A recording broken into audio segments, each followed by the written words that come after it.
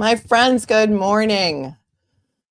And thank you so very much for coming to spend part of your Thursday, May 9th with me, 2024. Today is day 8 of the Karen Reed trial, and I'm so happy that you're here to watch it with me. It is a half day in court today, so it's only going to be from 9 to 1. So we're going to go straight through. If there's a break, we'll probably have time to catch up because sometimes we are a little bit behind on the stream because I like to talk and comment and commentate during the actual court hearings because that's what we're here for and that's what I do. And I'm so happy that you choose to spend your morning with me because it seems that everyone is jumping on the Karen Reed crazy train now, which is great. The case needs the attention and there are a lot of places for you to watch your live coverage. And so I just want to tell you how happy I am that you chose to come here with me this morning. I went back last night because sometimes, I'm Alice. I fall into the rabbit hole. And I wanted to make sure that I wasn't crazy because I thought that yesterday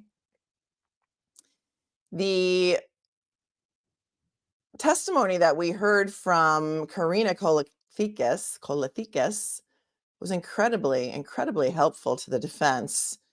And so I wanted to go back and look at some of the pleadings. And I wanted to go back because I thought, why in the name of the traveling Mary would Lollipop put Karina Kolathikis on the stand if she was going to testify how wonderful Karen was and how much she loved those kids and how they were so lovey-dovey and how she even said to her husband, he said that she said, how come you can't act that way with me? Why are you not that lovey-dovey with me? And so I went back to some of the pleadings and lo and behold, I was right. I was right because here's what they thought Karina Kolathikis was going to say. And this is in at least 4 different motions. So I'm going to pull up what I have here. This was all unreleased. It was unleashed, unreleased, unimpounded. Impounded is such a strange word because in New York, impounded is something that happens to your car when you have a lot of parking tickets. They put a boot on your car and then they impound your car. In Massachusetts, impounding refers to documents. When they seal documents, they call it impounding documents, which is just a term that we don't use here. So you may recall, if you have been following this case with me for so long, that the Boston Globe made a motion to release a lot of the impounded documents. And here's just one example of the Commonwealth's idea of what Mrs. Kolathikis was going to say.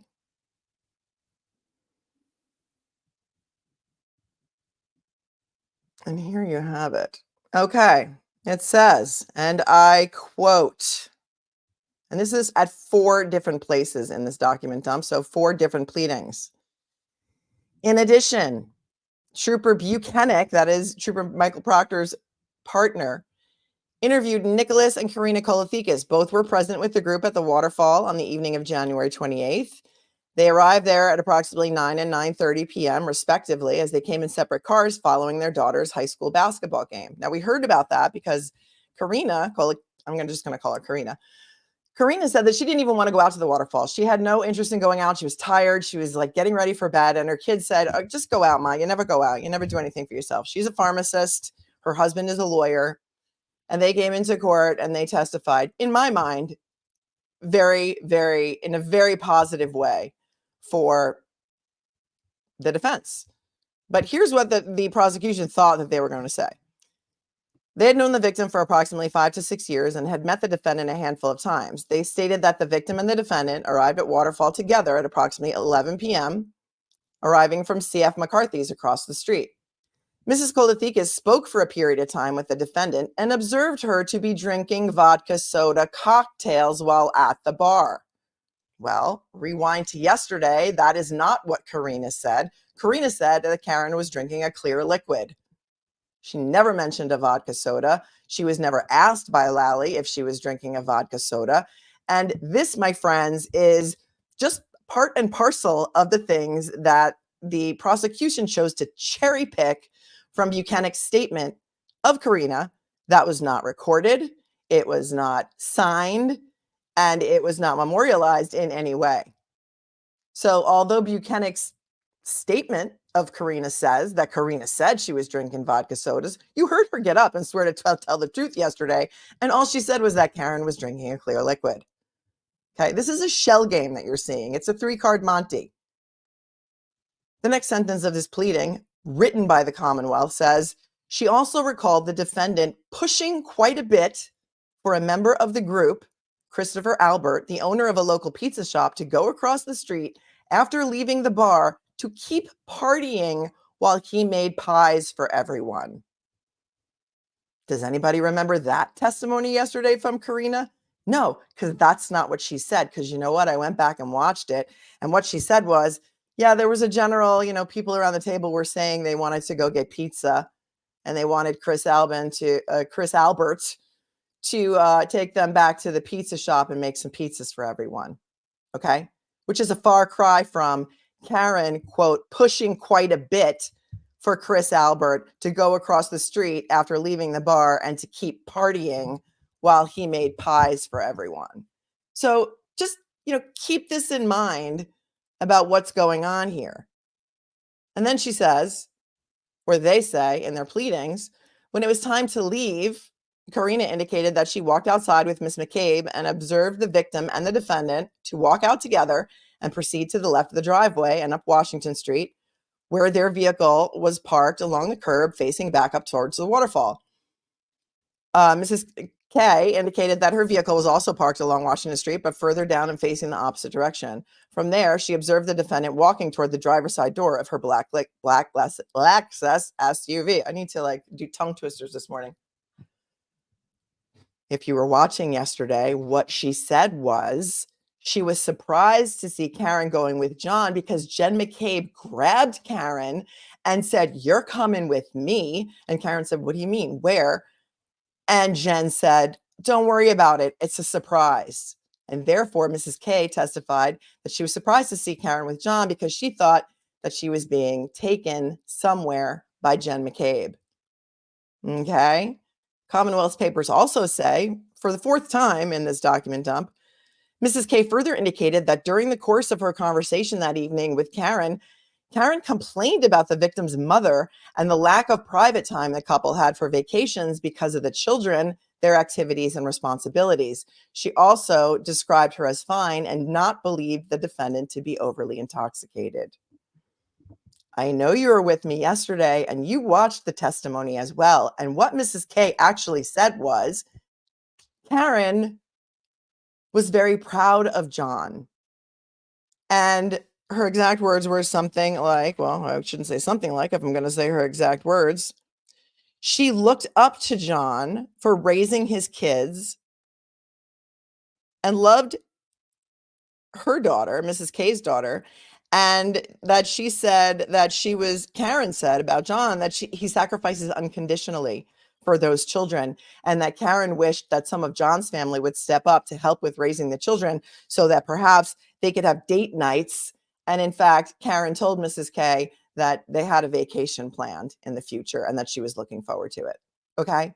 So this is what the Commonwealth wanted everybody to believe that Mrs. K was going to testify to. And you were there too. And you heard the testimony and it wasn't that. Never once did she testify about a vodka soda drink. Never once. In fact, nobody that we've heard so far has testified that they absolutely know that Karen was drinking vodka, including the bartender. What was the purpose of the bartender's testimony yesterday? The only thing that I saw her talk about was a $16 tab that John O'Keefe had tipped her $10 on. So is this a big, this whole thing's a big red herring. Today's going to be, from what I hear, Parade of the Alberts. So buckle up, my friends, because word on the street is that Chris Albert and Julie Albert might be testifying today. We'll see. But we're here for it. So I can't wait to hear what you guys think. Effin' Hippie coming in with the song lyrics right away this morning. Thanks for the super chat. Theme song for the day. Can't get there from here. Oh, that's a good one. That's right. You can't get there from here, folks. You just can't. Not seeing it. I mean, is there? Are we missing something? Are we missing something? Because I am so confused. Thank you, Maureen Francis, as always, for coming in with your early morning donation. You are so very much appreciated. And to those of you who send Venmos and want to remain anonymous, and I know that there are some of you and very many of you who want to remain anonymous, please, at the beginning of your note, just write anon, please, and then I won't read your name or your comment. Or, if you want me to read your comment or your question, that's fine. And you just want to remain anonymous and not have me mention your name, please let me know that at the top of the message so that nobody's doxxed or afraid to speak out about what they know is going on in that town. So we're here for it.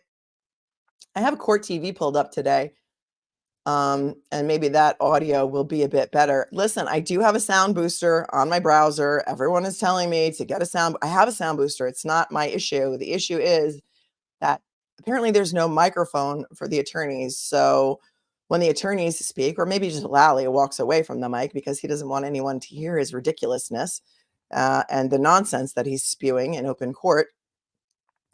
And sometimes when Yannetti or Jackson speak, we can hear it much better, but we can definitely hear the witness and we can definitely hear the judge sighing into her microphone like crazy. So oftentimes it will be hard for you to hear the attorneys. My mic is on auto, so it should not be too much louder than what we're hearing on the court stream. But again, there's nothing else. There's nothing more that I can do about it. Where is the join button? I don't know. There isn't a special iPhone way to join. So if you're on an iPhone, they kind of hide it. But I also put it in the video description. So if you look at the description underneath this video, there should be a link.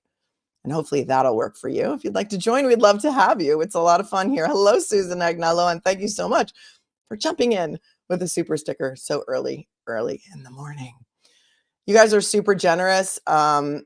This is a case unlike anything that I've ever covered or ever seen. And this is my first gavel to gavel trial on YouTube because for 30 years, I was and am a trial lawyer. And so this is sort of a fun thing that I thought I would do starting last July. And it's turned into more than that. It's turned into an amazing community of people who like to come here and talk to each other and openly discuss things. And you're so supportive of each other. And I see you in the comments, and we are just trying to make this a kind place to be. My moderators are the best on YouTube, and I'm not afraid to say it. And the trash talk and the bullying and the foul language just isn't tolerated here. We don't do it because my viewers appreciate being able to watch a show about true crime on YouTube that does not use the language, so they can listen with their kids in the room without headphones. And we have a lot of viewers who have 95-year-old moms who like to watch true crime. And so I'm just kind of keeping it that way. And I hope you appreciate it because I appreciate you. Angela Marie, thank you for becoming a new member. And also to Debbie, again, with the StreamYard is having an issue right now. Usually what they do is they put the super chats in a separate column, and they're not doing it right now. So I'm going to refresh my browser. Don't go anywhere because I'm coming right back. If I disappear, I just want to do this before the court stream starts. So hopefully it'll fix the issue. Just hang on.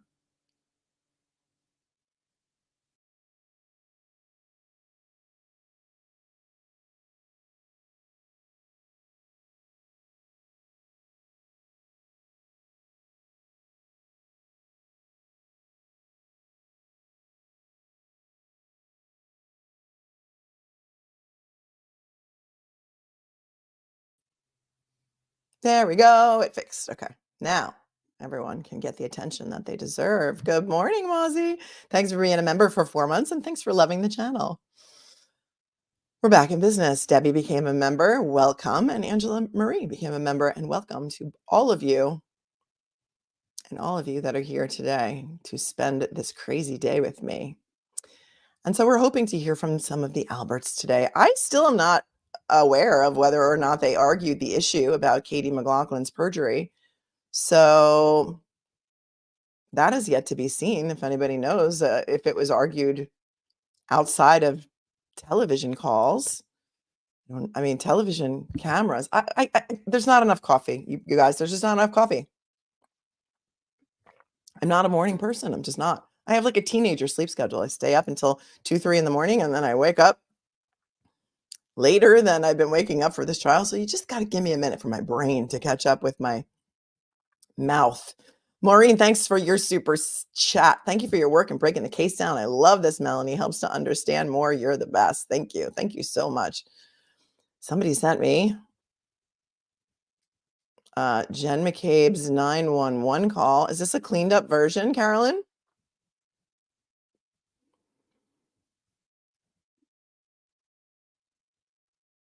It says I can't play this file, so I'm not sure.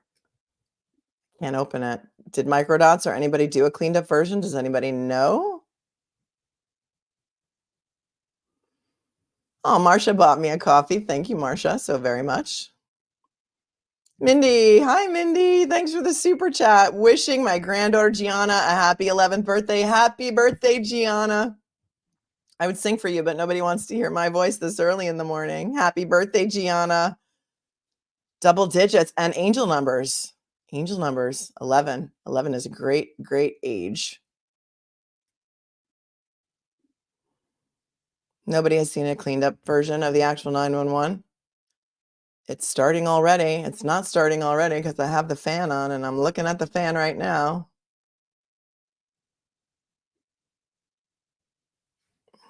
The fan is up. Okay, everyone's saying they're live. Maybe Core TV is a little bit behind.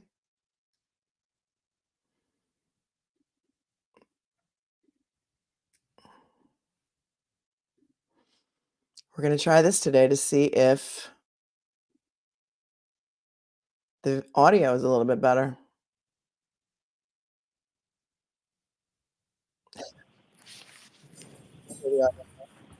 Deborah says I was watching another channel, foul language. Found you to watch the last video. Bless y'all. Good morning, and Bev. Happy birthday, Sean. Yay. All persons have any business before the Honorable Beverly Cannoli, Justice of the Norfolk Superior Court, in for the County of Norfolk.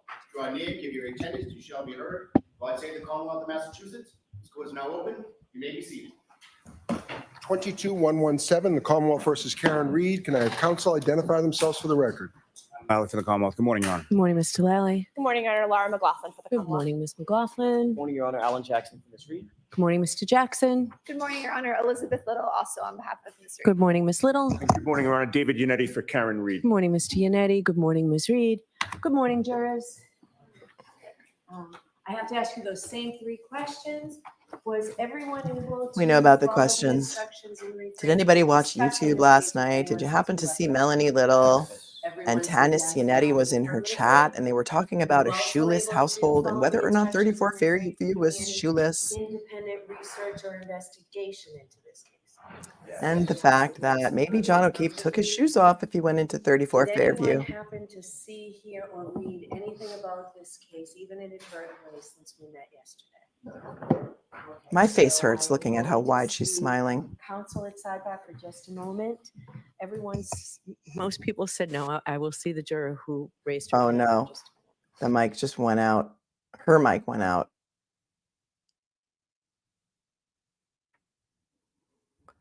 Don says, I can't wait to see Trooper Proctor and Buchanan. I think you mean testify. And he probably got auto-corrected. And to have to try and explain why the witness statements don't match their testimony. That will be hilarious. Yes, it will. Hilarious.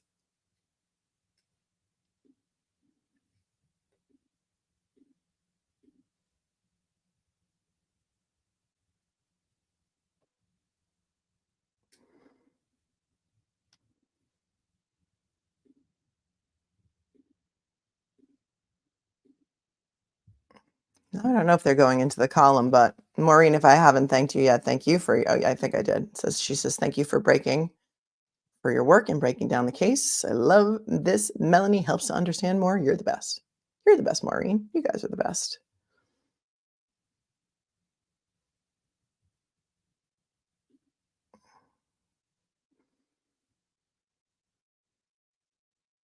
One juror saw something. Oh, did somebody say answer yes to that question?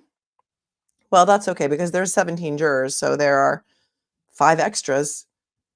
I guess they're going to now talk to that witness at a sidebar to figure out whether or not the juror will need to be excused. Thank you so much on top for your super sticker, as you are so very generous every day.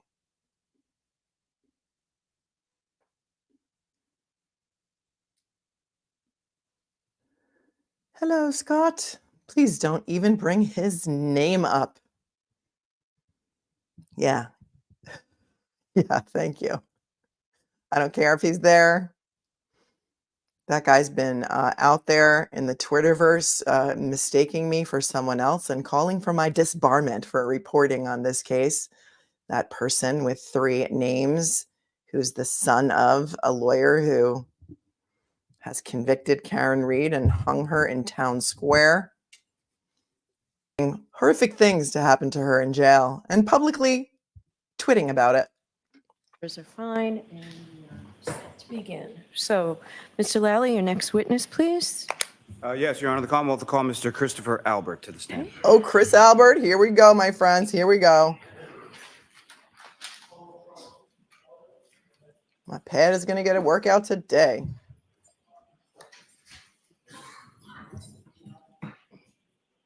Are they salivating? Are they salivating at the defense table? Could be. Watch your step up. I'm going to ask you to remain standing.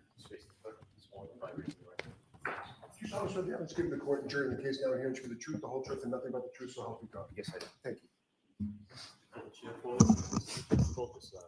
Gotcha. Thank you.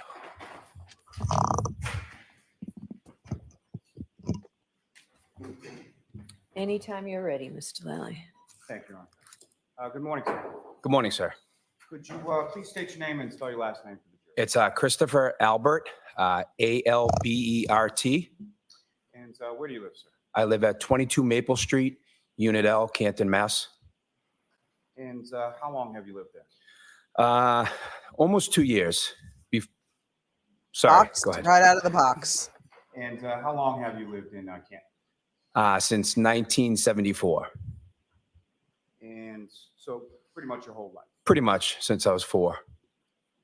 And prior to living in Maple, where did you live in Canton before that? 7 Meadows Ave in Canton. And how long did you live at 7 Meadows?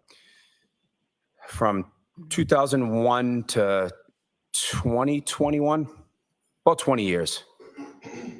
And who, if anyone, do you live with now?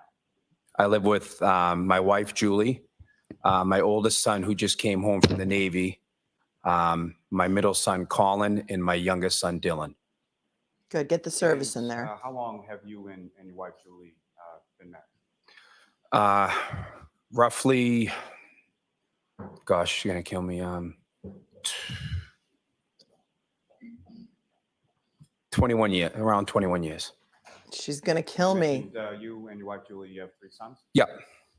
And how old are they? My oldest is 25, my middle is 20, and my youngest is 16. Now, do you work, sir? Yes, I do. What do you do for work? I'm self-employed. I own a small pizza shop. What's the name of the pizza? It's called D&E Pizza. And how long have you owned that? 25 years this March. And prior to that, did you work sort of in the same industry? Same industry pretty much my whole life. And does your wife work? She does not. Does she help out with the D&E Pizza Shop? She does some of this behind the scenes stuff. Yes. Now, when you lived on Meadows Avenue, did you have occasion to become familiar with someone named John? Yes, I did. And how is it that you knew John? So he bought the 1 Meadows Ave, the top house. I don't know exactly, maybe like 2017. So he became my neighbor. And I guess just from me driving by his house and coming home, I saw him, would wave to him and stuff. And that's how I initially became to know who John was. He's real friendly. You He mentioned waved you to him. bought the house at sort of the top of the street, is that correct? Yeah, it's if you're coming off Pleasant, you take a right down Meadows, it's the first on the right. And then on Meadows Ave, about how many houses are on Meadows? Well, between us or all, on the whole street, you mean? First down the whole street and then between. Yeah, so roughly on that whole street, I would say there's like close to 30 houses from top to bottom on both sides. And then how about in between 1 and 7? So there's two houses between mine and John's. And your house is both odd numbers, are they on the same side? Same side, yeah. Now, you said that that's how you initially came to know John O'Keefe. How did your relationship sort of go on from there? So over the years, like he was friendly with some other folks that I was friends with. So we maybe be out occasionally and bump into him, but he would also come to my pizza shop a lot. He would take his nephew Patrick in my pizza shop a lot. So it was not uncommon for him to stop by a couple days a week. Usually just grab a slice. Now, you grew up in Canton, correct? Yes, And do you have any siblings? I do. I have 6. And what are the names of your 6 siblings? So my oldest is my older brother, Brian. I have a sister, Kathleen. I have she's older than me. And then I'm next in line. And then I have a brother, Kevin, then a brother, Keith, Brendan, and Timmy. 7 of us. Where is it that you sort of fit in that sort of? I'm the 3rd oldest. Now, your older brother, Brian, what does he do for work? He's a Boston police officer, or he was. He's recently retired. And your brother, Kevin, what does he do? He's a Canton police officer. And John O'Keefe, were you familiar with what he did for work? Yes. Yeah, I knew he was a Boston police officer as well. Now, What sir, about if I Keith, could Brendan, and Timmy? What do they do? take you To January 28th, 2022. Do you recall that day? Yes, I do. And do you recall what day of the week that was? It's a Friday, I believe. And were you working at the D&E Pizza Shop on that day? I was. And at some point in time in the afternoon, who, if anyone of note, sort of came into D&E? John came in that day with his nephew, Patrick. And do you recall what did they get that day? I think they just got 2 slices of pizza, if I recall correctly. What did they order? Really? And Wow. what, if any, conversation did you have with Mr. O'Keefe as far as plans for later in the year? So he asked me if I had any plans that night, and I said, unfortunately, it's Friday, and I'm working pretty much till close. And I said, but it's my nephew's birthday, and I know a bunch of people are heading out, and I was planning on meeting up with them later when I got out of work. So I think I said to him, I said to him, I'll shoot you a text later if you're around. Maybe we can hook up. So I have to stop it right away. I have to stop it. Okay. For those of you who know, for New Year's Eve, Karen and John went to Aruba with a group of people, the Sullivans, who are going to be called in to testify. And while they were in Aruba, this guy and his wife, Julie, went onto John O'Keefe's porch and took pictures of themselves drinking beers and probably flipping the bird to torment him and sent him photographs. Do you really think that after that incident on New Year's Eve, that a few weeks later, John O'Keefe would be like, hey, dude, what are you doing tonight? You want to hang? Does it strain credulity? So right out the gate, we're getting something that I'm saying, huh? Really? He came and asked you to hang out? I don't think so. But okay, keep going, because you know what?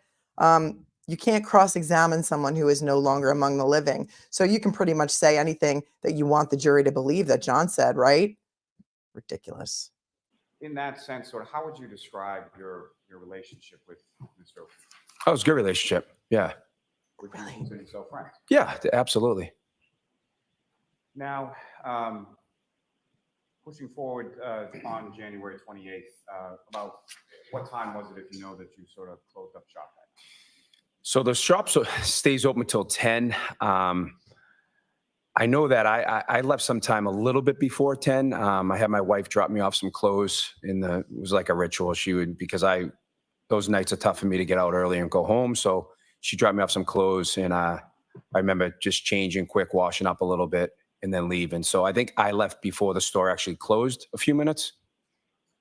Okay, that's right, Brittany. He's also a town selectman for the town of Canton. Lally didn't ask him about that, did he? Really short pedigree there, really short background, just that he's got a bunch of brothers There are 7 children in his family. He's got 6 brothers. Brian is retired now from the Boston Police Department. I don't know if we knew that. Kevin is still currently a Canton police officer. But all he said when, what do you do for a living? I own a pizza shop. Not mentioning that he's a public official for the select board of the town of Canton. So that's interesting. He's a politician in town. Those of you who live there know. Wasn't even brought out. This is going to be spicy, so buckle up. I'm going to keep stopping. If you're watching 3 streams at a time and you have it on another channel, please do not give us any spoilers in the chat because we would like to react in real time. Now, during the time or prior to you leaving the pizza shop, what, if any, conversation via text did you have with Mr. O'Keefe? He asked where I was. I said I was still working. And he said something like, why don't you talk to the boss, see if you can get out of there? And I just said, I'm married to this place. It's tough. I'll text you when I leave. And then I shot him a text, I think, when I got down to Waterfall. And I said, where are you? And go ahead. Sorry. Shot him like bang, bang, pew, pew, pew, pew. Shot him a text, pew, pew, bang, bang. Okay. And where did he say that you were? He was at CF McCarthy's. Are you familiar with both of those establishments as far as CF McCarthy's and Waterfall? Yes, I am. And with regard to your pizza shop, where is CF McCarthy's in relation to that, and where is Waterfall? So if I was sitting at my front door looking out, CF McCarthy's would be to my right, and Waterfall would be down the street, diagonal, maybe like 200 yards on the opposite side of the street. So both sort of walking distance from where you work? Yeah. Now, your home on Maple, where is that in relation to those businesses on Washington Street, including your own? So Maple Street is like, probably from my pizza shop is maybe like a 5-minute walk. You know, it's not far. And a little closer to Waterfall. So maybe it's like a 7-minute walk from D&E and like a 5-minute walk from Waterfall. And are there any sort of, in the area where you live, is there any sort of like town buildings or anything like that? Yeah, so I kind of live behind the library. Like you take a left on Maple and the library is like 2 buildings after me on the left-hand side. And then the town hall is a little further down on the right. And the library that's around where you live, is that the only public library? That's the, besides what's inside schools, yeah, that's the only public library. And so, again, I'm sorry, but what time is it that you leave D&E to go to Waterfall? Just before 10, maybe like 9:50-ish. And as far as meeting up with people, who is it that directs you to go to Waterfall specifically? I think my wife said, are you coming down? Are you there? She was down there. So I had a conversation with her. I think that's how I headed down there. You went there to meet your wife, correct? Yeah, she was down there. And you've been to the waterfall before? Yes. And so when you walk into the waterfall, where did you go as far as, who, if anyone, did you recognize when you came? So it's pretty much when you walk in, it's just kind of like open. And my wife was there. Matt was there. Matt McCabe was there. Jen McCabe was there. My sister-in-law, Nicole, was there. My niece, Caitlin, was there. I think when I first walked in, that's who was there. Just to address this comment for a moment, because we need to take a breath to wade through all of this. Angel says, defense will be like, hold my beer. Somebody put in the comments last night, Sled said, in referencing the Murdoch trial, Sled said, we're coming. And Canton PD said, hold my beer. I thought that was worth repeating. Moving on. And you mentioned Jennifer and Matthew McCabe, is that right? Yeah. And how do you know them? Well, I grew up with, I didn't grow up with Jen. She's younger than me, but she's lived in Canton for a long time. My brother Brian is married to her sister, Nicole. So I've known her pretty much my whole life. And you were testifying earlier about some of the people that you and Mr. O'Keefe sort of knew in common. Would Mrs. McCabe be one of those people? Yes, yeah. And when you walk in, relative to the establishment, whereabouts were those people situated? So they were on like a table that was close to the bar. It's like set up. They have like 3 tables in a row, and I think we were maybe either in the middle or the next table to the bar. So with those 3 sort of tables together, if you know about how long a table are we talking about? I would say they're about a 6-foot table. And was this a low top, high top, or something? It's like a high top. And located close to the bar, is that correct? Yes. What, if anything, do you recall from that evening as far as entertainment within the waterfall? There was a live band that was playing to the side. Why is there so much talk about the band? I'm sorry, I was watching chat. Did he say that Colin was there too? Anybody just put that in the chat? He listed a bunch of people that were there. There's a lot of talk about the band, and perhaps it's going to be used to someone's advantage that it was so loud in there that they couldn't hear each other talking. Did he say that Colin was there? If someone can just answer me that. Otherwise, I'm going to rewind it. Lally's audio sounds better to me today. Does it sound better to you? No, he didn't mention Colin. People are saying yes. Okay, we're going to have to rewind it because now I need to know. Now we need to be accurate. Don't worry. He's probably going to be on the stand for most of the morning. You went there to meet your wife, correct? Yeah, she was down there. And you've been to the waterfall before? Yes. And so when you walk into the waterfall, where did you go as far as, who, if anyone, did you recognize when you came? So it's pretty much when you walk in, it's just kind of like open. And my wife was there. Matt was there. Matt McCabe was there. Jen McCabe was there. My sister-in-law, Nicole, was there. My niece, Caitlin, was there. I think when I first walked in, that's who was there. And you mentioned Jennifer and Matthew McCabe, is that right? Yeah. And how do you know that? Well, I grew up with, I didn't grow up with Jen. She's younger than me, but she's lived in Canton for a long time. My brother Brian is married to her sister, Nicole. So I've known her pretty much my whole life. And you were testifying earlier about some of the people that you and Mr. O'Keefe sort of knew in common. Would Mrs. McCabe be one of those people? Yes, yeah. And when you walk in, relative to the establishment, whereabouts were those people situated?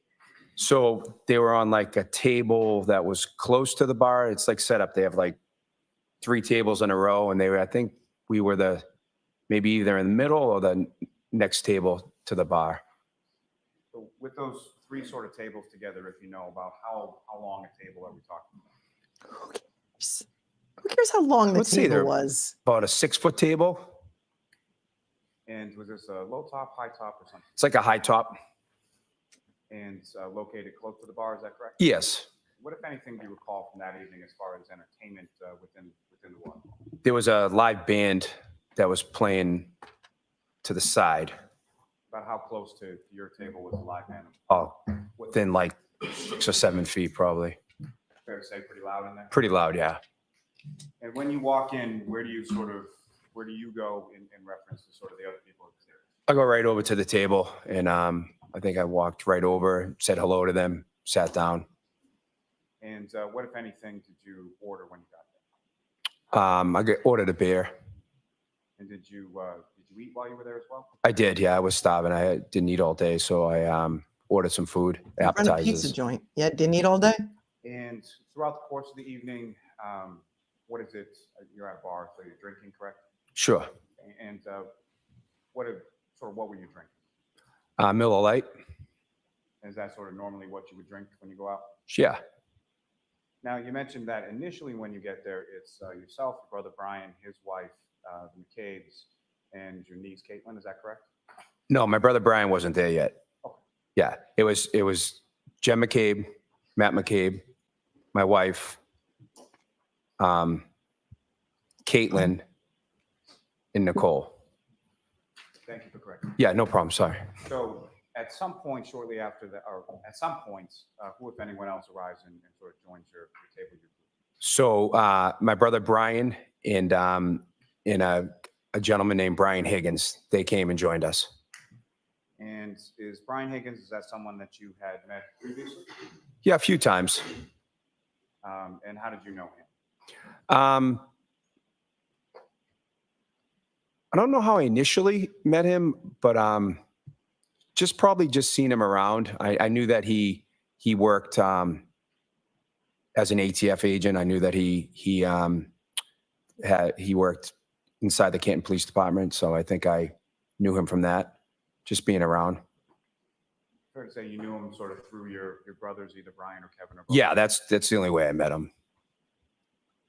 And about how long after you arrived was it that they arrived? I would probably within like 35 minutes, roughly. And what, if anything, did you know about sort of where they had been prior to it, or what they had been doing earlier? So they were in New York at a police officer's funeral. They went there for the ceremony, and the snowstorm was coming, so they decided that they were going to drive back early to beat the storm. You mentioned, as far as going out on that particular evening, what was that in reference to? So my nephew, Brian, it was his birthday. And so when you say your nephew, Brian, whose son is that? So that's my older brother, Brian's son, Brian. So Brian Jr.? Brian Jr., yeah, call him Brian Jr. Yeah. And was he present at the waterfall that night? He wasn't. No, he decided that he didn't want to go out. And when your brother, your older brother Brian and Mr. Higgins come in, where is it that they go sort of in relation to the group?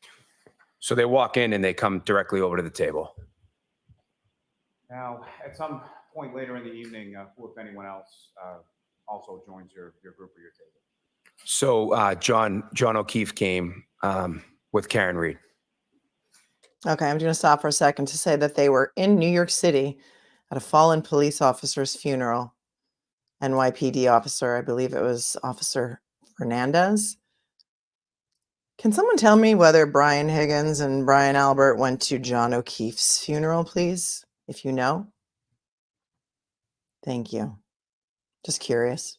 And how did you know Karen Reed at that time? I met her a couple times. She also had been in the pizza shop a couple times, and driving by the street when I would come home, she would be outside One Meadows.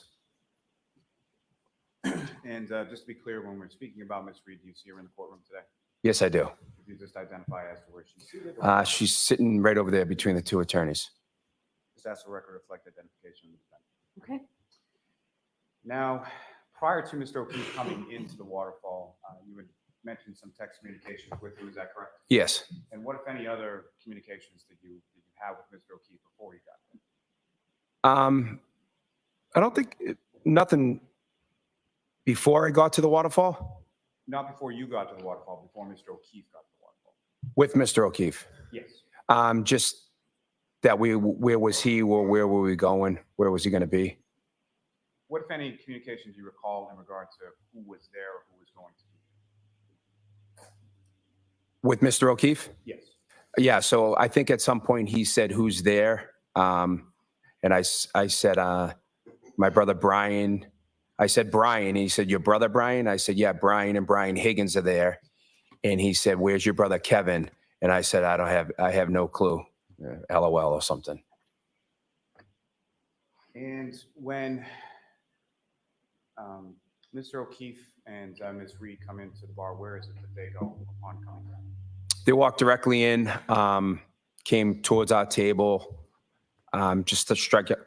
Is he insinuating that John had beef with Kevin? LOL. I'm just going to take that back a second. Identification of the defendant. Okay. Now, prior to Mr. O'Keefe coming into the waterfall, you had mentioned some text communications with him, is that correct? Yes. And what, if any, other communications did you have with Mr. O'Keefe before he got there? I don't think nothing before I got to the waterfall. Not before you got to the waterfall, before Mr. O'Keefe got to the waterfall. With Mr. O'Keefe. Yes. Just that where was he, or where were we going? Where was he going to be? What, if any, communications do you recall in regard to who was there or who was going to be? With Mr. O'Keefe? Yes. Yeah, so I think at some point he said, who's there? And I said, my brother Brian. I said, Brian. And he said, your brother Brian? I said, yeah, Brian and Brian Higgins are there. And he said, where's your brother Kevin? And I said, I have no clue. LOL or something. Does that mean they had beef? And when John and Kevin Albert? Mr. O'Keefe and Ms. Reed come into the bar, where is it that they go upon coming in? They walked directly in, came towards our table, just a striked up conversation. I think John came over to my wife and said hello to her first, maybe. And then just kind of got with the group, started talking.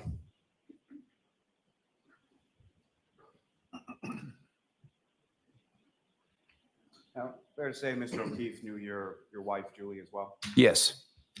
And how would you describe their relationship as far as? Good relationship.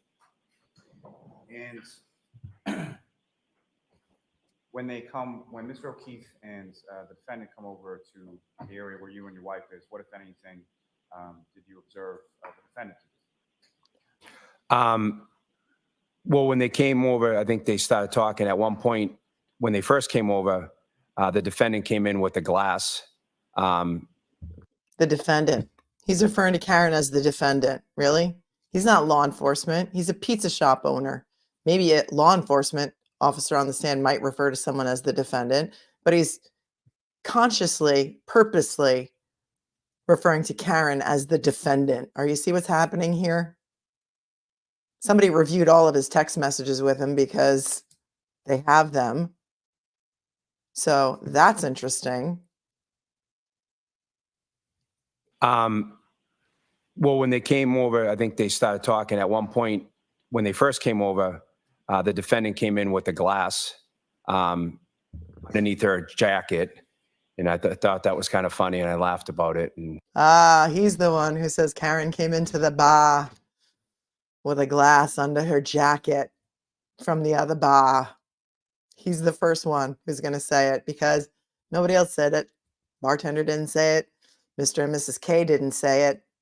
This guy's the one to notice that Karen had a glass with her from the other bar. We're going to take that back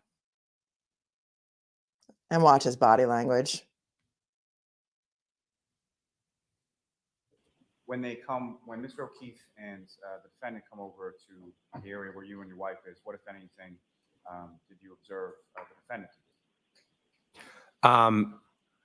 well, when they came over, I think they started talking. At one point, when they first came over, the defendant came in with a glass underneath her jacket. And I thought that was kind of funny, and I laughed about it and made a comment about it. And what, if anything, did you notice sort of about the glass? What was in the glass? Anything like that? It was just a tall, like, cylinder glass with some clear liquid in it and a lime. But the band was so loud that nobody heard him laugh about it and make a comment about it. How much you want to get that? And the band keeps playing on. Sing that song, Chris Albert, and let's see who believes it. And that was under a coat when she came in? Yeah, it was like she pulled it out.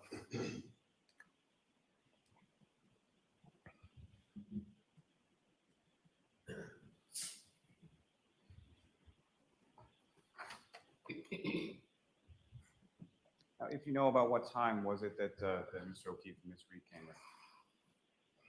So I got there close to 10, I would say 10:45-ish, to the best of my recollection. And following sort of the hellos and all that kind of stuff, as far as after they first came in, where did they go from there? I think the defendant sat down, and I think well, John went to the bar and got a beer. And you know, is that sort of what John would typically drink? Yeah, Bud Light, I think.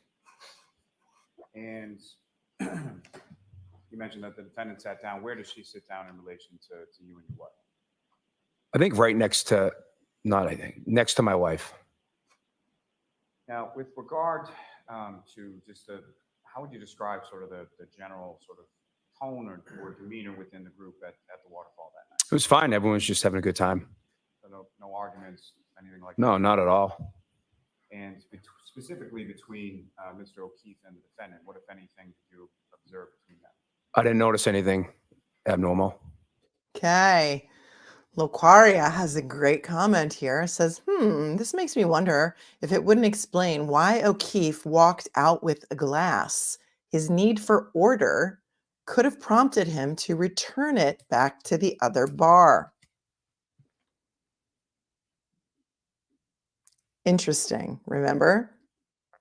It was brought out yesterday by Michael Camerano, his best friend, who was weepy on the stand and crying. And I felt so bad for him because he really missed his friend. You could tell that in his mind, John has OCD and that he wanted to get the snow out of the garage and sweep it away because John would be upset when he came home if there was snow inside the garage because the garage door wouldn't close. And he also said that John didn't like people to wear shoes in his house, so he wanted everyone to remove their shoes in the house. So that is a great comment. Locaria, thank you for that. Yep, people saying that's an excellent point. Tanis, if you're in the chat or lurking somewhere, take note. Now, if you recall, what was Mr. O'Keefe wearing on that evening? Blue jeans, baseball hat, and kind of like a pullover light sweatshirt type of grayish garment. I don't know what you would call it. It wasn't like a hoodie, and it's like a long sleeve shirt. Is that what he was wearing when he walked in? Yes. At any point in time, did you see him with like a jacket or anything like that? No. Now, as far as your observations of Mr. O'Keefe, what, if anything, did you observe about that clothing as far as any tears or any dishevelment of it at all? No, I didn't notice anything. It looked fine to me. Were there any dogs inside the bar? You see what's happening here, and I'm going to keep saying this and keep saying it and keep saying it. Instead of the Commonwealth trying to prove that Karen Reed hit John O'Keefe with her car, they are trying to prove that someone else didn't do it. They're trying to prove it's bordering on ridiculous at this point that, oh, he didn't have any tears on his clothes. He didn't have any injuries on his face when he came into the bar, right? So therefore, she must have hit him with her car. I mean, this is insanity. But he's going to keep going. Now he's trying to disprove the puffy jacket that Timothy Nuttall, one of the first responders, was so positive that they had to take off of him. And he said, Officer John O'Keefe's arms were so stiff, it was difficult to remove the puffy jacket that he was wearing when we found his body. And we don't like to cut those puffy jackets with the trauma shears that we normally use to take off clothing because they make a mess. And now, instead of trying to prove that Karen Reed hit John O'Keefe with her car, they're trying to disprove that he was wearing a puffy jacket. We thought we were in the twilight zone, but we are deeper and deeper into the twilight zone now because this is going to go on with every witness from here on out. Pay special attention. And as far as Mr. O'Keefe, his person himself, what, if anything, did you observe as far as any injuries or anything like that? Didn't see anything. Looked normal. Now, after Mr. O'Keefe went to the bar and got a beer, do you know where he went from there? Just came back over to the table, started chatting people up. And when you say the table, was that sort of your area or was there a different area that he was? No, the same table, the same high top. Some people are sitting, some people are standing. And as far as sort of this length that you described, about 6 feet or so of that table, if you recall, sort of where were people situated around the table? I mean, Does I it was sitting at matter? one point because I was eating. So I was sitting in one seat. My wife was sitting in another seat. Matt and Jen was sitting in another seat. I recall John standing a lot. I don't think he sat at all. I think Karen was sitting at one point, probably like situated near, maybe across from my wife or next to my wife. Does it matter? Does the seating chart of the table matter? Let's skip to the part. Let's fast forward to the part where Brian Albert and Brian Higgins got up and started showing off their MMA moves. and they're play fighting in a bar like 12-year-olds when they're in their late 50s. Like, let's fast forward to that part. I don't care where anybody was sitting around the table. This is ridiculous. And yes, we did see Brian Albert wearing a big puffy jacket. You know who else was wearing a big puffy jacket in the video that we watched yesterday? Jen McCabe, a very, very oversized black puffy jacket. I don't know whose puffy jacket it was, but hopefully we're going to see some more video today from inside the waterfall, and you can see for yourself. I'll be sure and stop to point it out to you. Now, as far as Mr. O'Keefe was concerned, do you recall anything specific that you discussed or talked about while you were there that night? No, nothing in particular. And throughout sort of the course of the time that you were there, what, if any, discussion was there as to going someplace or wanting to go someplace after the waterfall? So we have this like little ritual that when one of my nieces or nephews turn 21, we go back to the pizza shop, like, you know, after hours, and turn on the oven and make pizzas and stuff. And there was talk about going back there. Miss Reed asked if we could go back and make pizzas up at my pizza shop a couple times. And then there was some talk about maybe after someone mentioned going back to my brother's house.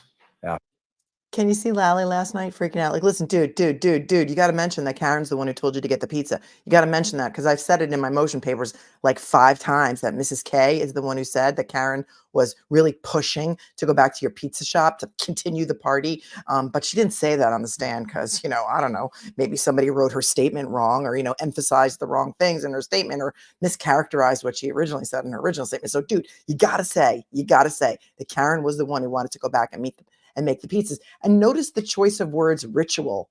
We have a ritual that we go back to the pizzeria and make pizzas whenever anybody turns 21 in the family. Is that what he said? So that's your ritual. And yet Karen was the one who's pushing for the pizza when you're all sitting around eating at the waterfall. Yeah. Okay. Let's take that back a minute, because his choice of the word ritual is really strange to me. A ritual, not a tradition. A ritual is like a sacrificial, something that happens on an altar, you know, or something that happened to the witches in Salem. Going someplace or wanting to go someplace after the waterfall? So we have this like little ritual that when one of my nieces or nephews turn 21, we go back to the pizza shop, like, you know, after hours, and turn on the oven and make pizzas and stuff. And there was talk about going back there. Miss Reed asked if we could go back and make pizzas up at my pizza shop a couple times. And then there was some talk about maybe after someone mentioned going back to my brother's house after. And just to be clear, your brother's house, which brother? My brother Brian. And where did your brother Brian live at? 34 Fairview. You familiar with that address? Yeah, I used to live there, grew up there. So prior to it being your brother Brian's house, was that your parents' house? My parents' house, yeah. So that's where you and your siblings essentially grew up from the time that you moved to Canton? Yes. Now, So that's where they grew up. They grew up in that house at 34 Fairview.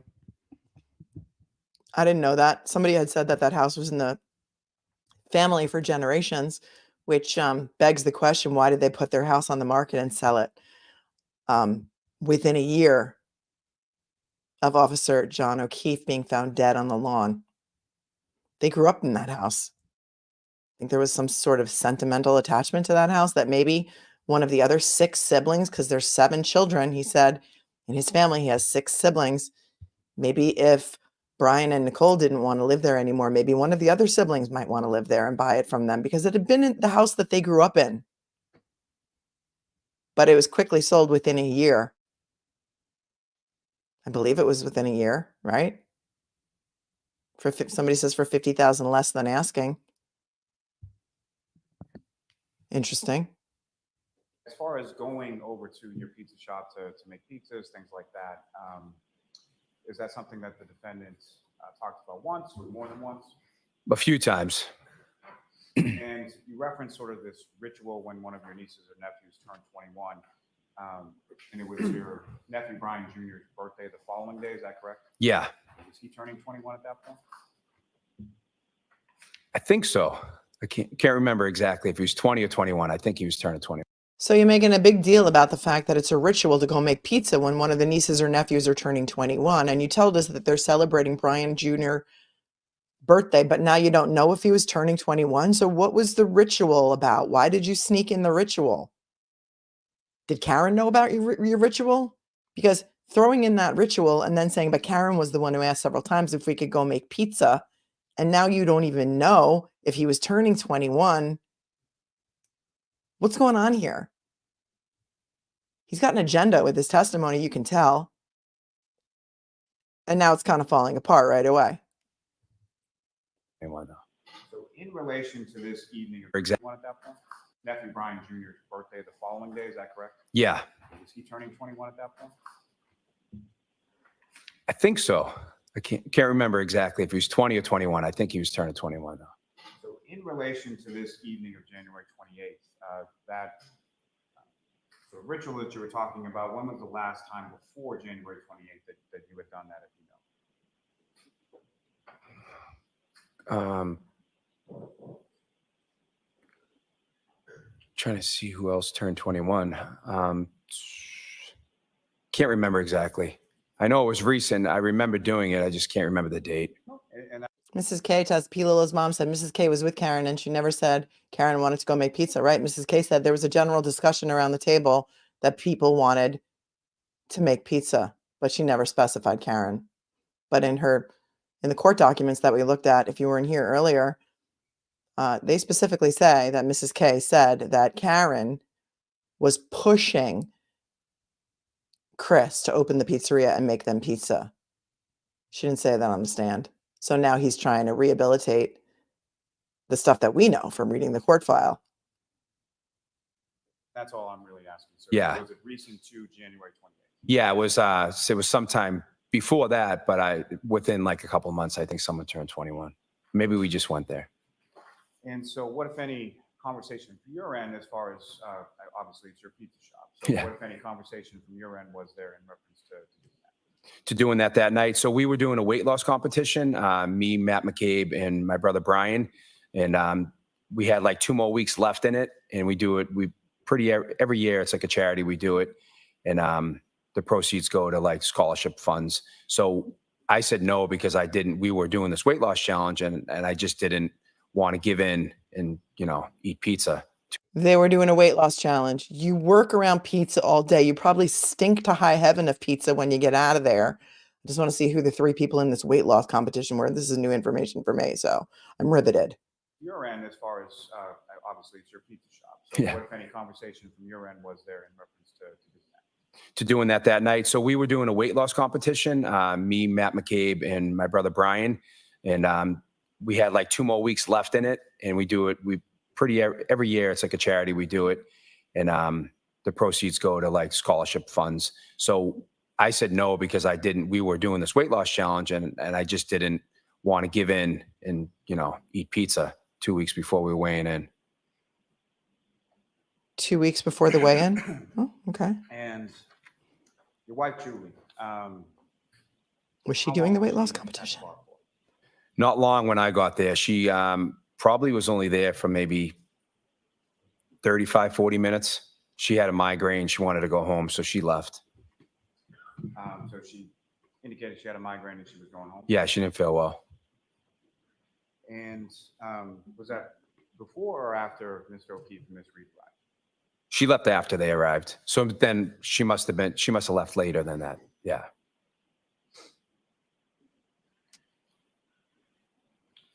Now, later on in the evening, what, if anything, did you buy for the group? So at one point towards the end of the night, I bought a round of fireball shots for the group. And who partook in that, if you know? I don't remember exactly. Probably half of the people there took them. I don't remember everyone. I wasn't paying attention. So much for the weight loss competition. And when you say sort of towards the end of the night, when was it that things sort of wrapped up? I think they called last call right before 12. Pretty much right before 12, it all started wrapping up. And as far as the group that you were with at the high top table, who, if anyone, from that group left first? So my wife left first, obviously. She didn't feel well. She left earlier. Brian and Brian left. My sister-in-law left. Matt and Jen left. I left probably second to last. I probably left last with John and Karen, or right around the time that John and Karen left.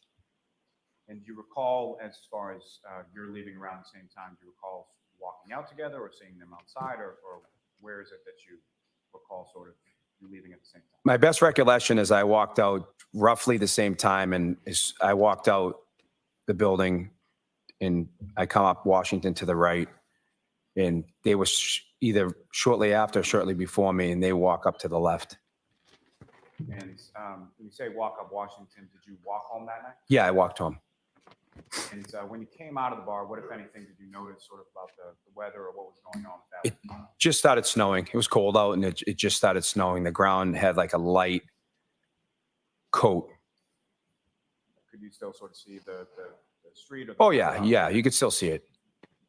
And you mentioned you walked out towards Washington, and Mr. O'Keefe and Ms. Reed did as well. Yes. And which direction? Did you go in the same direction, different direction? But when you come out the building, you have to go to the left in order to get onto Washington. So I come out to the left and then go to the right onto Washington, and they would go to the left onto Washington. They were sort of walking Opposite directions. on Washington. Yes.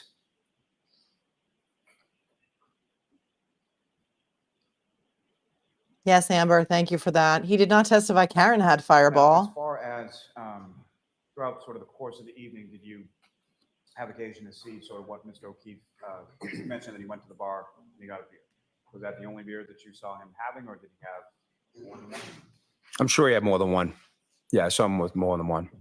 So you saw him, but essentially what I'm asking is throughout the course of the evening when you saw him drinking, other than maybe the Fireball shot, you saw him just drinking beer? Just beer. Yeah. And as far as Miss Reed was concerned, what, if anything, did you observe her drinking? Throughout the course of the evening? Just a clear liquid in a glass. I assume it was some sort of Don't vodka assume. drink. Objection. Was that the same glass that she had come into the establishment with under her coat, or was it a different glass later on? I believe it was the same one. So you leave from the waterfall and you're walking home, is that right? Correct. So fair to say you didn't go to 34 Fairview that I night? did not. And about what time was it that you got home? Sometime between, I'd say 5 past and 10 past 12, somewhere in that window. And was your wife home at that point? She was. And as far as your children were concerned, how many of your 3 sons were living with you at that time? At that time, 2. My 16-year-old, well, he wasn't 16 years old at the time, but my 16-year-old and my 20-year-old. And so 16 and 20 now is that? 16 and 20 now, so that'd be like 14 and 18 then, I guess. And so your oldest son, He was in the San Diego in the Navy. and if you know, or did you check or anything as far as your kids when you got home, were they there, if you know? No, I ran right upstairs. I was freezing. I went right into my room. He was freezing, so he didn't have a puffy coat on. Okay, so Colin was 18 at the time? 18. Everyone's been screaming on Twitter. The cesspool. How dare you accuse a 17-year-old kid of the M word? He was an adult. He was 18. He just said that. His own father said that. His own father, I'm assuming, knows how old his children are. So Colin was 18 at the time. He says Colin was home. He said he was freezing. So he had to run upstairs right away. He said he was 18, Jimmy. I'm going by what he said. He said his son was 18. I'm going to assume that he knows how old his son is, and if he doesn't, then he's an idiot.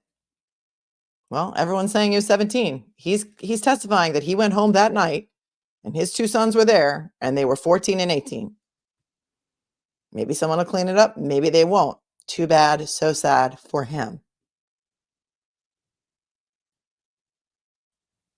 Now is that? 16 and 20 now, so that'd be like 14 and 18 then, I guess.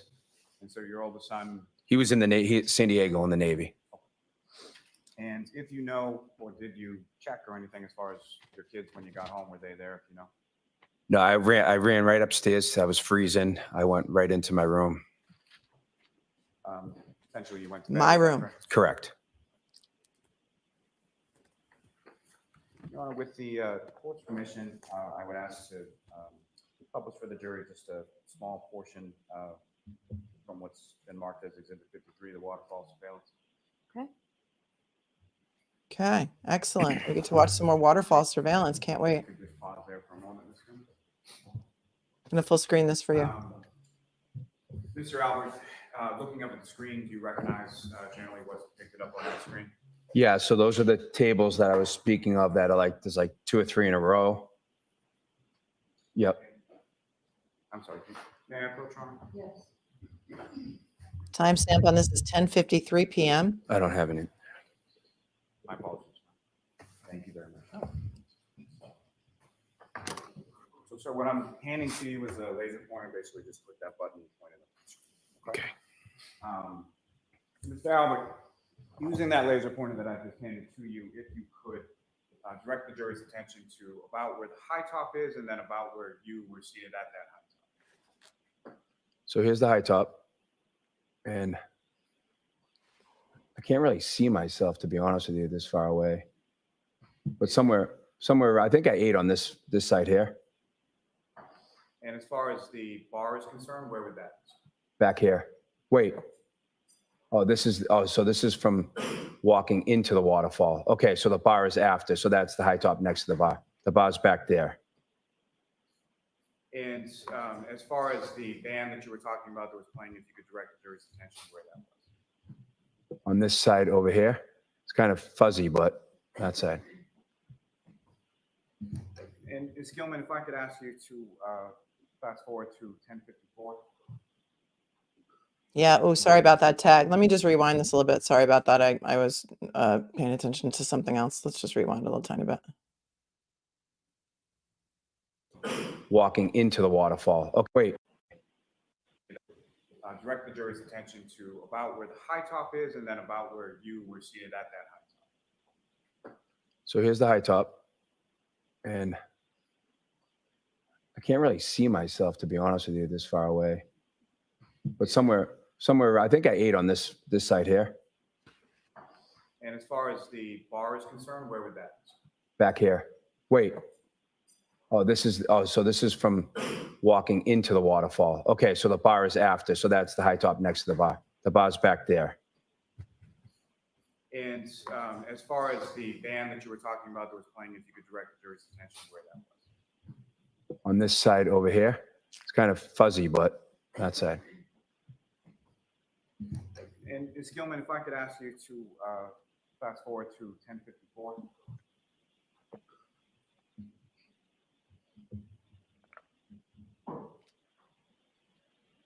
And, I would ask if you could play that from 10:54 to about 10:56.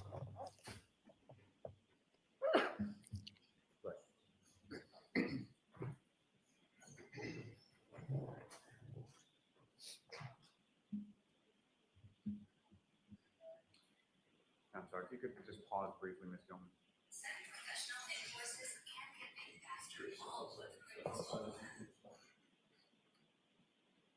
Now, Mr. Albert, looking up at the screen, as far as the door that you came out and the door that you eventually exited from the waterfall, do you see sort of that general area and where that is in the video? No, because I think it's offline here. I think it would be over here. So it would be off sort of towards the left, is that correct? Yeah, like down this way. Ms. Gilman, if you could press play.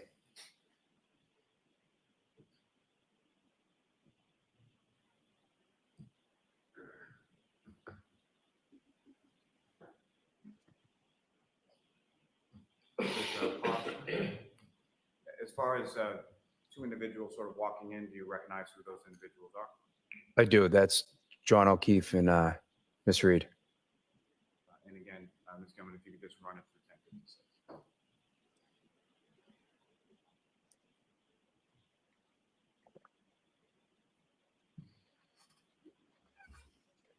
Hugs. Notice the hugs.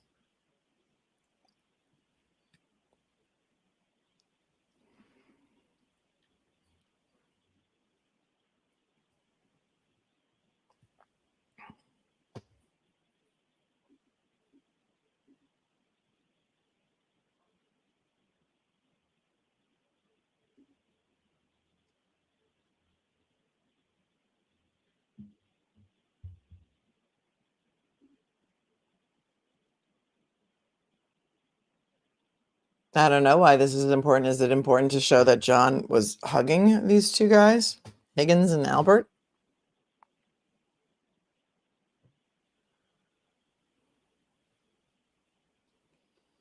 Again, the timestamp is over what we're supposed to be looking at, so it's not really very helpful.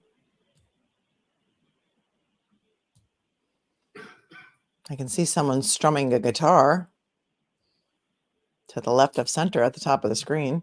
Not much else.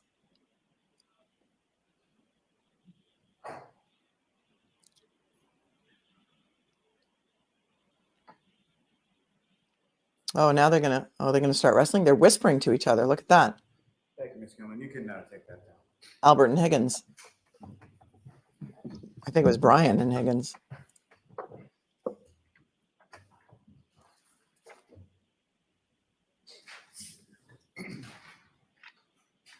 Now, Mr. Albert, as far as your son, Colin, do you know sort of where he was that night? Yes. So he was at my brother Brian's house for my nephew's birthday. And he came home sometime after you, is that correct? Correct.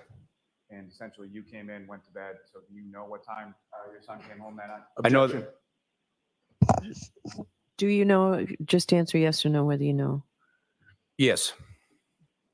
Okay. This is where they're going to start trying to prove that Colin Albert was not at 34 Fairview when John O'Keefe did not go into 34 Fairview. So again, this is what they're going to try and prove to you now, is that Colin Albert couldn't have done it because his dad knows what time he got home. This will be interesting because he just said he went to bed, didn't he? Taking it back. And that he was actually, Colin, at 34 Fairview when they were at the waterfall. You know what time he was, So he was at my brother. sort of where he was. Now, Mr. Albert, as far as your son, Colin, do you know sort of where he was that night? Yes. So he was at my brother Brian's house for my nephew's birthday. Do you know sort of where he was that night? Sort of. He was sort of at your brother Brian's house for your nephew. Do you see what happens when you're a lawyer that asks a crappy question? Do you know sort of where he was? Do you know where he was? Your questions need to be clear. Cam, if you're in the chat, I know you're graduating from law school. You've been in here for the past couple of days. You may have a final today. Do you know where your brother was? I mean, your son was. Not do you know sort of where your brother, where your son was? See the difference? And he came home sometime after you, is that correct? Correct. And essentially you came in, went to bed, so do you know what time your son came home that night? I know that. Do you know, just answer yes or no whether you know. Yes. And how do you know that? Because he opened the bedroom door and said, "Good night, guys. I love you. I'm home." And Does anybody believe that? Do you believe that Colin Bang Bang Albert came home, opened their bedroom door and said, "Good night. I love you"? That one of your kids might come home after being at a birthday party and having a whole bunch of beers, despite the fact that he's 18 years old, and is going to open the door to wake his parents up to say, "I'm home." If he had said something like, "Oh yeah, there's Ring doorbell footage of him coming in. We saw him coming in through the front door. Or when I woke up, I know I have the video." Okay, I might believe that.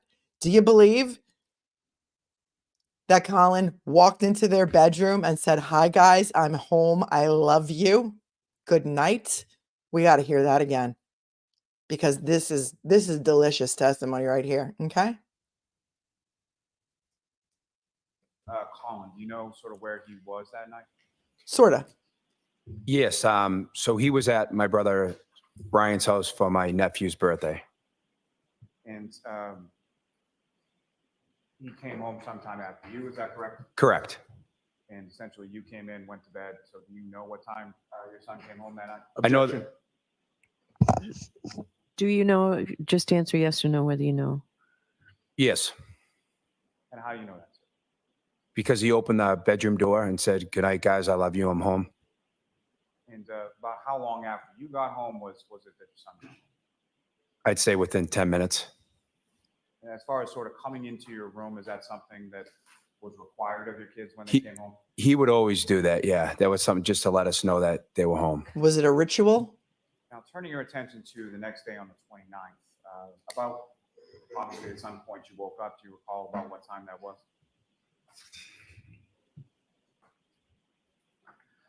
Um, 8-ish, 8:30-ish. Okay. He doesn't wake up until 8:30 a.m. Okay. Yeah. He calls his parents guys. Yep. 10 minutes. He says 10 minutes after he got home. That's when Colin came in and opened the bedroom door, said, "Good night, guys. I love you. I'm home." But what you're going to see from we know because we've read the witness statements, is it was either Julie or Chris, Julie is his wife, who gave a statement to Proctor Buchanan in the beginning of this case, right after the date of the accident, that says, "We followed the group to 34 Fairview." Okay. So there's going to be a lot of questions about whether, in fact, Julie had a migraine and went home, whether, in fact, he walked home from the waterfall, and whether or not Colin got home 10 minutes after he did, because they told police initially they followed back to 34 Fairview. So pay attention. This is going to get spicy. So sometime between 8 and 8:30? Yeah, 30-ish. I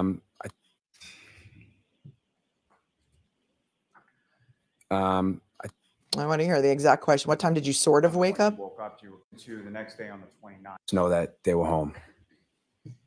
Now, turning your attention to the next day on the 29th, about obviously at some point you woke up. Do you recall about what time that was? Obviously, at some point you woke up. 8-ish, 8:30-ish. So sometime between 8 and 8:30? Yeah. I was still in bed. I woke up, but I didn't leave my room. And what was it that, or who was it that woke you up that time? At that time, I just woke up on my own. And when you woke up, what happened after you woke up? Shortly after I woke up, my wife entered the room, but that was a little bit later. I don't know exactly what time. And she informed me that something had happened to John. And what was it that you told? I don't know the exact words that she said, but basically that John had died.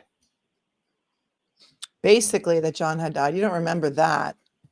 But you What, if remember anything, did she- exactly that Colin came into your room 10 minutes after you got home to say, "Good night, guys. I love you. I'm home." You remember that Karen pulled a drink out of her jacket because you made a funny comment about it. But you don't remember hearing about the death of someone that you were just with the night before. Can't remember that part. Gets a little bit fuzzy. And didn't Julie Albert get a call sometime around 6 a.m.? Didn't she wake up, she claims, to a voicemail? And that's how she found out about John's death. But this guy isn't waking up until 8:30 on his own. And sometime after that, she comes in to tell him that John's dead. You don't forget. And if your wife found out that John was dead at 6 a.m., you don't think she'd be waking him up? Jurors do not leave their common sense at the door, my friends. We talk about this a lot. It strains credulity to me that if Julie found out at 6 a.m. that John O'Keefe was dead, she would not have woken up her husband. That strains credulity. So you tell me what the jury is thinking while they're sitting there listening to this and whether they believe it. Indicate to you as to Basically that John had died. Basically. and what, if anything, did she indicate to you as to where John had died? That he was found somewhere on the front lawn of 34 Fairview. And following, receiving that information, where did you go, or where did you and your wife? I was in shock. I was like, what are you talking about? Like, what do you mean? And then I jumped up and she's like, we have to go over. Let's go over to your brother's house. Yeah. 34 Fairview is his brother's house. So yeah, she clearly would wake him up. It's his brother's house. A dead police officer was found on your brother's lawn, not to mention we were with him last night, or you were at the waterfall, because she says she had a migraine and went home at 4:30 a.m. John Connor says she got, Proctor's first report said 4:47 a.m. I don't know who's going to do cross. I do not know. We're going to have to wait and see. Caillou. Somebody said he reminds you of Caillou. Oh my gosh, he does remind you of Caillou. Me. Caillou from the children's cartoon. What do you think? Do you think this is believable? And about what time was it, if you know, that you got over to your brother's house? Sometime Bless you. approximately like after 9 o'clock. I don't remember exactly what time we went over there, maybe 9 or 9:30. And when you arrived, 9 or 9:30. That's right, Stacey Stewart. That's a lie. Originally, Julie said she went over with donuts at 8:30 for Brian's birthday, and that's how she found out. You're right. She changed her story several times. She woke up in a blizzard, and she said she wanted to go drop off a gift for Brian Jr., and that's how she found out. He's giving you a completely different story. Let's see what the story is now, and I'm sure that this is going to be a very precise cross-examination with original statements, what they told the police right after. Are you lying then, or are you lying now? Were you lying then, or are you lying now? Hang on to your seat, folks. arrived at your brother's house, who, if anyone, was there? He says they didn't get there till 9 or 9:30. That's a pretty wide swing of time, but okay. I don't remember exactly what time we went over there, maybe 9 or 9:30. And when you arrived at your brother's house, who, if anyone, was there?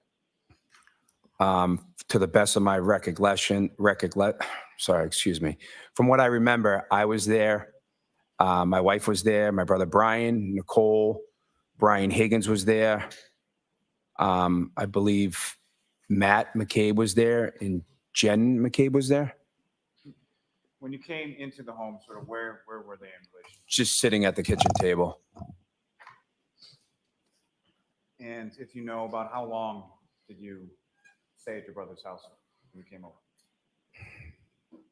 Maybe an hour. And where did you go from there? Afterwards, just home. Now, as far as subsequent to this, at some point within the days that followed, did you have occasion to speak with some troopers or members of the state police? Yes, I did. Okay, and how many troopers from the state police did you talk to when you spoke? 2 And where was that? at my condo. Thank you, sir. I have no further questions. Okay. Something else- Examination. Thank you, Something else I want to point out is that we heard from 2 Canton police officers, Lank and whoever was with Lank that went into the house. His name is escaping me right this minute. But they went into the house and they were confined to the foyer. They were never allowed out of the foyer. In fact, they said that Brian and Nicole were sitting on the steps. Sergeant Good. So it was Good and Lank who went into the house to do the witness statements, group witness statements. They were never allowed out of the foyer. So when Chris Albert gets there with his wife, Julie, all of a sudden they all go into the kitchen and they're all sitting in the kitchen. But the police were never allowed past the. This is going to get good.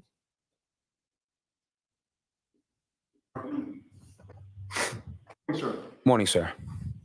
Mr. Albert, you and I have never met, correct? I don't believe so. You've testified that you've essentially lived in Canton your whole life, correct? Correct. Moved there when you were 4 years old? Correct.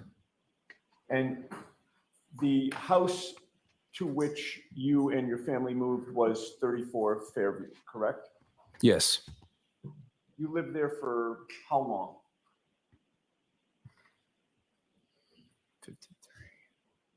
33 years? And you currently own D&E Pizza in Canton? Correct. I believe you testified that you've owned it for approximately 25 years? Correct. Clearly, you have a lot of ties to the city of Canton. Would you agree? Sure. You live there? Yes. You work there? Yes. You have family there?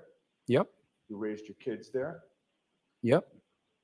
And you also are a town selectman in the city of Canton? Or the- Recently elected. The town of Canton, I should say. It's a town. Correct. And not only that, but your brother, Kevin Albert, is a police officer in Canton? He is. Your brother, Brian Albert, with whom you grew up, is currently retired, but had been a Boston police officer who lived in Canton, correct? Correct. You would agree with me that Brian Albert only moved from Canton after John O'Keefe was found dead on his front lawn, correct? Can you rephrase that? I'll phrase it the exact same way and ask for a yes or no if you can do that. You Hold on, I want to rewind that and understand why he couldn't understand the question. is your brother, Brian Albert, with whom you grew up, is currently retired, but had been a Boston police officer who lived in Canton, correct? Correct. You would agree with me that Brian Albert only moved from Canton after John O'Keefe was found dead on his front lawn, correct? Can you rephrase that? Rephrase that? Your brother Brian only moved from Canton after a police officer was found dead on his front lawn? You can't answer that question, yes or no? I'll phrase it the exact same way and ask for a yes or no if you can do that. You would agree with me that your brother Brian Albert only moved from Canton after John O'Keefe was found dead on his front lawn. Objection. Can you answer that? What do you mean? Why couldn't he answer that? You don't know when your brother moved? Was it before or after John O'Keefe was found dead on his front lawn? We know it must have been after because you all reported to 34 Fairview on the morning that you found out when you leisurely woke up at 8 or 8:30 in the morning that you found out that John O'Keefe was found dead on your brother's lawn. Did he move after that? Yes or no? Why is the judge helping him? Can you answer that? Are we in the Twilight Zone? Can you answer that? Yeah, I just don't understand the phrase, but he moved shortly after that, yes. This is an elected official. This is who you guys elect to represent you in the town of Canton. This guy who can't understand a simple question. Yikes. Your brother Tim Albert lives with your parents in Canton, correct? Correct. And Tim Albert and your parents live directly across the street from the Canton Police Department, correct? Correct. Do you know whom they bought that house from? Objection. The objection sustained. Why? But you still live in Canton Correct. with your wife, Julie Albert, Correct. and your son, Colin Albert, correct? Along with my other two sons, yes. And you would agree that your entire family has deep roots in the town of Canton? I guess. You would agree with me that the Albert family is well known in the town of Canton? We have a big family. And you would agree with me that the Albert family is a powerful family in the town of Canton? Objection. Sustained. As a town selectman, you have some power, do you not? I'm one of 5 selectmen. For the whole And town? As a police detective, Kevin Albert has some power, does he not? Objection. Sustained. It's And not you there, also doesn't have matter. close friends on the Canton Police Department, do you not? Objection. I'll allow that. I have some. And a brother. Now, you know that Massachusetts State Police Trooper Michael Proctor is the lead investigator on this case, correct? I Oh, sorry. His brother is with the Canton PD. The question was Massachusetts State Police. Hold on. Somebody said that somebody whispered to him 33 years to help him. How long he lived in that house? He's getting angry already. Mina says, loving it. Judge isn't letting Mr. Yannetti ask if he's from a powerful family, but we can all see where this is going.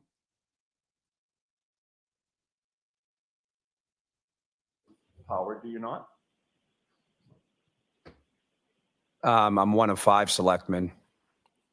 And as a police detective, Kevin Albert has some power, does he not? Objection. Sustained.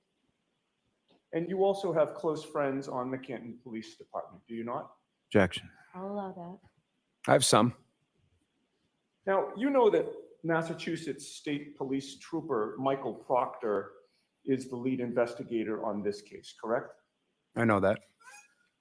One of your wife's best friends is Michael Proctor's sister, Courtney Proctor, correct? Objection. That's sustained. You've got another witness you can ask that of, Mr. Yannetti. Oh, so he has to ask You know that to Courtney Julie? Proctor, correct? Objection. I'm sorry. Yes. Okay, you know Courtney Proctor, correct? Courtney Proctor is Michael Proctor's sister. Courtney Proctor is the one who was texted by his wife, Julie, the day that Karen was arraigned on the first charges in February of 2022. Julie Albert texted Courtney, Michael Proctor's sister, after all this is over, I want to get your brother a gift. And then Michael Proctor texted his sister back saying, get one for my wife instead. So the judge is not going to let him answer if he knows Courtney Proctor, but he answers before she has a chance to rule on the objection. So listen carefully. Sustained. You've got another witness you can ask that of, Mr. Yannetti. You know Courtney Proctor, correct? Objection. Objection to whether or not he knows Courtney Proctor. This is getting really borderline ridiculous. Allowed. Yes, And you know her to be Michael Proctor's sister, correct? that's correct. You attended Michael Proctor's sister's wedding, correct? Objection, Your Honor. May we approach? Sure. Why don't you come on over? Oh, they want to show wedding pictures of them at the wedding, at Michael Proctor's sister's wedding. Those have been floating around out on the interwebs for quite some time. And we've seen the pictures, and they're sitting at, I think, the table together. And I think their son, Colin, was actually the ring bearer in that wedding. Don't quote me. But this is where Yannetti's going to try and get the pictures in. And that's why they're having this sidebar. He's 1 in 5 selectmen. I think I looked up the population of Canton. Is it something like 26,000 people? So he's 1 of 5 elected for a city of, or a town of 26,000, perhaps.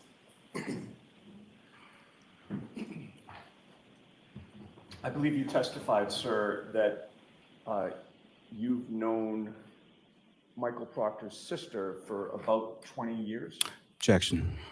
I don't think he said that, but we'll let that stand and then move on, please. About 20 years. You testified. Or if that's, I believe, didn't you testify to that on direct examination just moments ago when Mr. Lally was asking you questions? Objection, Your Honor. Next question, Mr. Yannetti. Objection sustained.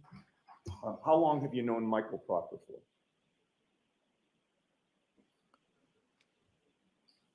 I mean, I know he's Courtney's sister, brother. I couldn't tell you exactly how long I've known him for. About 15 years or so?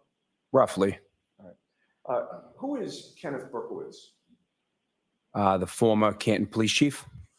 And how do you know him? His son and my son, the same age. So they played on some sports teams when they were younger together. I think that's when I first came to know Ken. You became friendly with him. Ken. I became friendly with him, sure. And how would you characterize your relationship with him? Friends, You've seen him socially. really. You've been out for drinks with him. I think maybe once. Once. And you've known him for how long? 20 plus years. And you say you've only been out with him for drinks one time in those 20 years? I can't even remember if it was with Oh, sorry. drinks one time. Yeah, no. Oh, he's got receipts. Remember, Ken Berkowitz, who was the chief of police at the time, was of Canton, was on medical leave, and yet 6 or 7 days after John O'Keefe was murdered and found on his brother's lawn, Ken Berkowitz was driving by and found another very large piece of tail light on the lawn, just coincidentally. Turns out Chris and Ken, as he called him Ken, have been friends for more than 20 years. Cue up I'm Just Ken from the Barbie movie. What other types of activities have you done together? I can't think of any. I think he came to an event that I held one time. That's about it. Have you been out with him in a group setting? That event that I just mentioned, yeah. And what event was that? It was my campaign event when I was running for select board. He was one of your supporters. He came by. Did he donate money to your campaign? I think he did.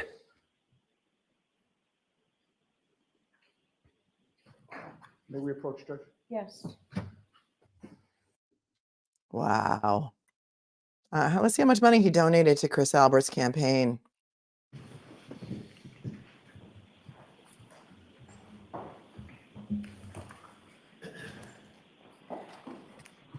Sir, I'm going to display a photograph with the court's permission on the screen, and I'd ask you to take a look at it, and if you can let the jury know. Do you have a hard copy of it?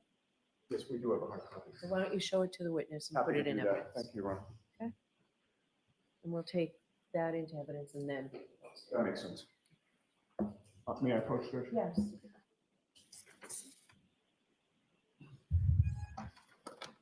I'm Just Ken. Okay, sir, I've handed you a photograph. Do you recognize what that depicts? Yes.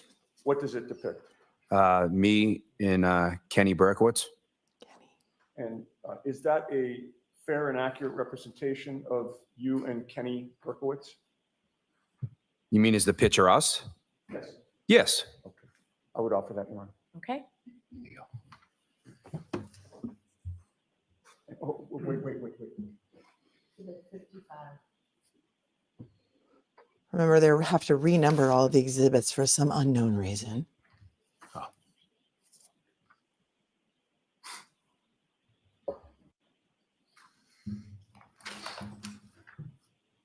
So, Mr. Albert, that's obviously you on the right and Kenny Berkowitz on the left. Kenny, I love how he adopts his Have you seen that phraseology. photo before? I believe I've seen it. Do you recall when? I believe that's my fundraiser for when I was running for the select board, the event that I spoke of earlier. Okay. And when would it have been that you saw that photograph?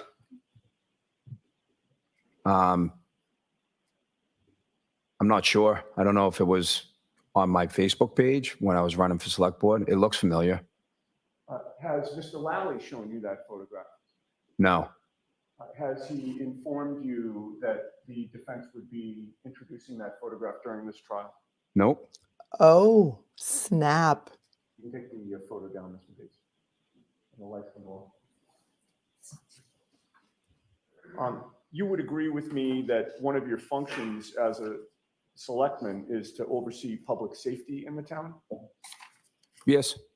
And you would agree that the police department is a key component of public safety in the town of Canton? Yes. So part of your duties as a town selectman is to oversee the Canton Police Department, correct? Objection, Your Honor. I'll let him have it. Is that one of your duties, sir? I believe so. I'll let him have it. Is this a golf match where you're going to let him have the putt that's close enough to the cup that you don't need him to putt it out? I'll let him have it. We're not playing golf here, Your Honor. This is not a golf match. Okay? Your two choices are sustained or overruled. Is there a problem with saying the word overruled to the Commonwealth in your courtroom? Because I'll let him have it is as if you are doing a favor for the defense. You're letting him have it. You don't need to putt it out. I'll let him have it. You can pick your ball up. Do you see? Are you picking up what I'm laying down? Ridiculous. I'll let him have it. So I'm new at the, I'm recently elected. So Oh, so you don't know what they do? So, public safety in the town of Canton. yes, So part of your duties as a town selectman is to oversee the Canton Police Department, correct? Objection, Your Honor. I'll let him have it. Is that one of your duties, sir? I believe so. I'm new at the, I'm recently elected, so I'm just going through it. But yeah, I believe so. You don't know what your duties are? You're And elected. you You're became elected. a town selectman shortly after Kenny Berkowitz retired, correct? I'm not sure when Kenny retired. But you would agree with me that Kenny Berkowitz has both personal and professional relationships with you and members of your family, correct? Can you rephrase that? You It's a would agree simple with me question. that the former Canton Police Chief, Kenny Berkowitz, has both personal and professional relationships with you and members of your family. Objection, Your Honor. It's the same question. And he can answer it. You would agree with me that Kenny Berkowitz has close relationships with you and members of your family. Why is that objectionable? Did somebody give Lally one of these? It's a gimme, right, Madam Roz? That's what I was thinking of. It's a gimme. It's a putt. You don't need to putt it out. You're, some people are more generous with their gimmies, right? All right, you're within a foot. I'll give it to you. But, it's not about the putter. It's about the putts. Excuse the pun. Putts, P-U-T-Z. I'm writing that down. It's the same question. It's a very simple question. Judge. Go ahead and answer that question. I'm not sure. I agree with that question. Well, your brother Kevin Albert worked under Chief Berkowitz, correct? Correct.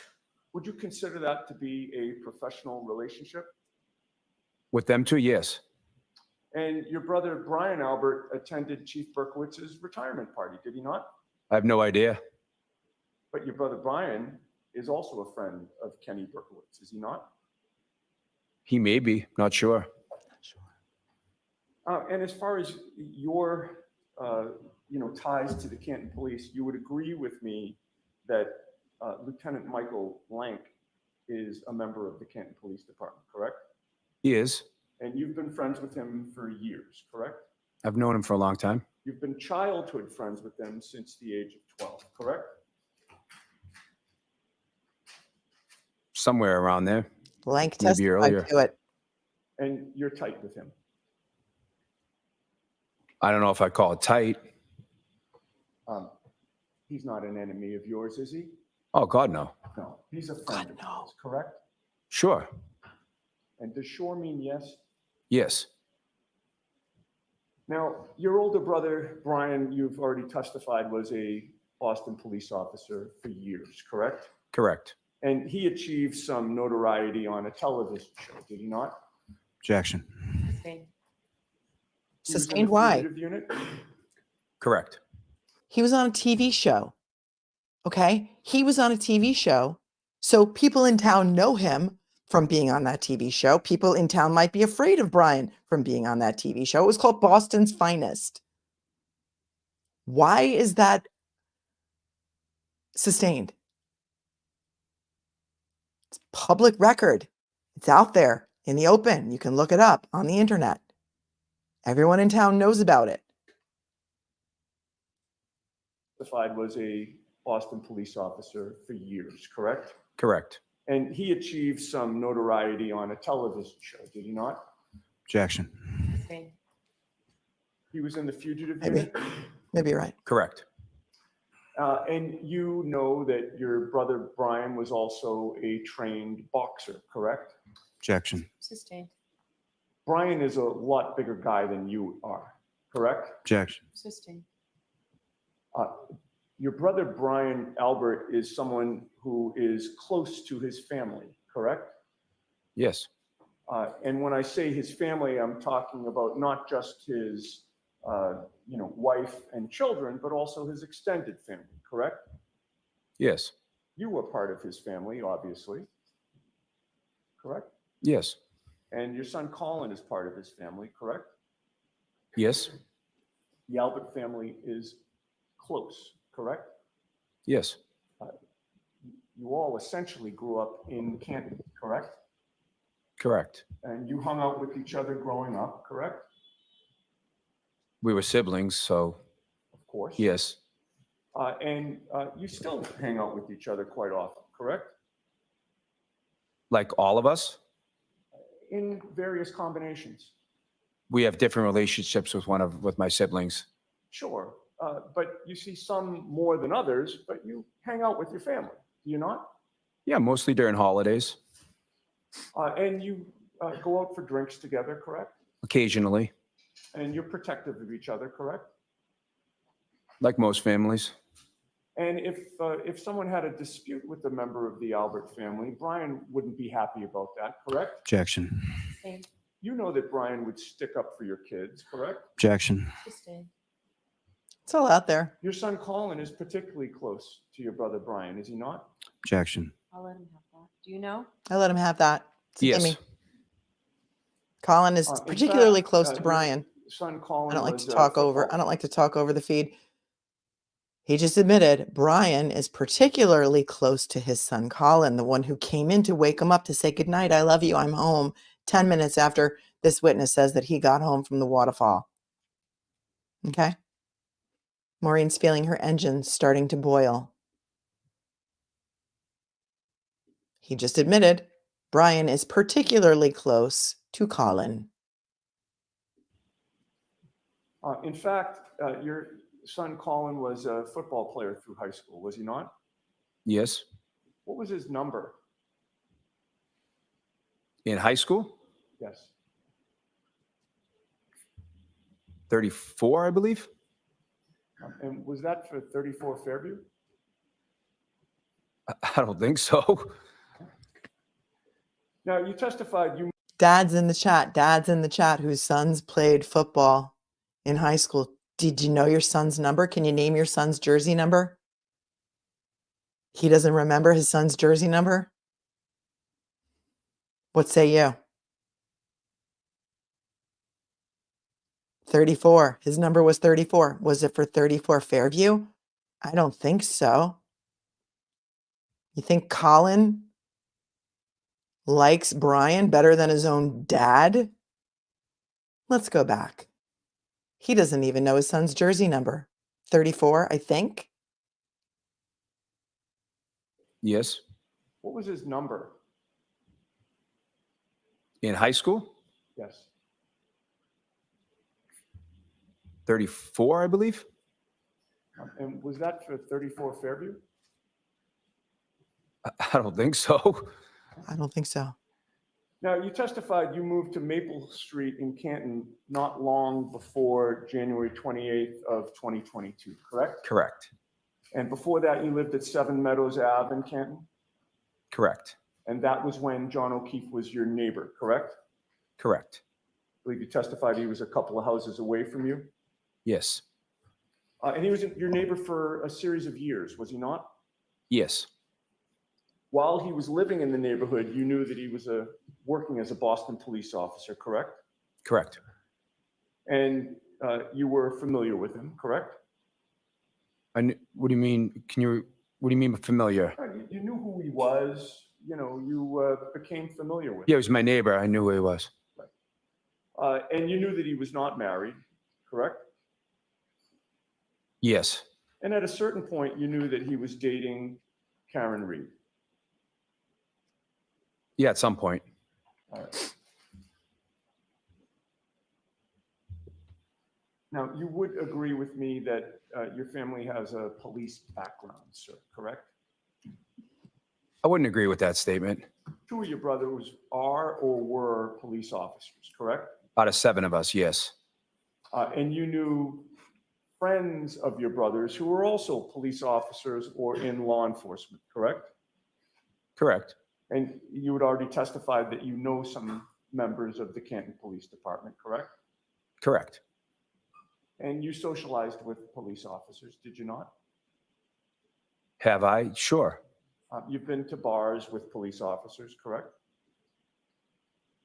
Correct. And you've drank with police officers, right? Sure. And we were friendly with police officers, correct? Yes.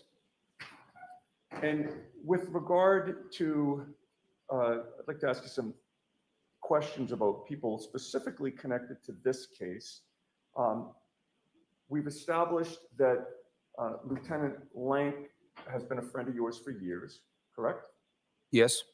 We've established that you know former police chief Kenneth Berkowitz in such a way that you feel comfortable calling him before this jury Kenny Berkowitz, Yes. correct? I know Kenny. Yep. And he's actually donated to your campaign when you were running for town selectman, correct? Correct. And you also knew Michael Proctor prior to January 29th of 2022, correct? Correct. You've attended social events together with him, have you not? Objection. I'll let that one question. Couple. So at some point, Michael Proctor came to question you, did he not? Along with another trooper. Correct. And at the point in time when Michael Proctor came to question you, you knew who he was, correct? Yes. You knew him by face, correct? Correct. And you knew him by name, correct? Correct. There was no need for Michael Proctor to formally introduce himself to you, was there? Objection. Sustained. Really? Sustained? Because in the witness statement, it says, after formal introductions, we proceeded to take a witness statement from Christopher and Julie Albert. Proctor's own words, or Buchanan's own words, one of them, after formal introductions. There was no need for formal introductions because he knew Michael Proctor. See what's going on here, folks, if you're new to this case? There was no need for Michael Proctor to formally introduce himself to you, was there? Objection. Sustained. What did he say when he first walked in the door in terms of introductions? Objection. Sustained. Why? May we be seen as sidebar judge? Sure. Yeah, please, Judge. It's in the report. After formal introductions, we took a statement. He already said they came to his condo to take his statement. No need for getting into the, without getting into the precise wording, you'd agree with me that there was no need for Michael Proctor to formally introduce himself to you for that meeting, correct? Yes. He didn't need to say, how do you do? I am Michael Proctor, correct? No. No. Do you consider the Proctors to be the Albert's second family? Objection. Do you consider that? No. You are aware that there are members of the Proctors family who have posted publicly that the Alberts Objection, are Your their Honor. second family, correct? So the objection is sustained and I'm striking that question. Disregard. It's on Facebook. It's on Facebook. Somebody posted on one of the Alberts posts. I think it was on a Proctor. It was a Proctor. Somebody in the chat just clarify for this for me. An older woman posted on a picture, I think, of the Alberts. This is our second family. And they have it. They've had that post. The defense has it. The Commonwealth has had it for a year at least. His mother posted it. Okay. Proctor's mother's posted it. Proctor's mother posted on a picture of the Alberts. Oh, look, it's our second family. Quite recently, I believe. Proctor's mother posted it. Maybe that's a question for Proctor.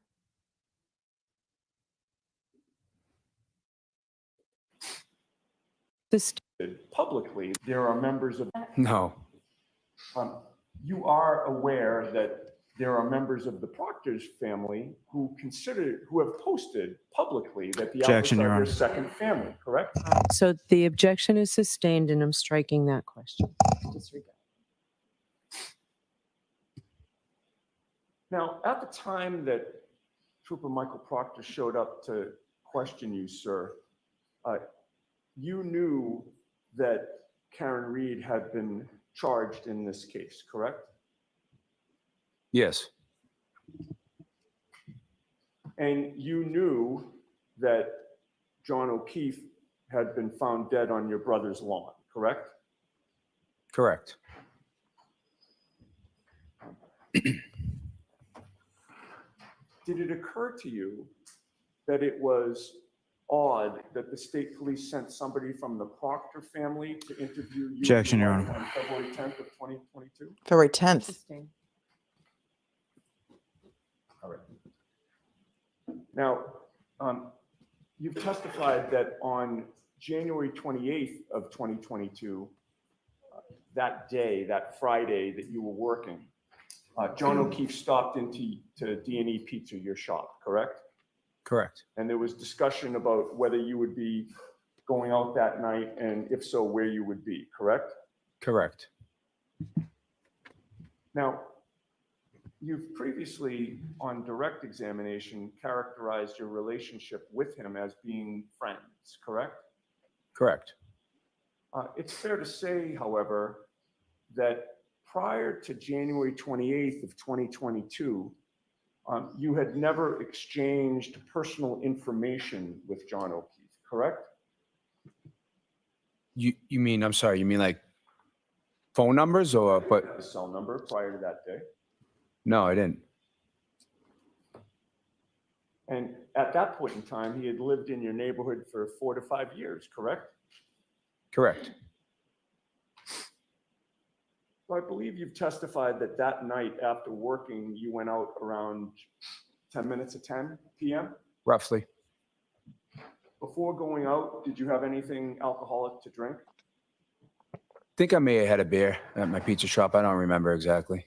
Beer here. You have a refrigerator there that you can keep drinks cold, correct? Among other things. And you do have beers in that fridge for Sometimes. personal use. Sometimes. Do you know how many beers that you would have had before going out? No. And would you have drank that beer as you were cleaning up at the end of the night? Probably. Did you have anything to eat at the pizza shop? No. When did you last eat before you went out at 9:50 or so? When did I last eat? Yes. It's a long time ago. I'm not sure. You were on a weight loss challenge, weren't you, for charity? Your weight loss challenge? Were you keeping track of your food? Were you writing down when and how much you were eating? But then you went and had some bar food at the waterfall. And you said that you had one beer maybe before you left there that you kept in the fridge. But then you said you weren't sure how many beers you had. So what is it? And you knew that your wife, Julie, was starting the night at CF McCarthy's, correct? Yes. And you couldn't meet her there because you were still working, right? Correct. But at some point you heard that Julie and others were headed to the waterfall, correct? Yes. And that was where you planned to go after you closed up D&E Pizza. Correct. With regard to the time that you left, 9:50 or so is your best estimate of when you're closing the doors and walking over to the waterfall? Yes. And the waterfall is a short walk to D&E Pizza, Yes. maybe about 3 minutes? About that. And your plan was to walk there that night, correct? Correct. You had not taken a car to D&E Pizza anyway, right? I don't believe so. So what time did you get to the waterfall? Shortly before 10. I don't know exactly. All right. And yeah, I believe you've testified that John O'Keefe and Karen Reed were not there when you arrived, right? Correct. And the food that you ordered, do you remember what appetizers you would have gotten? Probably like potato skins and some sort of chicken tenders. I would guess. It's 2 years ago, so I don't remember exactly. But you remember you were on a weight loss challenge at the time, but potato skins and chicken fingers are the way to go. And did you order a drink along with the appetizers? I believe so. All right, and that would have been the Miller Lite that you talked about? Correct. Then not long after you got there, Brian Albert and Brian Higgins showed up, correct? Correct. And you had met Brian Higgins prior to that night. Yes. In fact, you had testified that you had seen him around quite a bit, correct? A few times. And you knew him, I believe your testimony was, from him working inside the Canton Police Station, correct? I knew that he worked there. Did you testify on direct examination, quote, I knew him from working inside Canton PD? Yes. And you've been inside Canton Police, correct? Maybe twice in my life. You knew that Brian Albert, your brother, and Brian Higgins were friends, correct? I knew they knew each other. So are you saying that they were acquaintances? No, I guess they're friends. You guess they're friends? Yeah, they're friends. Was there something confusing about my question the first time I asked it? Objection, Your Honor. I love it. I love it. In any case, would you agree that shortly before Brian Albert and Brian Higgins arrived at the waterfall, or shortly after they did, there was a couple whom, I believe you call them a Greek couple because their last name is difficult to pronounce for everybody. But do you remember them being there? Yes. All right. If I mention the name Kolakithis, does that ring a bell? Or do you... That's them, yeah. That's them. Okay. And the whole group was either standing or sitting around a high top table? Correct. And at 9:45 p.m., you texted John O'Keefe while you were at the waterfall, correct? Correct. Would you agree with me that the language of your text was, quote, get over here or I'll fuck up your lawn, end quote? That was one of the texts. Okay. All right. That's new information. Oh, there's a little whisper there. He texted John at 9:45 p.m. Get over here or I'll F up your lawn. He didn't say F. I say F in case you're listening with your children in the room, as a courtesy. Get over here or I'll F up your lawn. Look how he's touching his face. I know that you watch a lot of body language experts on YouTube, including Dr. G and others. What do they say about when a witness is touching their face or touches their face, that they're about to what? Or that they're uncomfortable. That was one of the texts that he sent John. Meanwhile, they had been neighbors for 4 or 5 years and had never exchanged personal information. So how did he all of a sudden have John's cell phone number? And do we really believe that John came in the pizzeria earlier with his nephew to get a couple slices and asked him what he was doing tonight? You want to hang? It's Greek to me, says Nicole. Let's just rewind that a little bit because it was really good. Text was, you were at the waterfall, 5 p.m. Correct. And at 9:45 p.m., you texted John O'Keefe while you were at the waterfall, correct? Correct. Would you agree with me that the language of your text was, quote, get over here or I'll fuck up your lawn, end quote? That was one of the texts. Touch the face. I'll make just a moment. Get over here or I'll F up your lawn. Right. Sure. Where did he get John's number? Oh, do we have, just say, you're gonna have this number? Oh, it needs to be marked. Okay. I'm sorry, I don't think I asked to approach. Go, that's fine. Thank you. I've placed a document before you, sir. Take a look at that and tell the jury whether or not you recognize it. Judge is looking uncomfortable right about now. Do you notice that, anyone? She's been out of frame most of the day. Not looking real comfortable with this. Hasnar Communication says, relax, Bev's in on the secret. Okay, let's see what his reaction is and what the judge's reaction is to him reading these text messages. Yeah, I recognize it. What is it? It's a text message, 2 text messages. Okay. And who are the participants in that text message exchange? Me and John. And what is it that you said and at what time? So the Or first may we one, approach? Why? They're Okay. his text messages. Come on over. Oh, really? Is it going to be too prejudicial for you, Mr. Lally? Lollipop, lollipop, ooh, lolly, lolly, flop, lolly, flop, ooh, lolly, lolly, lolly, lolly, flop. Bum, bum, bum.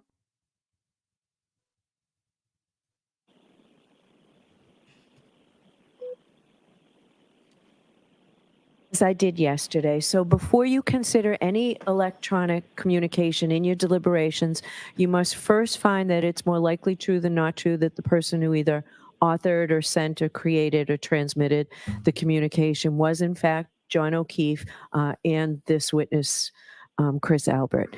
If you do not find that it's more likely true than not that John O'Keefe sent one or that this witness was the person who sent the message or transmitted it, then you may not consider it in deciding this case. So you have clarification a bit, Mr. Yannetti, at this point? I do, yes. And She scratched her ear. just for the record and for the juror's edification, this is part of Exhibit 48, which is already in evidence. But I would ask that this particular exchange be posted on the screen with the court's permission. Sure. I don't know if this instruction is because John O'Keefe is no longer living, and so it can be maybe assumed that someone else might have been texting from his phone. I don't know if this is a common instruction in Massachusetts. More likely than not happened between these two people, as if someone else may have been texting from their phone. I don't know. It's a weird instruction, but a lot of people were asking me about it, so that's my explanation for now.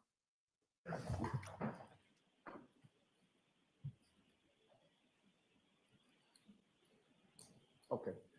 And so you'd agree that when you say it was 2 text messages, they're both with regard to the same subject, correct? What do you mean? I don't follow It you. says get over here, right? Okay, so on the top, let's pause this for a second. It's Chris Albert to John O'Keefe saying, get over here.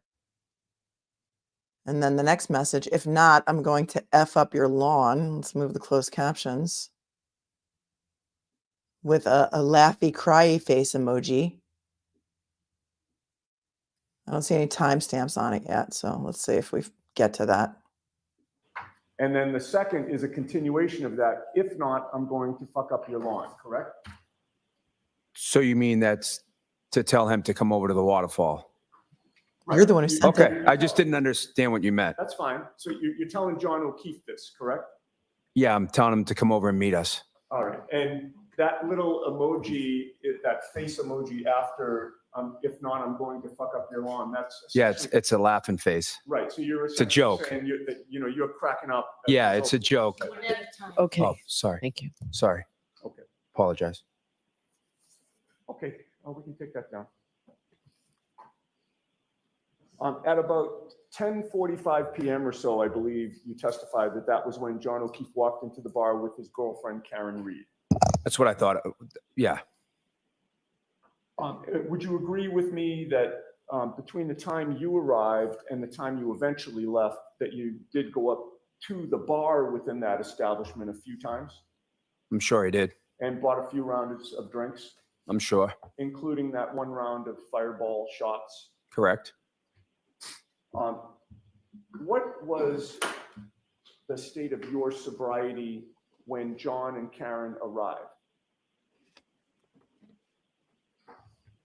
Probably fine. Fine. All right. You didn't feel like intoxicated No. or unable to, perceive what's going on. You were still in control of your faculties. Yes. And is it true that after John and Karen arrived that your wife, Julie, didn't want to stay any longer or too much longer? She didn't want to. She had a headache, so she wanted to go home. Right.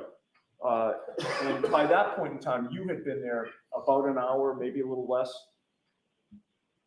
When Karen and John arrived? Right. Yeah, about an hour. And you were having fun. Sure. And so Julie drove home, but you stayed, correct? Correct. All right. And in terms of Karen Reed's drinking, as far as you could see, she had that glass that she came in with that appeared to have a clear liquid in it, correct? Correct. And I believe you said either a lime or a lemon. Thought I said a lime, but yep. Okay. And you assumed that that was, vodka and soda water or vodka in some type of mixer, correct? That was clear? Correct. And if she was, while drinking that night, if she was mixing in water in between alcoholic drinks, it would have been impossible for you to discern which drinks were water and which drinks were vodka, correct? Yeah, I would have no idea. You can't tell that by eyeballing a drink, right? No. Because both liquids are clear. Yes. And Yeah. in order to discern that, you'd actually have to be given a sip to see, right? Okay. But in any case, Karen did not appear to be under the influence of alcohol to you. I didn't notice anything. She wasn't stumbling, correct? Nope. She wasn't swaying. I didn't notice. She didn't appear to be unbalanced, correct? I didn't notice anything. She wasn't slurring her words. Nope. She wasn't talking gibberish, correct? No. She was engaging in normal conversation and she appeared to be under control. Yeah. And would you agree with me that she also appeared to be affectionate with John O'Keefe? I wasn't really watching their interactions too much, to be honest. Well, but you in watched her any pull case, you a glass never out of saw her any coat. Arguing between the two of them. I wasn't really paying attention to their Okay. And you interactions. You didn't perceive any tension between them, correct? I didn't notice anything irregular. Okay. And from your observations of Karen Reed that night, and you were there probably over 2 hours, were you not? Total? About that, yeah. From your observations of Karen that night, you would have had no problem with her driving a car, correct? I wouldn't even have thought about it. Okay.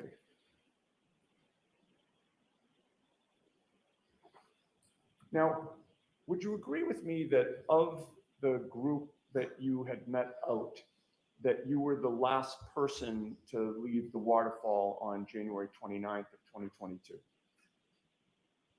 I believe so. Now, you previously, you testified on direct examination today, I believe, that you thought you got home between 12:05 and 12:10 a.m.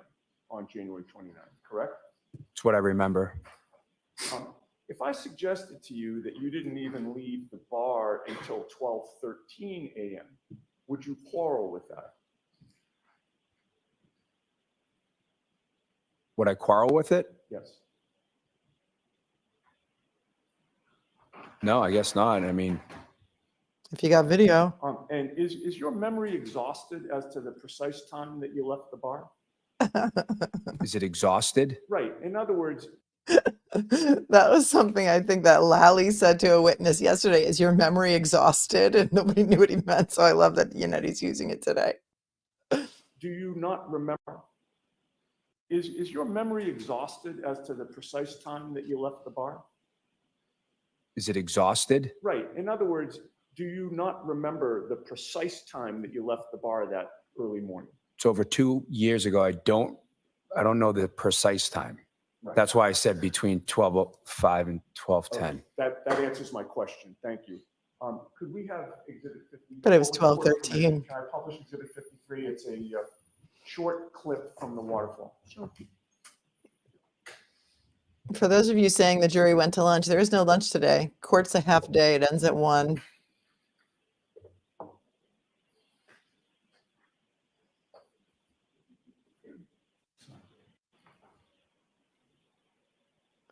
I think we need to back up.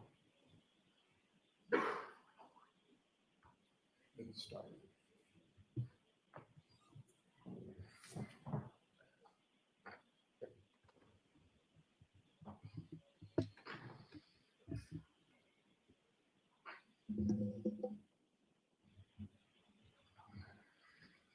Is he sitting all the way on the back right, on the top right? Wait, or is that him walking? I don't know.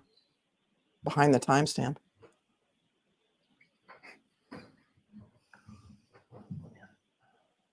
Did he just hug the bartender goodbye?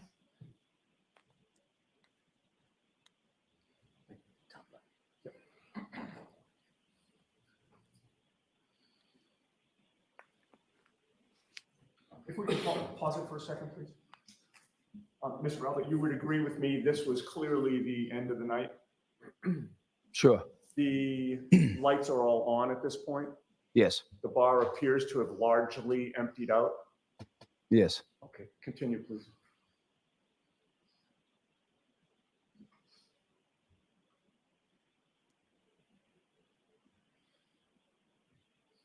Pause it.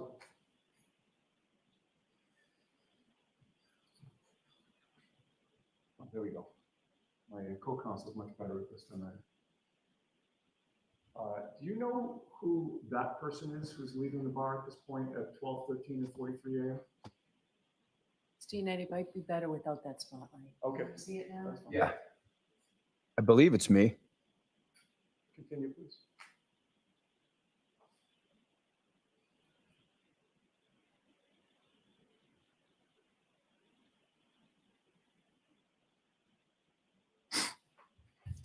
Okay. You can take that off the screen. So having now viewed that video with the timestamp of 12:13 and about 43 seconds or so, does that refresh your memory as to when you left the waterfall? Yes. That would mean it would have been impossible for you to get home to Maple Street by 12:05 or 12:10, correct? Correct.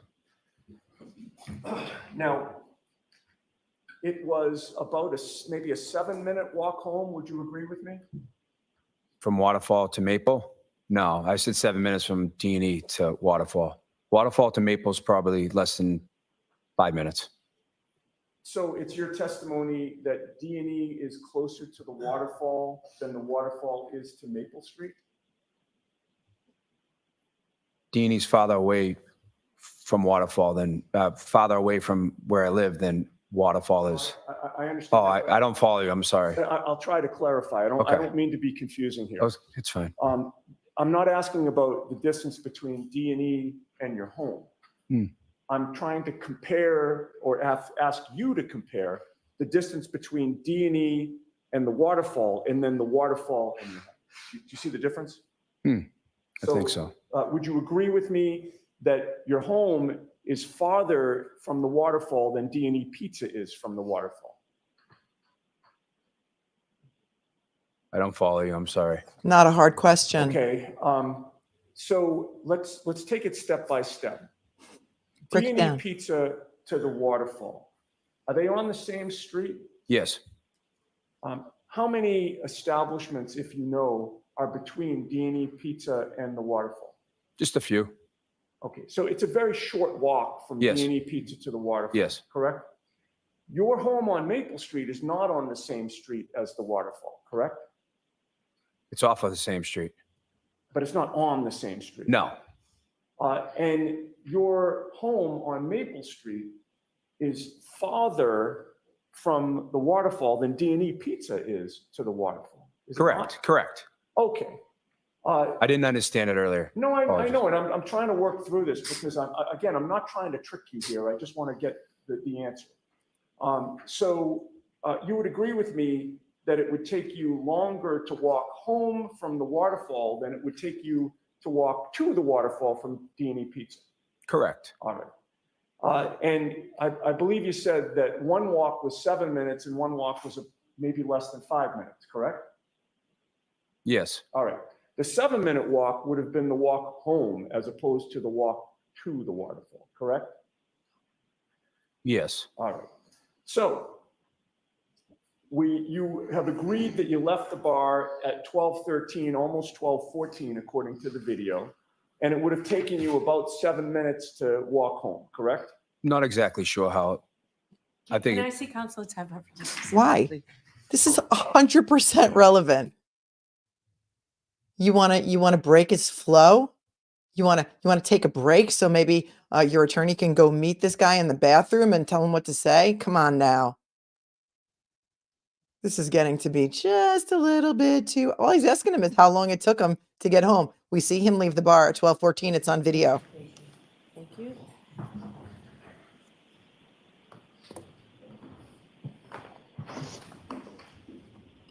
It's been pointed out to me that I think we're not making a connection here, and I think it might be my fault.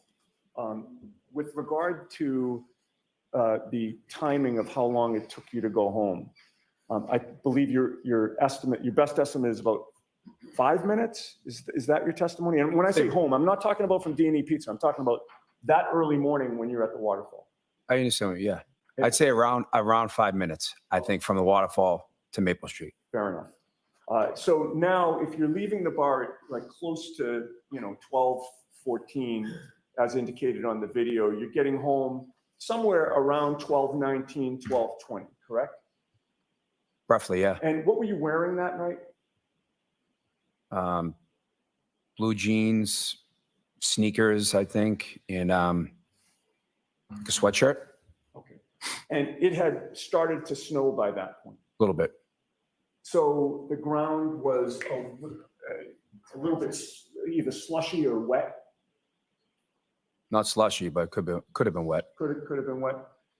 And the snow had not yet started to accumulate, or had it? It didn't start. No. All right. So you're walking home, but it was cold, correct? Correct. And would you agree that in the best case scenario, you might have had a little bit more clothing on for that cold walk home? I think I had a sweatshirt on. Right, but you could have used something else, right? Oh, probably. In light of the weather?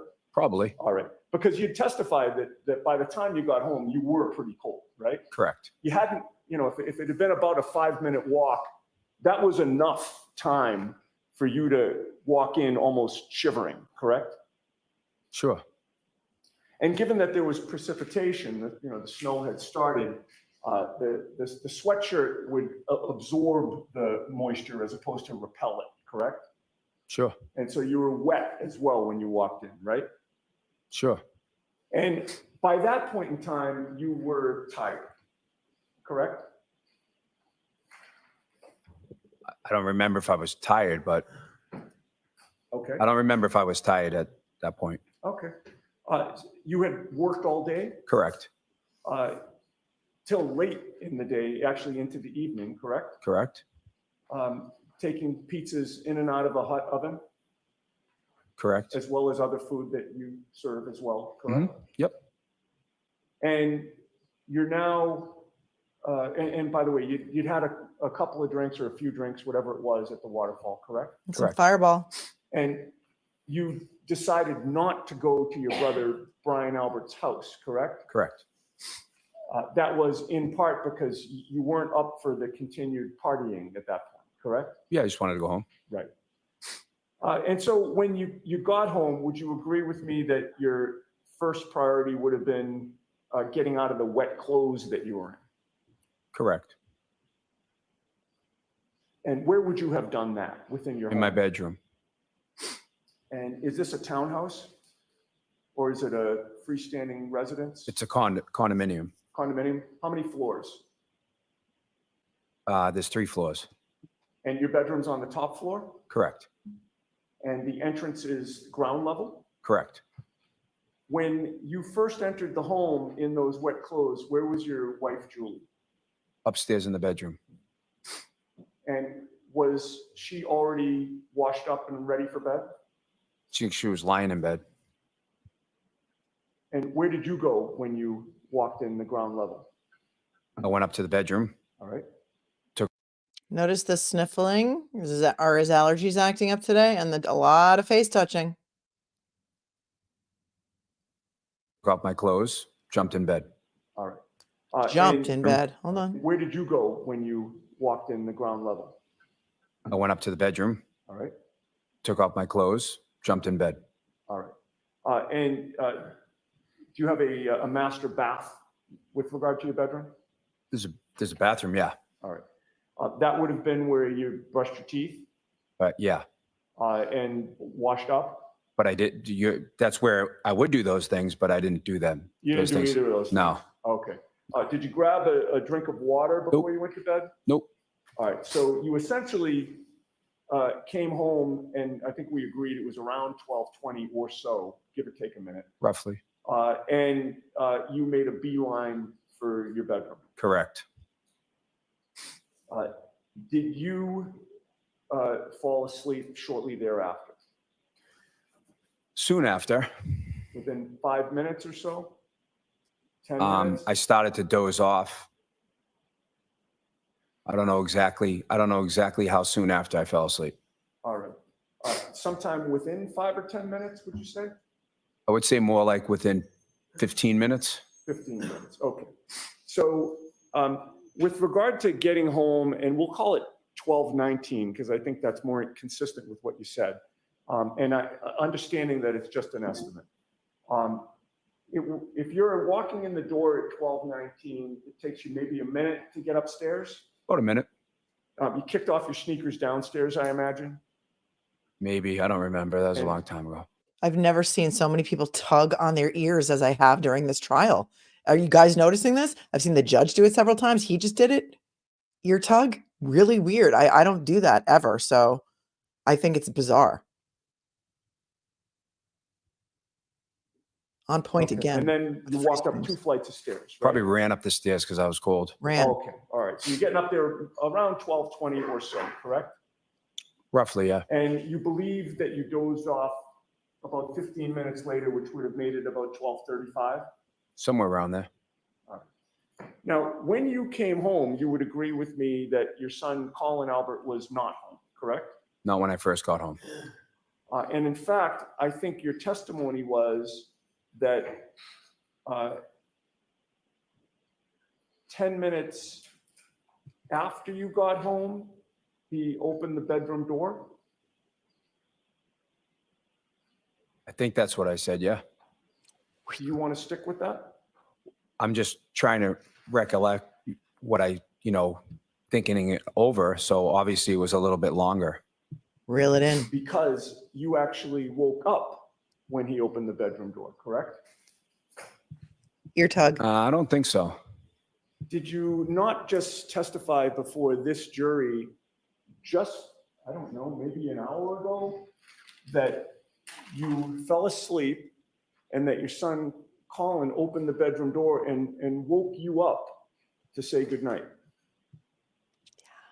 Pretty sure he did. Yeah, I guess that's what I said. Okay. And when you testified to that on direct examination, that was when Mr. Lally was asking you questions, correct? Correct. And you knew that you were under oath at that time, correct? Correct. And you were trying to be as accurate as possible, correct? Trying to be, correct. All right. So in terms of the timing of this, assuming that he opened the bedroom door after you already fell asleep, if you're getting home upstairs to your bedroom around 12:20 and it takes you 15 minutes to go to bed, and that's around 12:35, then sometime after you're asleep, after 12:35, that's when Colin opens the bedroom door, correct? Bam. I don't remember exactly. Oh, he doesn't remember Well, exactly now. It's difficult for you to remember how long you'd been asleep for when Colin opened the bedroom door, correct? Correct. You don't know if it was 5 minutes, 10 minutes, or longer, correct? I don't know exactly. Right. But it was some time after you fell asleep. To the best of my recollection. Oh, your recollection is changing now. What had happened was, says Dayton and Andrea Wheel, what had happened was I had said that it was after 12:35, but then I got to do the math quickly in my head because I forget what I testified before under direct. So now my head is really spinning because I think I said I was asleep. I think I said he woke me up. I think he said he came in and said, "I love you. I'm home. Good night." And I think I said earlier that I was home by 12:05 to 12:10, but now you've shown through the video that I didn't even leave until around 12:14, and it took me at least 5 minutes to get home, and then I ran up, jumped into bed, was asleep for 15 minutes. So now Yannetti is nailing it down that it is quite possible that Colin Albert was still at 34 Fairview during that time. And this, my friends, is what you call a masterclass in cross-examination with surgical precision, handled by none other than Dr. David Yannetti. Because remember, when you're a lawyer, you have a Juris Doctor, so really you are a doctor of laws. Dr. David Yannetti, skilled surgeon of laws. Listen up. Now, with regard to your son, Colin, he obviously lived in the same neighborhood as John O'Keefe because that's where your family lived, correct? Correct. And back in 2022, Colin Albert was 17 years old. Correct. Part of the year. And you knew that, like most teenagers, Colin drank alcohol with his buddies, correct? Correct. Can you explain for the jury who or what is Nebbercracker? What is Never- Nebbercracker? Nebbercracker. Like the character? That's what I'm asking. It's a character in a cartoon called Monster House. And would you agree with me that Nebbercracker in the movie Monster House was this kind of old curmudgeon who didn't want anybody on his lawn, correct? The character, yes. He was the get off my lawn guy, correct? In the movie, yeah.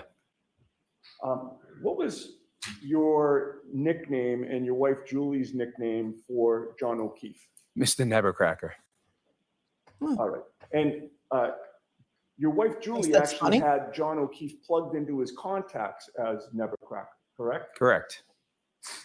In fact, you were there one time when Julie showed Karen Reed, her phone to show how John O'Keefe was plugged in as Nebbercracker, correct?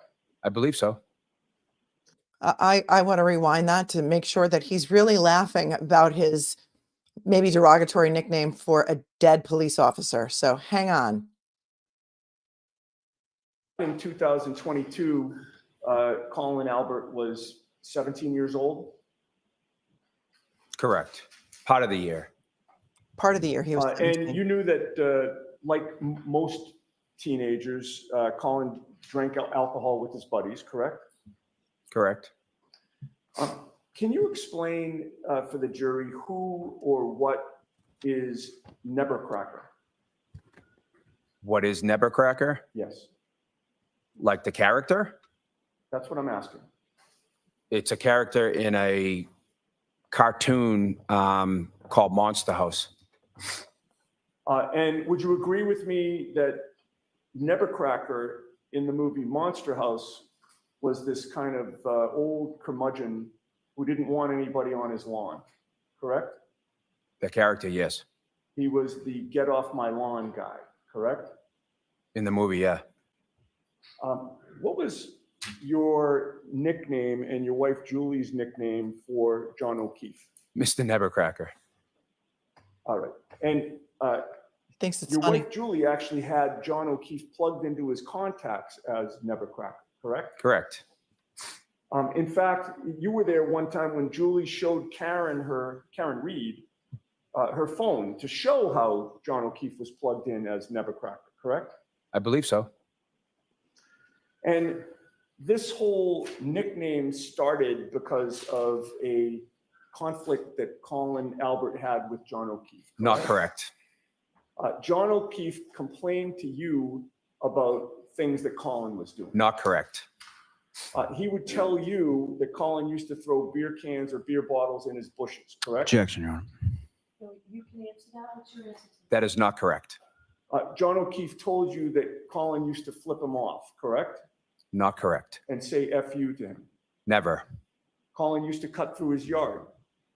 Nope, that was Dylan. You knew that John didn't like people cutting through his yard, correct? No, I don't know that to be true. Okay. So is it your testimony that John O'Keefe invited kids to cut through his lawn all the time? I don't understand. Is that a question? It was a question. I guess let me withdraw that and ask this. if John O'Keefe is Nebbercracker, and he's the get off your lawn guy, are you denying that he doesn't like people cutting through his lawn? Do you want me to, can I explain? I just asked for an answer to my question. Mr. Lally will get up after I'm done, and I'm sure you can explain whatever you want. So no, he's not no. All right. Well, Anybody believe him? you would agree with me that there was a time when John O'Keefe was not home, that you and your wife Julie went to his house That is correct. Listen up. and you entered onto his property, correct? On his front property, yes, And you had drinks in your hand. correct. And you thought it would be funny to have a photo taken of you and your wife with drinks in your hand on his property, correct? Correct. And you knew it would be funny because you knew it would annoy him, correct? Objection, Your Honor. Oh, you can go ahead. Can you answer that? Yeah, he was actually asking us to watch his house while he was away. Did anybody right. believe that? That John O'Keefe would ask this guy to watch his house while he was away? Did you see the number of signals? It was like he's a pitching coach giving the signals to this guy. Hold on a second. We're taking that back.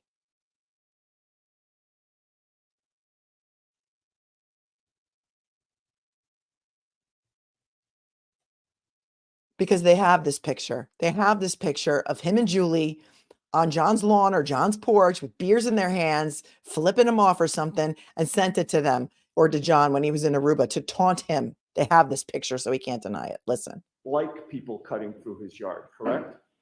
No, I don't know that to be true. Okay.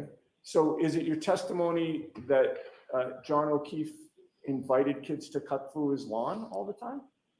I don't know what you mean. I don't understand. Is that a question? It was a question. I guess let me withdraw that and ask this. If John O'Keefe is Nebbercracker, and he's the get off your lawn guy, are you denying that he doesn't like people cutting through his lawn?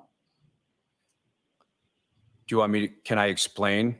I just asked for an answer to my question. Mr. Lally will get up after I'm done, and I'm sure you can explain whatever you want. So no, he's not no. All right.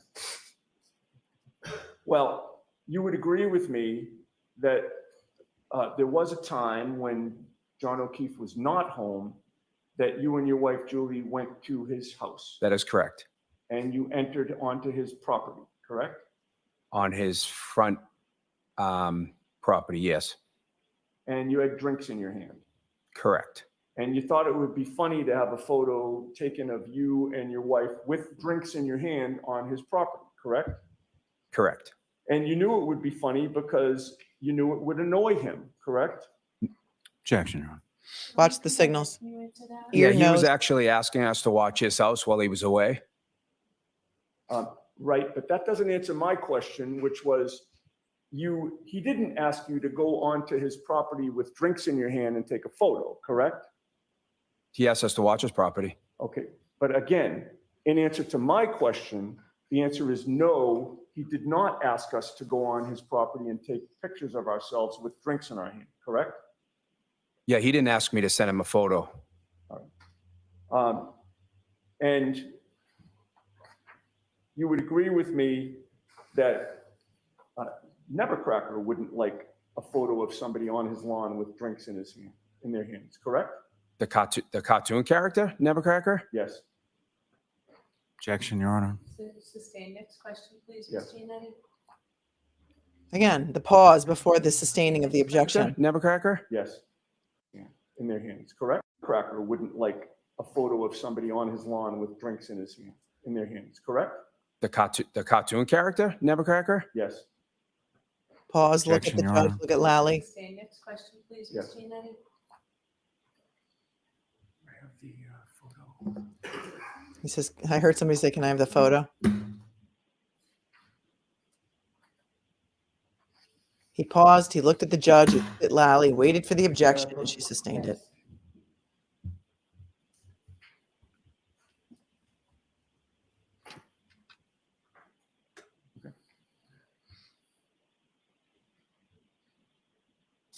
Mr. Albert, I place two photographs before you. If you could take a look at those and tell the jury if you recognize what they depict. I do. What do those photos depict? It's me and my wife straddling John's fence.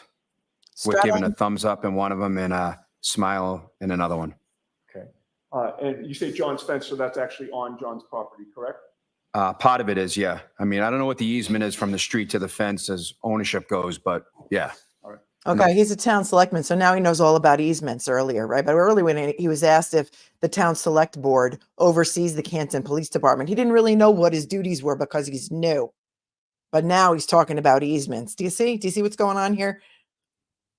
No, the town owns a certain portion of it. Oh, now you know what you Would do you as a agree with me selectman. that that photo was taken in April of 2021? I'm not sure when it was taken, but if that's what you have for a date, then it's fine. Okay.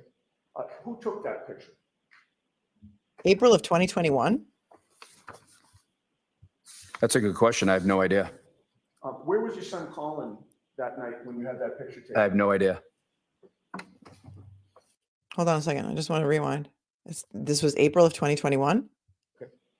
Who took that picture But if that's in April of? a portion of it.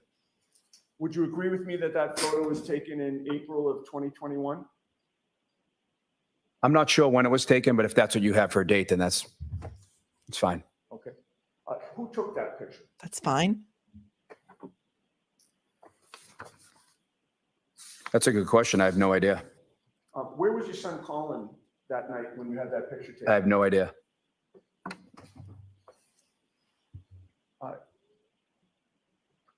Would you agree with me that you texted those photos or somebody texted those photos, whether it was you or your wife Julie, to John O'Keefe? Absolutely. Absolutely. And those are fair and accurate representation of the photos that you took? Yeah. All right. I would offer those, Your Honor. All right, any objection? No, Your Honor. See it on the screen. And with the court's permission, may they be published for the jury? Okay. Okay. Let's take a look, folks. What adults With do regard to this? that first photo, is that, well, first of all, whose house is that in the background? That's John's. And that is you on the right and your wife Julie on the left? Correct. We have the second photo, please.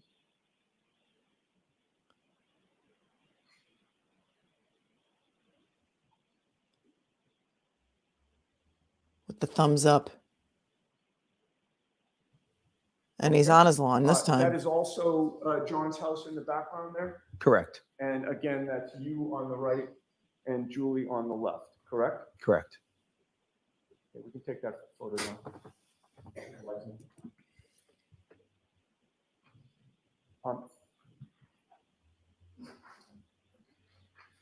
Now, would you agree with me that those photos give some context to the text that you sent him on January 28th when you were trying to get him to come out and you threatened to, quote, fuck up his lawn if he didn't come out that night?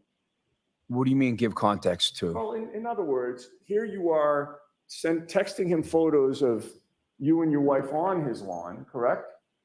Yes. And that's a common theme that explains the January 28th text where you were threatening to fuck up his lawn, correct? Objection, Your Honor. Well, he's sniffing too. Classic example. Okay. I didn't hear a sustained. I just didn't have, hear an one overruled. more Hold area on. That I want to cover with you, sir. Hold on. Somebody said this is not Aruba. No, this is not Aruba, but these pictures were texted to John when he was in Aruba, or some other pictures were texted to John when he was in Aruba as a taunting. Threatening to fuck up his lawn, correct? Objection, Your Honor. Yes. And that's a common theme that explains the January 28th text where you were threatening to fuck up his lawn, correct? Objection, Your Honor. State of mind. Okay. I didn't hear a ruling. I just have one more area that I want to cover with you, sir. You previously confirmed that when you walked in your door on January 29th of 2022, after coming home from the waterfall, your son Colin was not home, correct? It's correct. At that time, you had no personal knowledge of where he had been that night, correct? That's correct. Since that time, you know that he was at your brother Brian's house that night, Brian Albert, It's correct. your old home, correct? Where I grew up, yep. And you knew that address to be 34 Fairview Road. Correct. And you knew that that was the same house outside which John O'Keefe was found dead later that morning, correct? Correct. I may have a moment.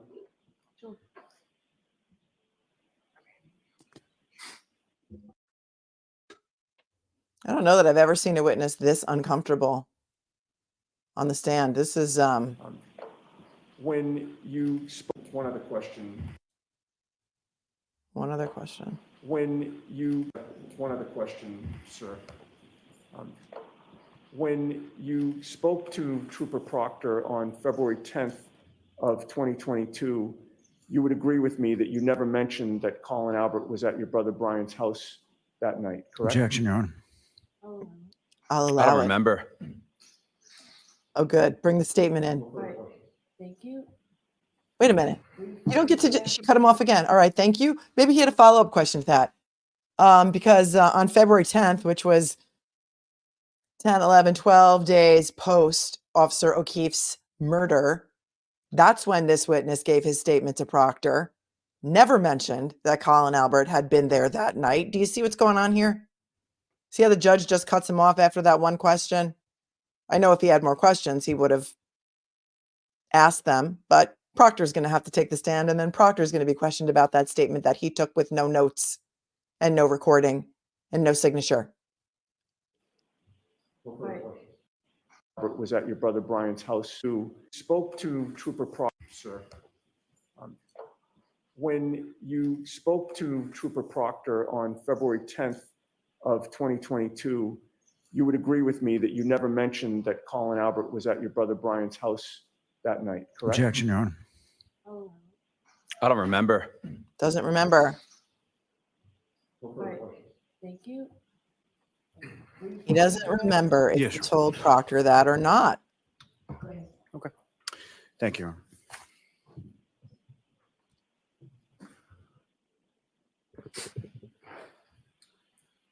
Now, Mr. Albert, you were asked some questions about being a selectman. Were you a selectman at the time on January 28th, 2022?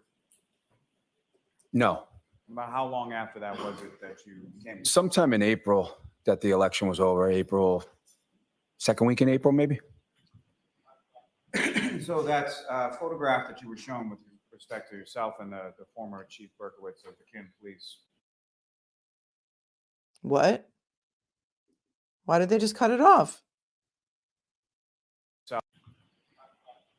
So that's a photograph that you were shown with respect to yourself and the former Chief Berkowitz of the Canton Police.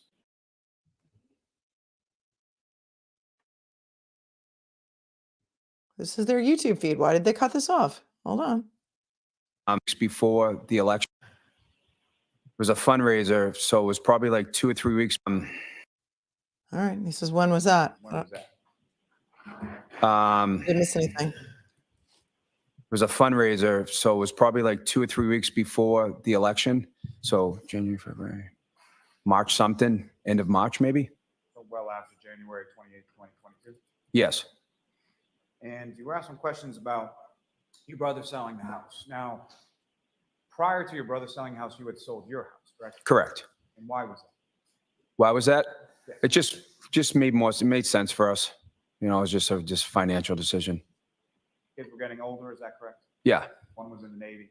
Yep. You're going to leave? You're going to lead your own witness? Why is the judge allowing him to lead his own witness? He said it made sense for us to sell the house.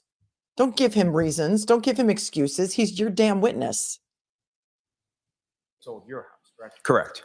And why was that? Why was that? It just made sense for us. You know, it was just a financial decision. Kids were getting older, is that correct? Yeah. One was in the Navy. Yep. another was about to go to college. Correct. And what, if any, relation did that have to your brother selling the house? So once he found out that I was selling my, Objection. Good. No, I'm going to allow it. once he found out I was selling my house, he decided that it might be a good idea for him to sell his house. His kids were getting older. Oh, So I gave him my real estate's number. so he's The guy copying who sold my you. house. Okay. And that selling of the house, was that something that you would discuss with your brother prior to January 28th, 2022? Yeah, soon after. Objection. Let's move on from that. That's such BS. Because he answered it right away. Now, with regards,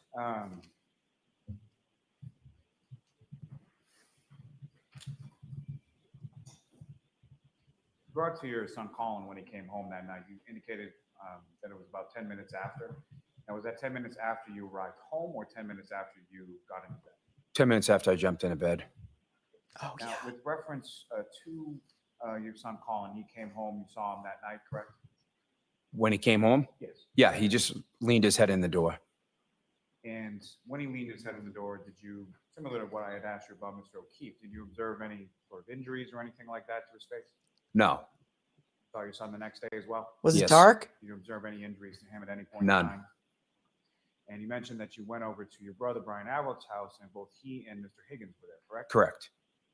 As far as your interactions with both Brian Albert and Brian Higgins that following day, what, if any, injuries did you observe on them that night? None.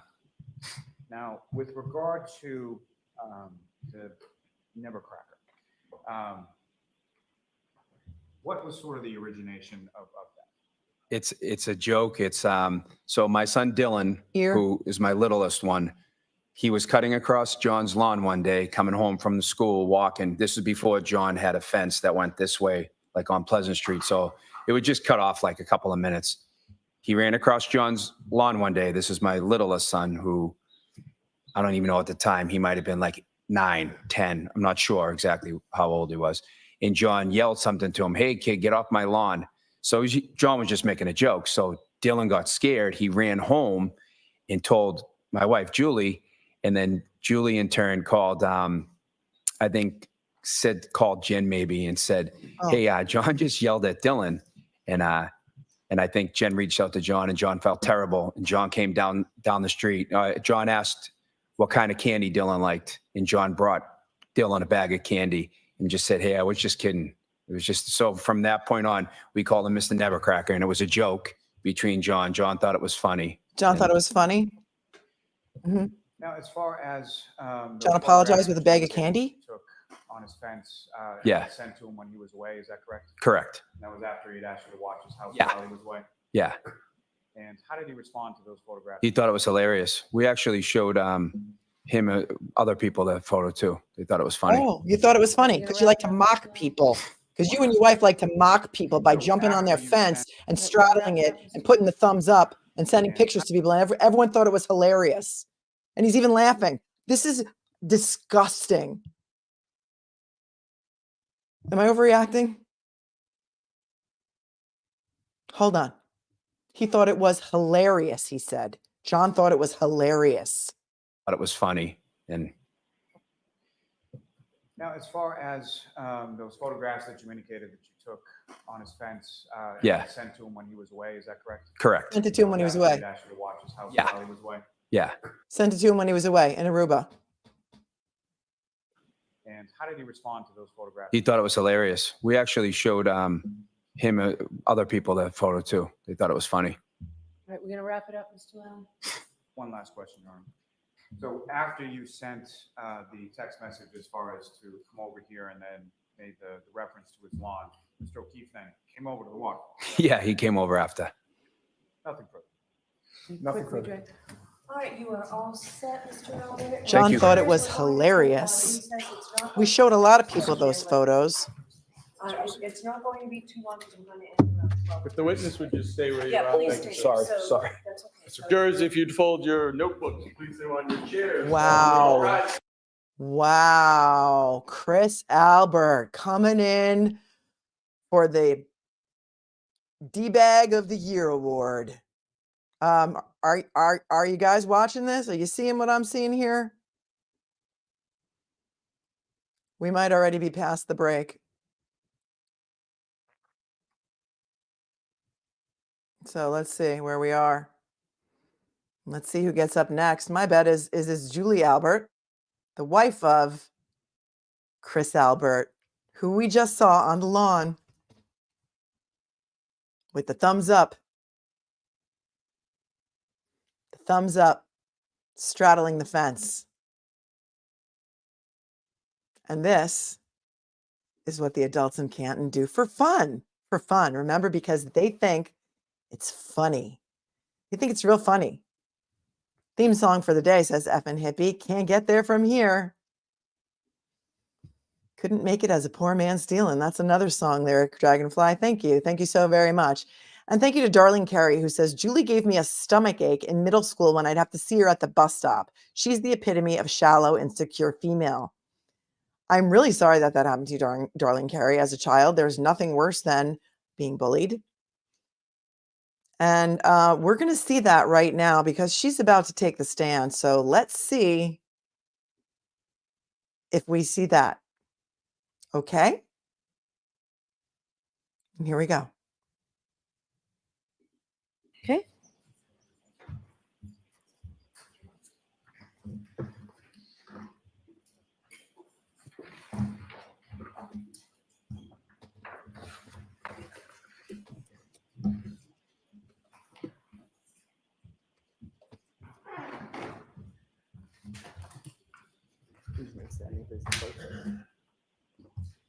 Raise your right hand, please. Do you solemnly swear the evidence you give to the court and jury in the case now here should be the truth, the whole truth, and nothing but the truth, so help you God? I do.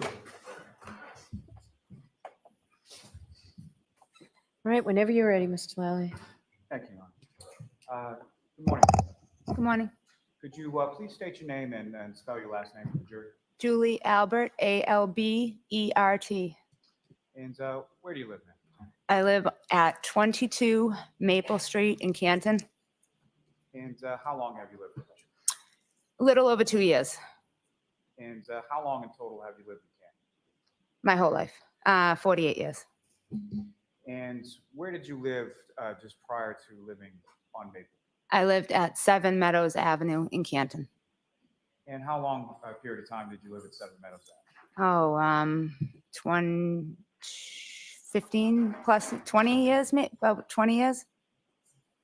And do you have kids? Yes, I have 3 boys. And are you married? Yes, I am. What's your husband's name? Christopher Albert. And your 3 boys, how old? My oldest, Christopher, is 25. My second son, Colin, is 20. And my youngest son, Dylan, is 16. And do each of them, where do they live? Do they live with you? They all live with me, yes. And your husband, does he work? Yes, What does he do? he owns a restaurant in Canton, What's the name of the restaurant? D&E Pizza, And where is that located? 618 Washington Street. Now, when you lived on Meadows Avenue, can you describe for the jury sort of, if you know, about how many houses are on Meadows? I would say maybe 8 on each side. And Meadows comes out to a main road, is that correct? Yes, Pleasant Street. And while you were living on Meadows Avenue, did you have occasion to come to know someone by the name of John O'Keefe? Yes, I did. And where did John live in relation to you? John's house was at the top of the street, and there's 2 houses. There was 2 houses between John's house and my house. And if you recall, about how long did you know John O'Keefe, or when did he move into Meadows? I think he moved in 2017-ish, maybe. And I've probably known him since maybe 2019. And how would you describe sort of your relationship with John O'Keefe? We were friendly. We were neighbors. You know, I'd see him all the time coming in and out of the street, and because he's at the top of the street when I pulled out of the street. And we were friendly. And in addition to you knowing Mr. O'Keefe, were there other sort of people that knew you that also knew him? Yes. Yes. Who were some of those people? Well, I knew John through Jennifer McCabe. And who is Jennifer McCabe? She's one of my closest friends. Now, you knew that John had 2 children that he was guardian for, Yes. and you were familiar with both his niece and his nephew. Yes. Now, at some point through Mr. O'Keefe, did you come to know somebody by the name of Karen? Yes. When about was it that you met Ms. Reed?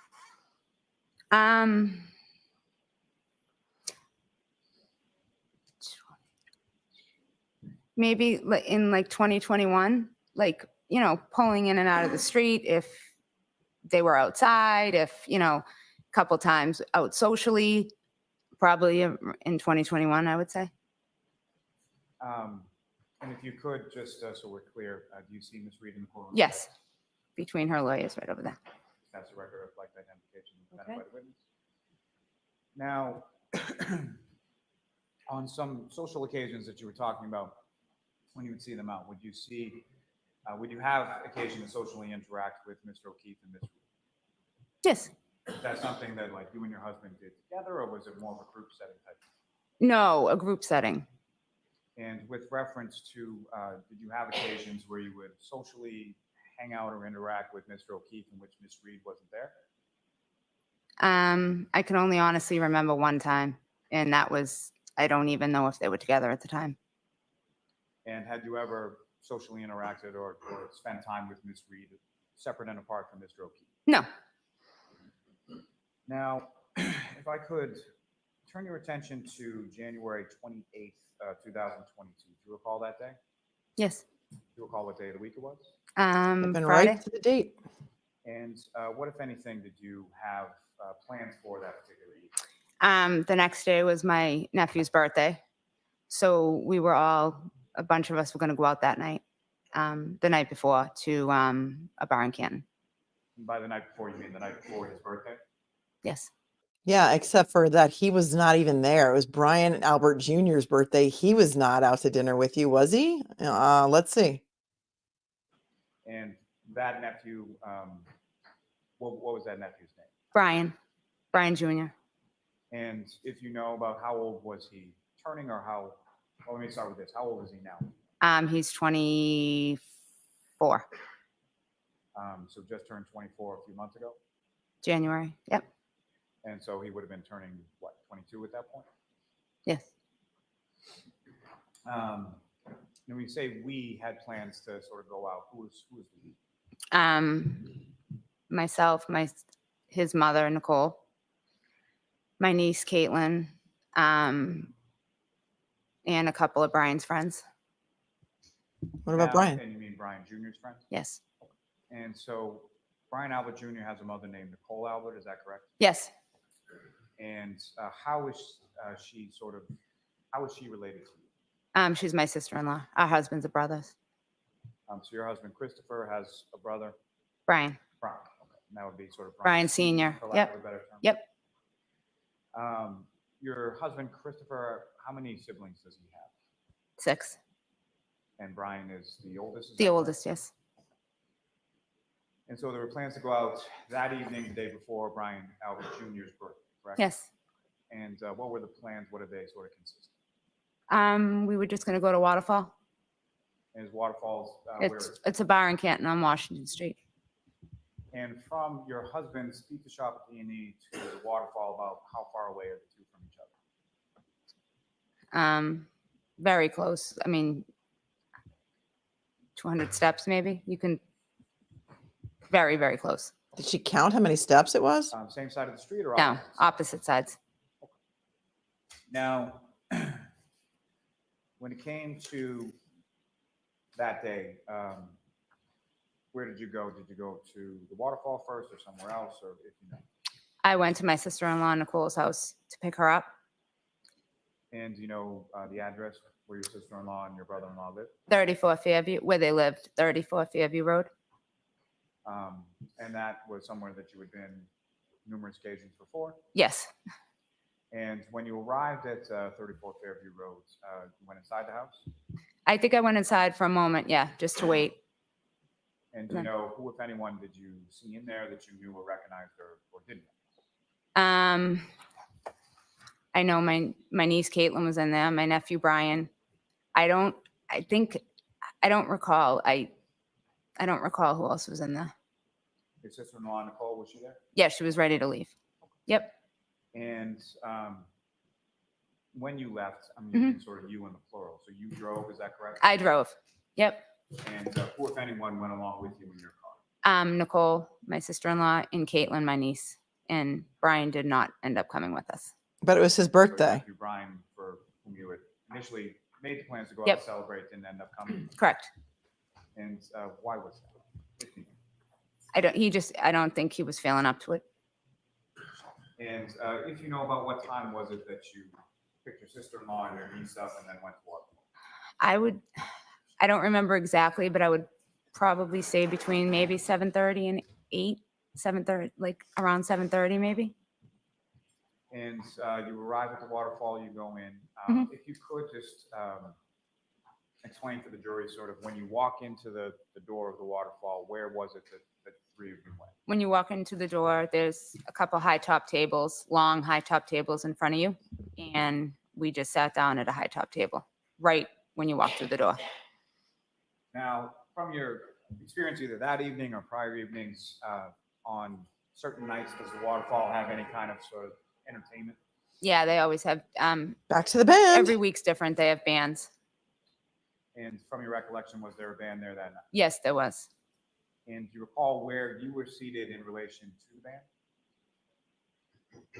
I was sitting at the end of the high top table closest to the door that you walk in. And the band was to the right of me against a wall and kind of like an alcove Band and little- high tops. against the wall. Closest to the bar. And when you went there, was the band already sort of set up and playing, or did that happen later? I think they set up while we were there.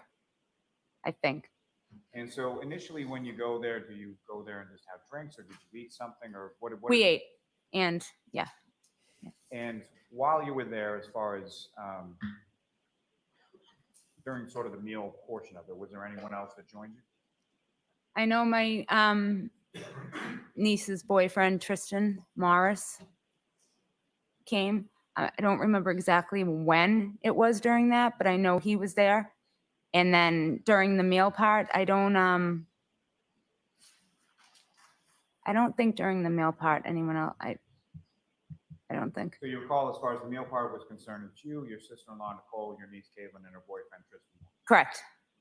And Mr. Morris, did he stay for any extended period of time, or when was it that he left? I know he stayed for a little bit, but I honestly can't remember what time exactly he left. Now, your husband, was he working on that day? Yes, he was. And had you been in communication with him as to where you were going to be? Yes. And so the plan was basically for him to meet you at the waterfall when he was done with work. Correct, yes.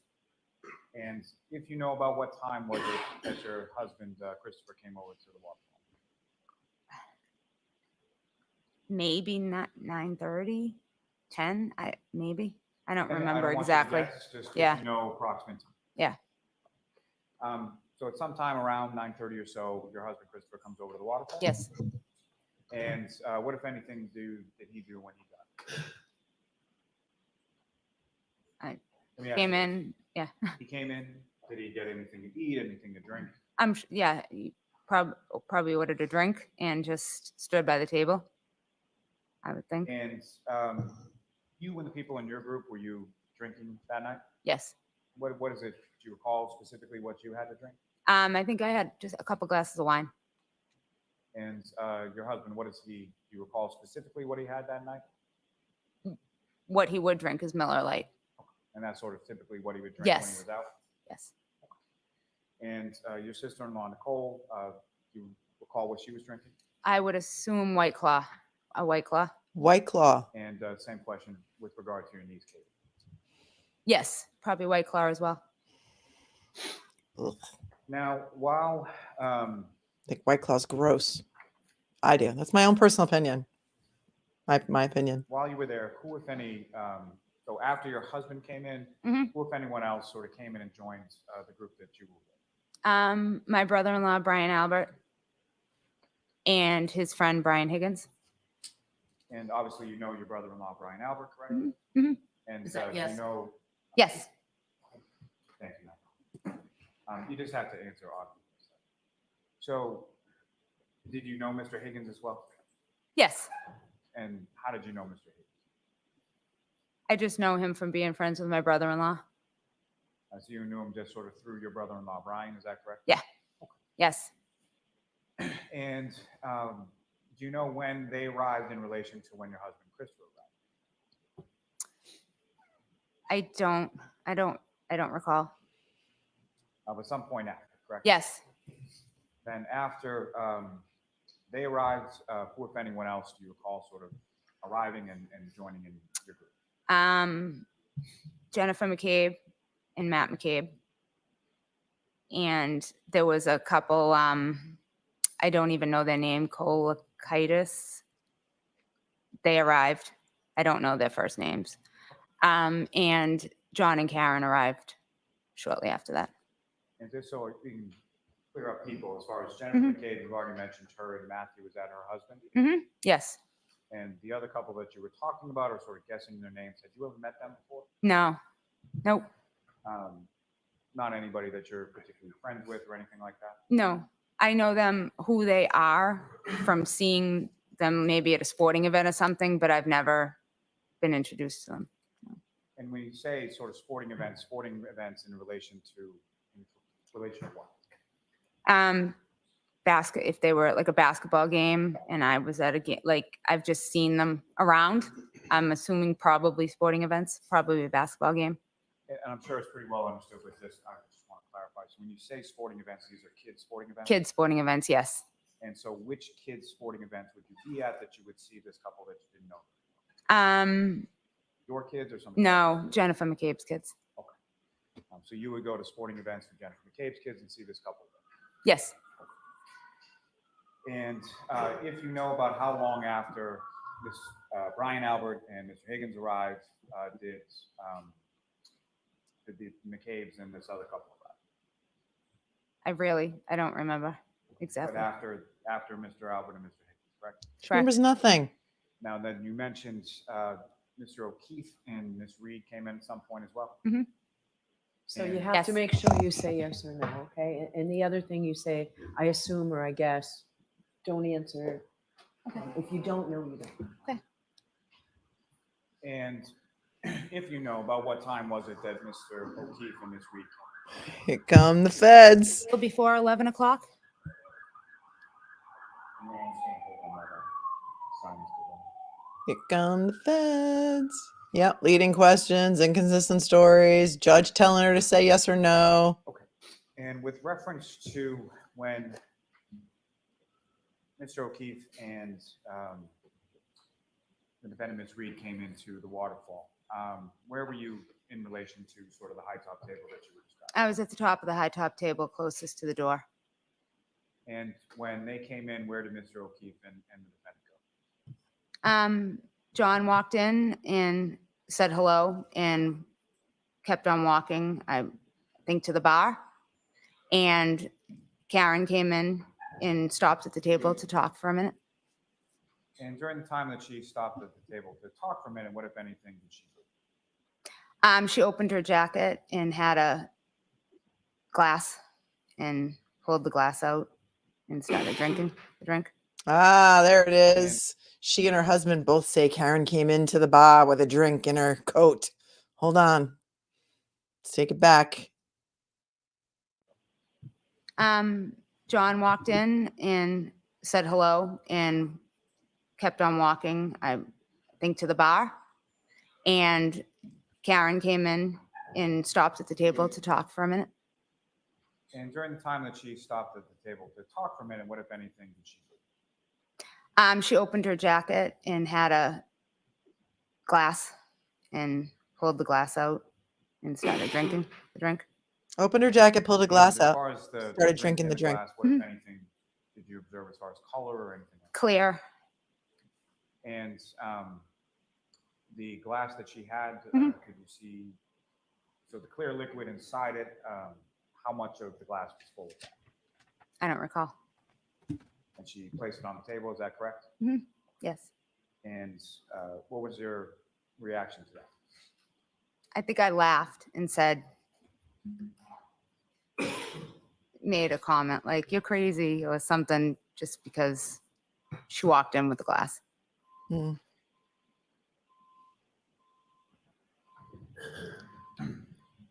Now, did you know where Mr. O'Keefe and Ms. Reed had been coming from prior to them getting to the waterfall? Yes. And where were they coming from? CF McCarthy's. You're familiar with that establishment as well? Yes. And where is that in relation to the waterfall? It's maybe 200 steps right next to my husband's restaurant. 200 steps, So again. on the same side of Opposite Washington side. Street? Opposite side. On the same side of Washington Street as your husband's restaurant? Yes. In the same vicinity from D&E to Waterfall, CF Yes. McCarthy's Water. Yes. Now, over the course of the evening, did you have occasion to see Mr. O'Keefe? He was at a bar, he had something to drink, is that correct? Can you repeat that? What? Over the course of the evening, did you have occasion to observe what, if anything, Mr. O'Keefe was drinking? No, I don't believe. Doesn't know what John was I drinking. left very shortly after they got there.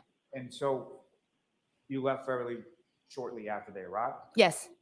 And if you know, about how much time are we talking? Maybe 10, 15 minutes. And why is it that you left? I had a terrible migraine. From the band being so close? to Yes. From the band being so close to you? you? When you left, where did you go? Home. And when you got home,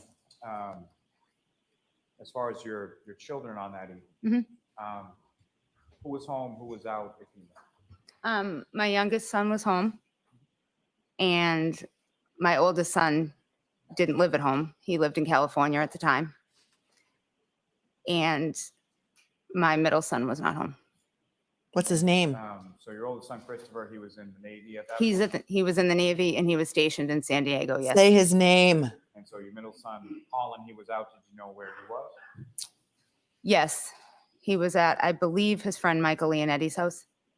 Oh. And at some point, did you learn that? Oh, so you thought that Colin was at his friend Michael, or knew that he was at his friend Michael. What's his name? Anybody know?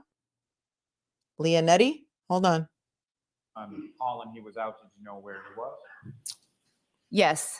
He was at, I believe, his friend Michael Leonetti's house. Michael Leonetti. And at some point, did you learn that Colin had gone from that person's house to somewhere else? Yes. Is this him communicating with you? Yes. And that other place that he went to, do you know where that was? Yes. My brother and sister-in-laws, Nicole and Brian Albert's house on Fairview Road. And was that in relation to your nephew and his birthday? Yes. Now, while you were, if I could take it back to the waterfall just for a second. So while you were at the waterfall, obviously you see Mr. O'Keefe and Ms. Reed come in. Do you recall what Mr. O'Keefe was wearing? I know he had a hat on, he had jeans on, and he had something with a hood. Something with a hood. From your observations, did you ever see him with like a winter coat or jacket or anything like that? I did not. No puffy And coat. With regard to the clothing that you observed him wearing, what, if anything, did you observe as far as the condition of that clothing? And that, I mean, was it torn? Was it disheveled? Anything like that? Did it have No, dog bites on nothing. it? Nothing that I remember. And with regard to Mr. O'Keefe, as far as his appearance, what, if anything, did you observe about him as far as injuries or anything? Nothing. Now, with reference to your group as far as at the waterfall, how would you describe sort of the overall demeanor or tone of the group and what was going on then? Just normal. I thought it was just normal. Sitting listening to a band. So at least during the time that you were there were no sort of arguments or disagreements or anything like that? Nope. Nothing. And specifically to Mr. O'Keefe and the defendant, Ms. Reed, Mhm. while you were there, during the short time that you were there, when they were there, did you observe anything as far as any arguments or disagreements or anything like that? No, I did not. Now, at the time So during that time between when they arrived, you mentioned that John went up to the bar, correct? Yes. And where did the defendant go? She talked to me at the top of the table for a few minutes, and then I believe she made her way down the table to either Jennifer McCabe or the couple that was at the end of the table to speak with. And was it during that period of time that you had enough with the migraine and went home? Yes, I left very, very shortly after that. Now, during the time that you were there and you were speaking with the defendant down sort of your end of the table, what, if anything, was discussed as far as sort of where to go, what to do after the water? I do know that, I do remember, I'm sorry, that Karen had asked if we could go back to D&E, my husband's store, and make pizza, because that's something we frequently do if we're out at the end of the night, if we're hungry. Again, Karen asking to get pizza. Although the Colathecuses did not testify to that, which is what their original statements given to Proctor and Buchanan said. But Julie's going to try and get this in again, that Karen wanted the pizza. And was that something that you had discussed with Ms. Reed either on that date or on a prior date? I believe we discussed just that we went there once, and we said next time she'll have to come with us. Was that something that was discussed as a possibility or something that was going to happen that night? I think right away, I just wasn't going to do that because I wasn't feeling well. And I think I might have said, talk to Chris, because I wasn't going to do it. People are saying, what's the big deal about the pizza? And we went over this at the top of the stream. So if you didn't see it, go back and watch it later. But I pulled up some court documents in which the Commonwealth has been saying in at least 4 different motions that Mrs. Colathecus said Karen kept pushing to go back to the pizza place to have Chris Albert make pizza so that they could continue the party and keep partying. And she did not say that on the stand yesterday. And it doesn't even seem to be what Julie's saying, that she wanted to continue the party. Just that one time she said, how about, we made pizza, we go back and get pizza, and that maybe you should come with us next time. Okay. So that's the importance of this pizza testimony, because it's going to conflict with all of the statements that Proctor and Buchanan took. And is that something that she mentioned over the course of that evening once, more than once, or something? Just once to me. Just once.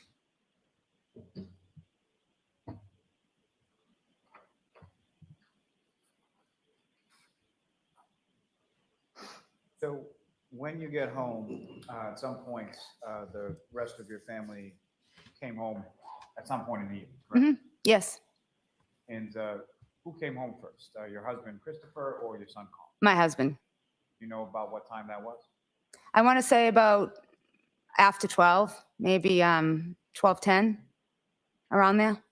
So sometime around 12:10? Sometime around 12:10, yes. And what, if anything, do you recall specifically We saw the footage. She didn't even leave the bar until what time? 12:16?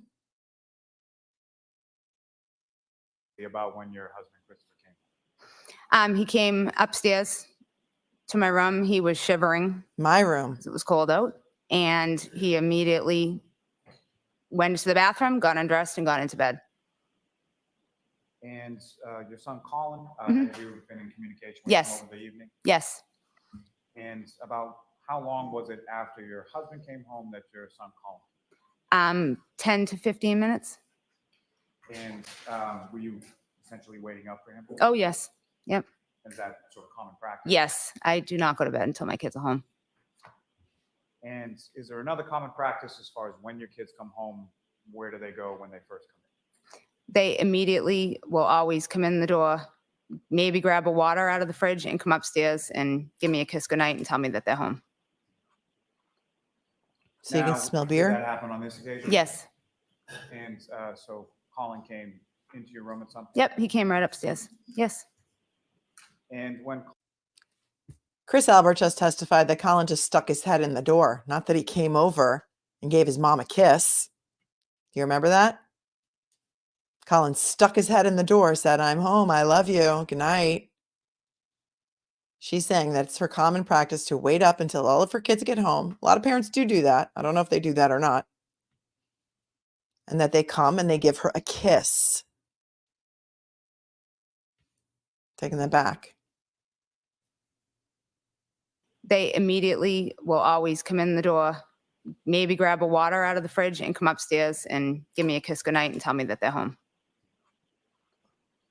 Now, did that happen on this occasion? Yes. And so Colin came into your room at some point? Yep, he came right upstairs. Yes. And when Colin came into your room and he came upstairs, did you have occasion to observe him as far as talk to him, obviously? Yes, we talked for a minute. He asked me if I was feeling better. And yeah, we talked. He asked her if she was feeling better. She left the waterfall with a migraine because the band was too loud and she was sitting next to the band, according to Lally. How does Colin know that she has a migraine? She wasn't with Colin.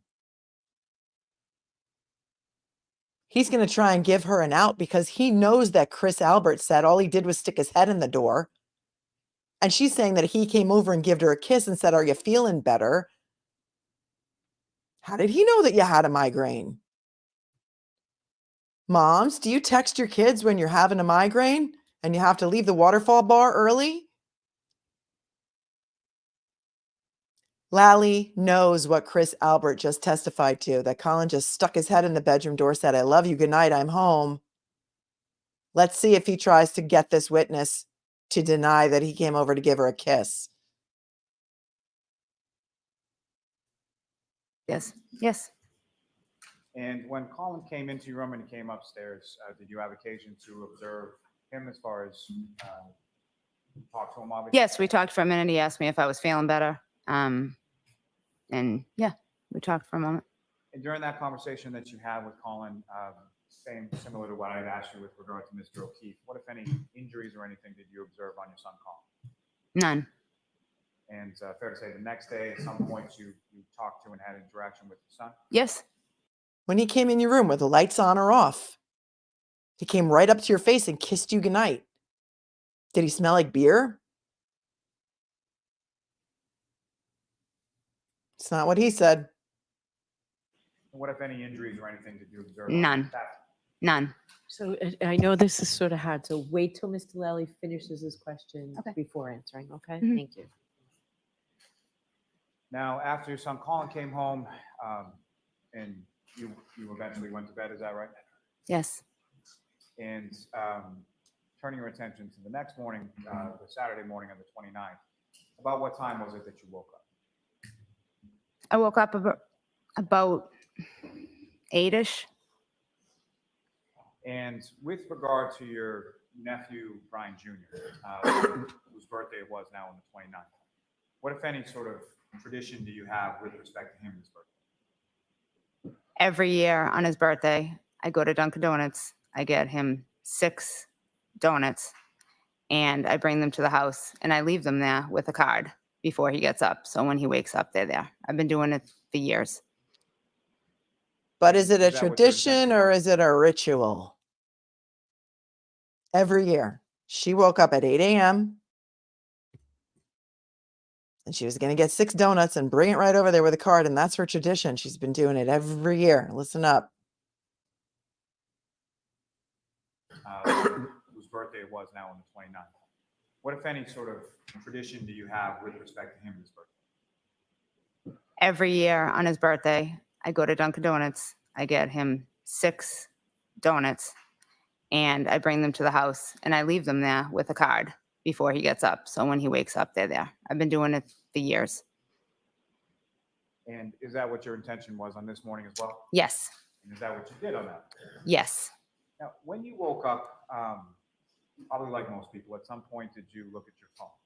Yes. And when you looked at the screen to your phone, what, if anything, did you see? I had a missed call from my friend Jen McCabe. And was there any sort of notation in regard to the missed call as to what time that missed call had come in? But it was Listen up. 5:55 maybe. So sometime earlier in the morning. Early morning, yes. And beyond the missed call, was there any other sort of stamp or notification on the phone as far as a voicemail, text message? Nope. I'm sorry. No, there was not. And Not from Ms. McCabe, correct? Correct. And not from anybody else? Correct. And at any point in time on that morning over the phone, did you speak with Ms. McCabe? No, I did not. And did you call her? So you didn't call her back or anything like that?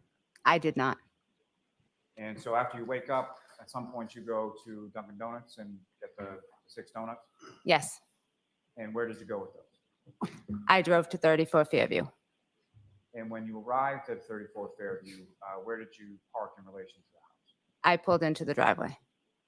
And when you came up to the house and you were driving to the house, at this point, what was the weather like? It was coming down. The snow was coming down pretty good. And with reference to the house, what, if anything, did you notice out of the ordinary with regard to the house or the street or anything else? Jennifer McCabe's car was in the driveway. And as far as any other vehicles on the street or anything like that, what was going on at that point? I don't recall. Did you notice any crime scene No. tape? About what time was this that you got there? Did you notice any crime scene tape? Did you notice any crime scene setup? Did you notice a pop-up tent? Did you notice anybody with leaf blowers blowing the snow? Did you notice any cruisers, police cruisers, ambulances, fire trucks? Did you notice that perhaps there had been a dead body on the lawn? Did you not notice any of that? Because guess what? There was no crime scene setup. There was no crime scene setup. So she saw nothing other than Jen McCabe's car in the driveway. And she wants you to believe that a missed call at 5:55 a.m. probably didn't mean anything. No big whoop. Are you buying what she's selling right now? Because in one of her early statements, she said, I got a call from Jen McCabe or from my sister before 6 a.m. And that's how I found out that John was dead. So listen up.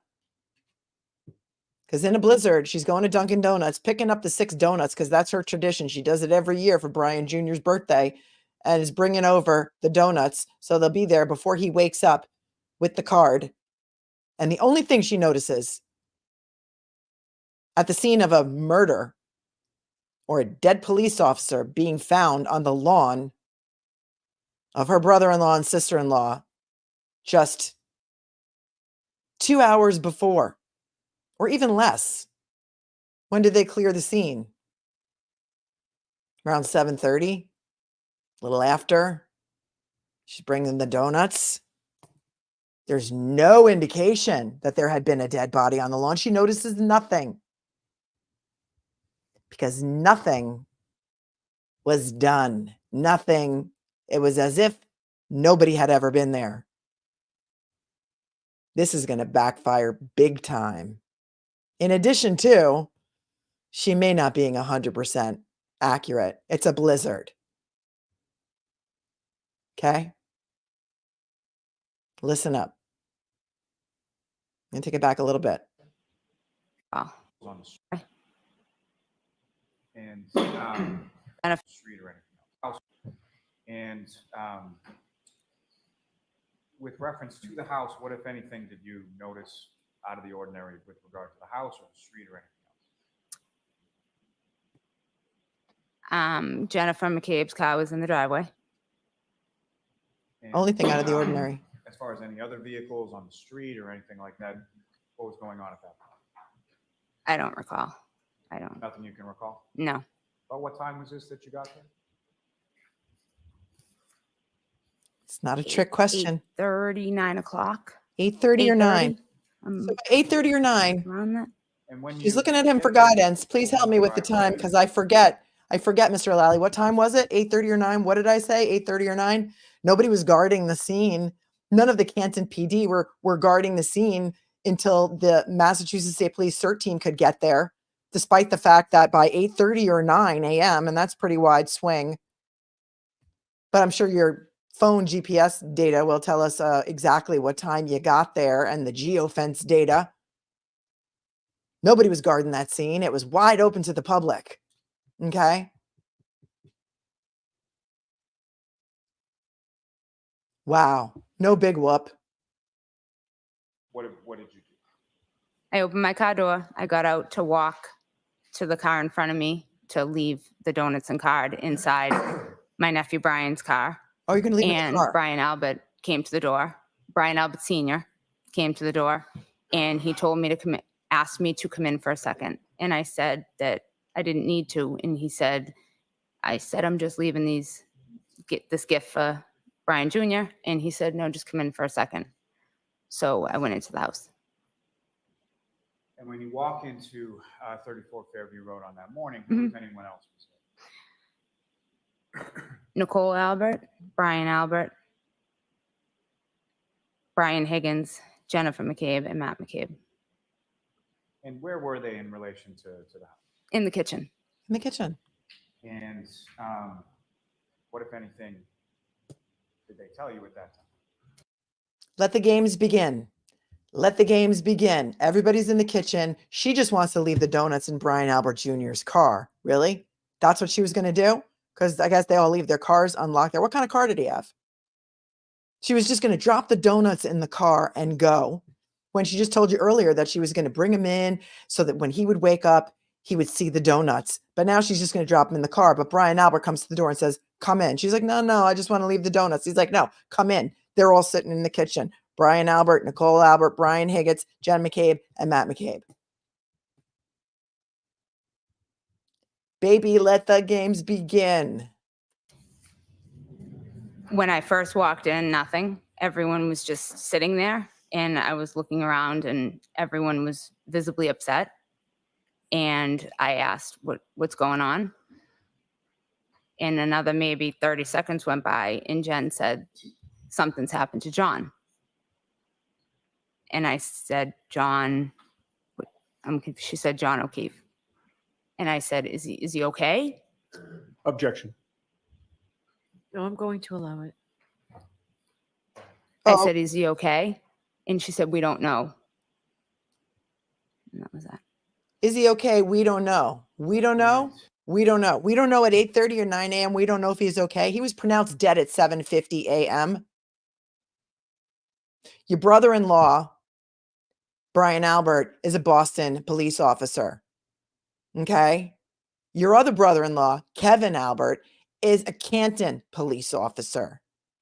You're telling me that when you walked in there between 8:30 and 9 a.m., because now you really can't pin it down any tighter than that Jen McCabe said to you, something happens to John. Something happened to John. She's like, John who? They're like, John O'Keefe.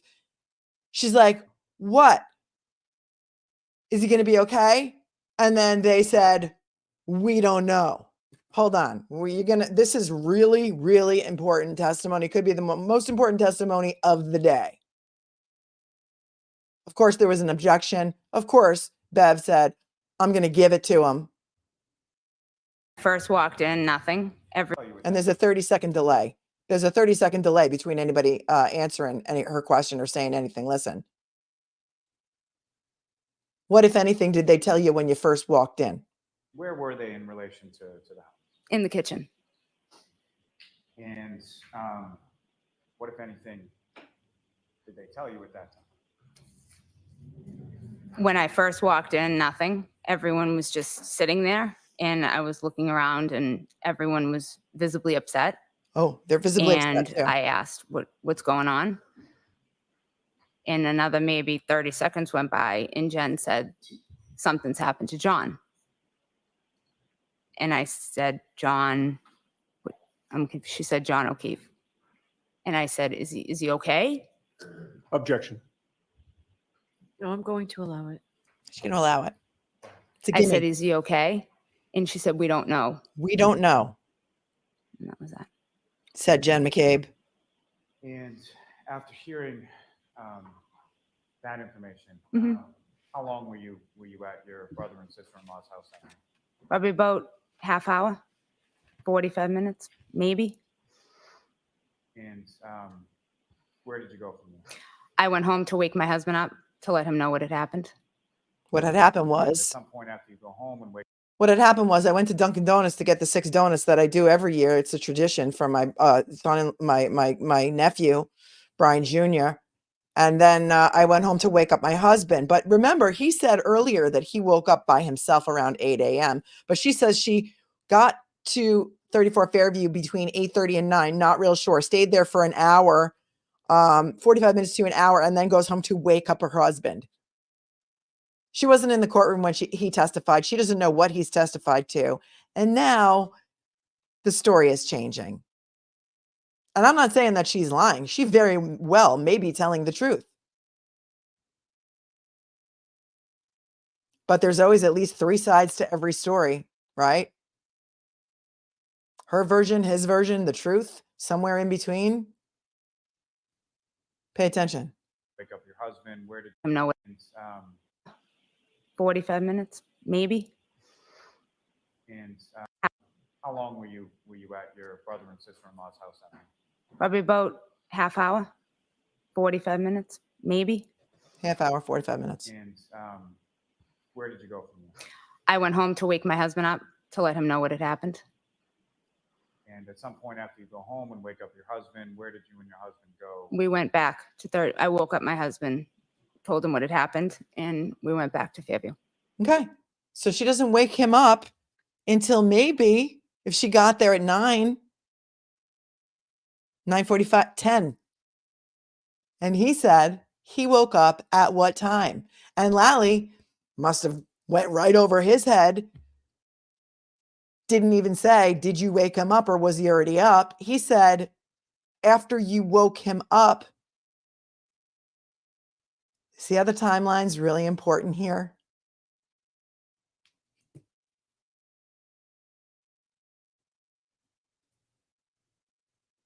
$45 minutes, maybe. And where did you go from there? I went home to wake my husband up to let him know what had happened. And at some point after you go home and wake up your husband, where did you and your husband go? We went back to I woke up my husband, told him what had happened, and we went back to Fairview. She woke him up. She says it. So the second time that you had gone back to Fairview, Mhm. about how long a period of time were you there that time? I would say probably half hour, not long. And then after that half hour or so, where'd you go after that? Back home to my house. Now, during either of those occasions when you were at 34 Fairview Road on the morning of the 29th, you had occasion to talk and observe Brian Albert Sr., correct? Yes.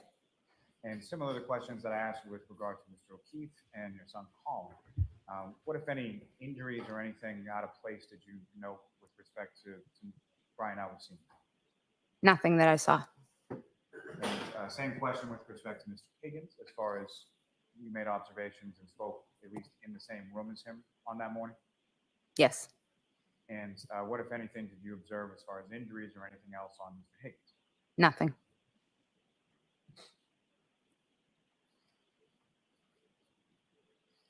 When you woke up your husband that next morning, your other 2 sons, being Colin and Dylan, they were at home still? Yes, they were at home still asleep. And with regard to when you went to Fairview, came back with your husband, went back to Fairview, and then came back again, were they still asleep? I don't remember. You recall? Doesn't remember if they were still asleep. This is interesting. N17 says many local businesses did not open that morning because of the weather.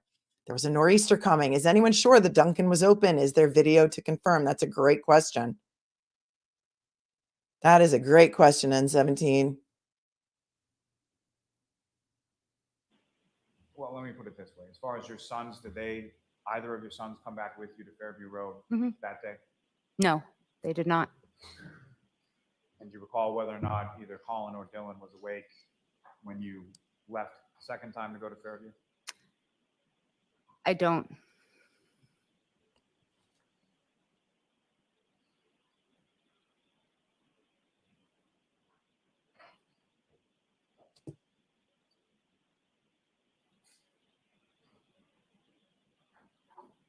At some point, a few days after this, did you have occasion to meet with a couple troopers from the state police?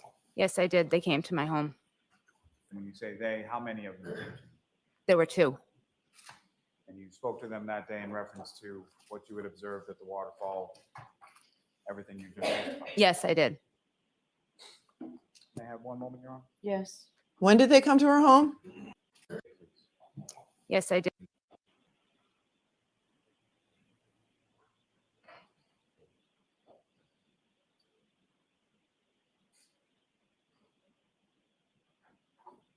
At some point, a few days after this, did Few you have days after. occasion to meet with a couple troopers from the state police? Yes, I did. They came to my home. And when you say they, how many of them came? There were 2. I think it was You spoke to February them 8th. That day in reference to what you had observed at the waterfall, everything you just testified. Yes, I did.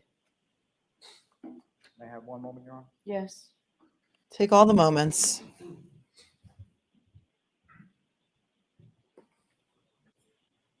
Fairview Road that. When you, just one last question.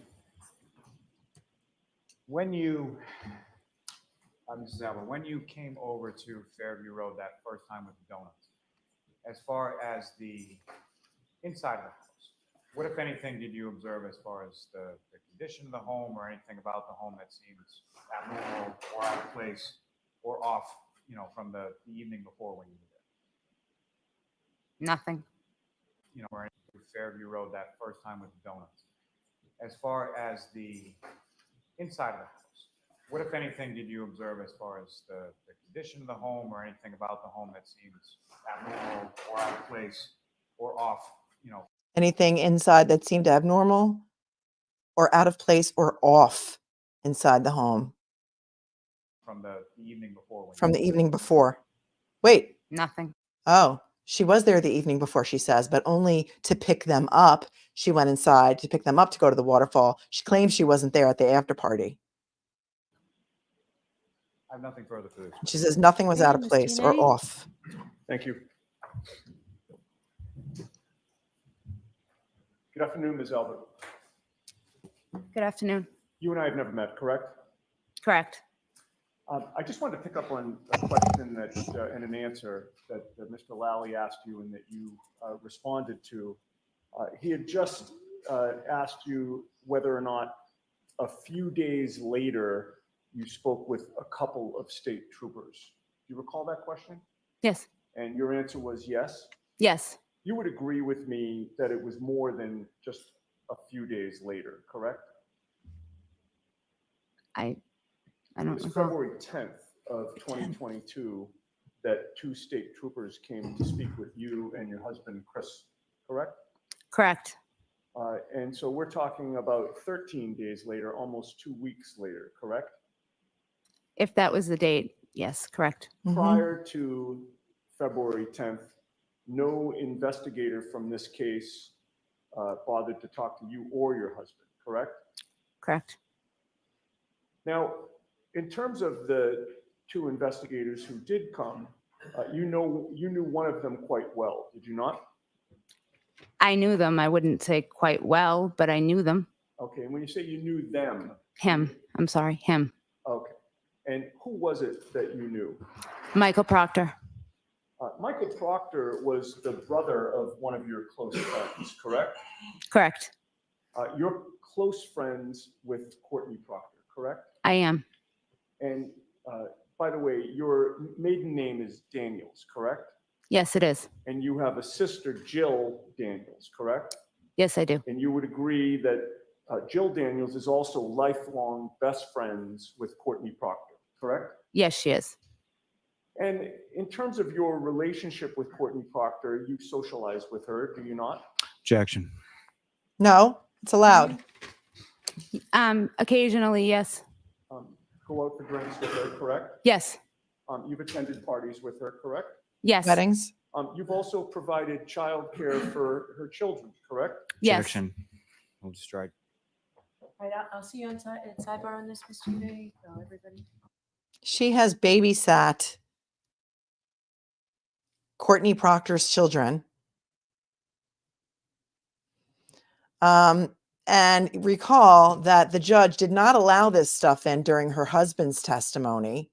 about Courtney Proctor's wedding and their son being the ring bearer. So she should be allowing it in during this witness's testimony, but we'll see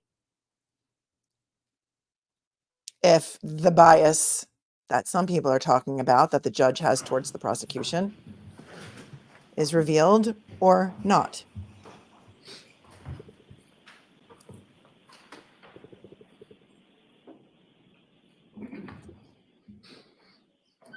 So, Ms. Albert, you provided childcare for Courtney Proctor's children? Objection. You just had a Need a sidebar. time frame, Mr. Unanue. Have you ever provided childcare for Courtney Proctor's children? Objection. So you need a time frame. No, you don't. No, you don't. Before January of 2022. Good. Did you provide childcare for Courtney Proctor's children? Yes. When? Once, more than once, 5 times, more than 5 times. 2019. 2019. Just that 1 year? Yeah, it was pre-COVID. And then when COVID happened and everything shut down, I wasn't helping her any longer. Okay. And then occasionally after, I would help just on an as needed basis Okay. after COVID. And during that year of 2019, how often did you watch her children? 2 days a week. And she had a boy and a girl? Correct. What were their names? Jack and Caroline. And Jack and Caroline were Trooper Proctor's niece and nephew, correct? Yes. The Proctor family entrusted you with the care of their children, correct? Objection. It's sustained as asked. You know that Michael Proctor is a state trooper, correct? Yes. You knew that he also was from Canton? Yes. You knew his wife, Elizabeth Proctor? Yes. And you were also aware that Courtney Proctor had recommended you to also watch Michael Proctor and Elizabeth Proctor's children, correct? Objection. Move to strike. That objection sustained. Wait a minute. We're going to But you go rewind back that. a long way with. And you were also aware that Courtney Proctor had recommended you to also watch Michael Proctor and Elizabeth Proctor's children, correct? Objection. Move to strike. That objection sustained. It's all out there. But you go back a long way with Courtney Proctor, correct? Correct. In fact, you were certainly at her wedding, correct? Objection. Sustained. Why? Your son was a ring bearer at that wedding. Objection. All right, so we'll sustain that through this witness. To this witness? Oh, because we're going to wait for You Courtney? spent time at Michael Proctor. We need to wait for Courtney to take the stand because she wasn't at her sister's wedding. She doesn't remember that Colin Albert was the ring bearer at Courtney's wedding. The fact that it was so long ago only goes to the fact that that's how long this relationship has been going on. That's how entrenched these people are. And the jury deserves to know that. There is a woman on trial for murder. Second-degree murder, which could get her life in prison. And the jury is entitled to know how twisted the roots of the family tree are in Canton. Okay? What if Courtney's sick that day and doesn't come into court? These pictures are out there, they're on social media, and they're public. So the jury should be allowed to hear about it. We're going to put it off now to Courtney? Okay. Proctor's childhood home, have you not? Yes. You've been to the pool at the Proctor's house, correct? Yes. Good. Pull some pictures out about that. Okay. I hear somebody whispering. Can I have the pool photo? We should not be able to hear the attorneys whispering to their May we approach? co-counsel at the table when we can't even hear the attorneys in a microphone when they're speaking, but we can hear them whispering at the table, and you could zoom in on them when they're having conversations with their client so that the people at home can lip read what they're saying to each other. That's privileged. The pool camera needs to get it together.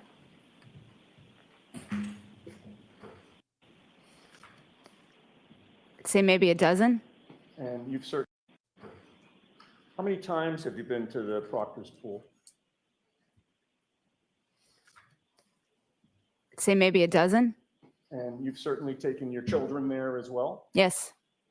Colin has been to the Proctor's pool. Yes. And you've seen Michael Proctor's mother and father at that pool, correct? Yes. You've seen Courtney Proctor and her husband at that pool, correct? Yes. You are very close with Courtney Proctor, correct? I don't, You how waiting would for you an define objection? very?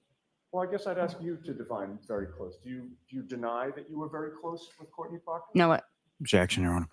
No, go ahead. Next question. You got your answer. I No, didn't hear the answer. Go ahead, repeat that. Do you deny that you were very close with Courtney Proctor? No. Okay. You talk regularly, correct? Yes. You text each other, correct? Yes. You also talk by phone. Very rarely. Is it fair to, did you say very rarely you talk to Phone, Courtney usually, Proctor by phone? usually it's text. But do you stand by that testimony that you talk to Courtney Proctor very rarely by phone? Do we have a time frame? Do you Oh, mean now gonna, or do you mean then? Let me ask you this. Between February 1st of 2022 and September 6th of 2022, did you only speak rarely with Courtney Proctor? I don't recall. we have the receipts. Were you using Courtney Proctor as an intermediary to communicate with Michael Proctor about this case? Objection. I'll allow it. No, I was not.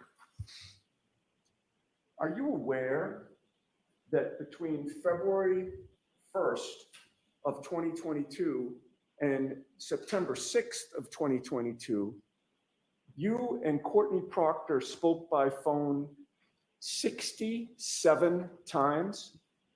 Objection. Were you aware of that? No, I don't know the exact count. Oh, good. Then the records will come Do you in. deny that you spoke 67 times?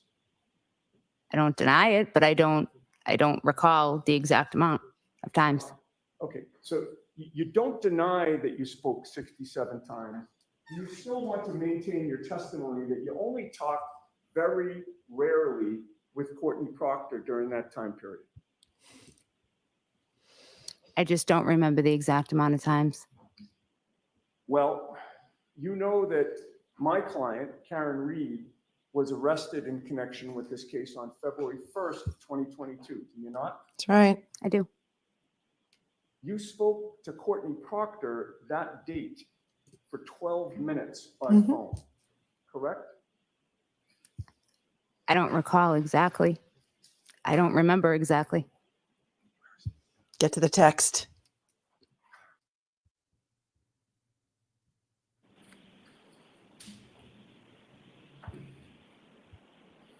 May I approach? Sure. Please. Before I approach, Mhm. your memory is exhausted as to whether you spoke to Courtney Proctor that day, and if so, how long the two of you spoke? Yes. Good. Refresh her recollection with her phone records.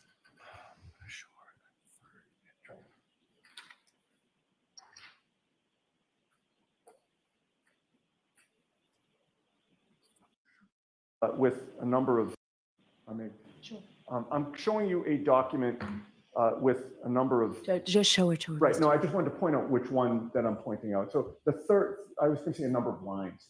The third line down, if you would take a look at that specific date and time and see if that refreshes your memory about whether and how long you spoke to Courtney Proctor on February 1st, 2022. Can you see that or do you need glasses? No, I can see it. Do you need glasses? Really? You have a pair of readers that I need as well if you need to borrow them. Yes, if I could. Of course. Thank you. I And, left mine downstairs. I just got these and it's like. the Mr. middle- Yannetti, just bring them up, Sorry. please. It took me a while to figure them out, but anyway. Thank you. I that's just- appreciate it. Nettie coming in with the borrowed readers. It's the third line down. Third line down. Yes, I see it. I don't recall. This Okay. was a long time ago. Thank you. And you say that having seen this record, it does not refresh your memory that you spoke to Courtney Proctor for. Don't, it does not refresh your memory. That's where you have to. We know it's a 12-minute phone call. Did Courtney Proctor tell you the day of my client's arrest on February 1st that she had been discussing the case with her brother that day? Objection. Sustained. Did you speak to Courtney Proctor that day in any fashion? What day exactly? The day of my client's arrest on February 1st of 2022. That was on the sheet you just gave me? It was. Well, I did, obviously, if it was on that sheet. Oh, now you have to admit it. And when you talked to her, did she tell you that she had discussed the case with her brother? Objection. Sustained. Were you notified that Karen was going to be arrested? Objection. Sustained. What did you discuss? I don't recall. The next day, February 2nd of 2022, was the day that my client was arraigned back in Stoughton District Court. Do you recall that? Yes, I do. You spoke to Courtney Proctor 3 times that day before my client's publicly televised arraignment at 9 a.m. Did you not? Again, I don't remember. Before 9 a.m. After the arraignment, you spoke to her again for 27 minutes, beginning at 10:58 a.m. Did you not? I don't recall. Okay. So your testimony is, well, strike that. My client's arrest was pretty big news in Massachusetts, wasn't it? Objection. Sustained. You were aware that my client had been arrested, correct? Yes, I had seen it on the news. Oh, you saw it on the You news. were aware that she was being arraigned the very next day, were you not? Yes, This case involved your family, did it not? how do you mean it? Well, you knew that John O'Keefe was found dead on your brother-in-law, Brian Albert's lawn, correct? Correct. So necessarily, your family was involved in this case, correct? Somewhat, yes. And you knew that ultimately you'd probably be talked to by investigators from this case, correct? I assume so, yes. Right. Didn't happen for 13 days, but ultimately they did come, correct? Yes, So this case had to have been pretty big news within the Albert family, was it not? well, yes, yes, You were discussing it with your husband, correct? yes, You were discussing it with your other relatives, correct? yes. You were discussing it with your friends, correct? I don't know about my friends, but Oh, So is it your testimony that with all of this going on, you confined your discussions about this case just to your specific family members? not necessarily. No, I mean, clearly, you would have talked to Courtney Proctor about this, correct? Objection. Sustained. So folks, why don't we end here, right? we're going to end here, right? When they're going to get into her talking to Courtney Proctor about it. Jurors, the Good. 3 cautions, please do not discuss this case Great. with anyone. Don't do any. Because independent now or investigation. Yannetti has the overnight to prep for the rest of this. Jurors is closing your notebooks and leaving. Okay, is that it? Is that where they end? Karen looks like she thinks the day went well today. What say you, my friends? Let's see. Maybe the judge is going to come back and say something.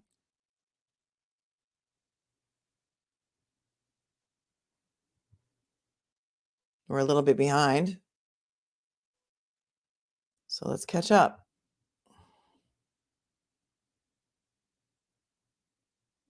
Looks like the attorneys are at a sidebar.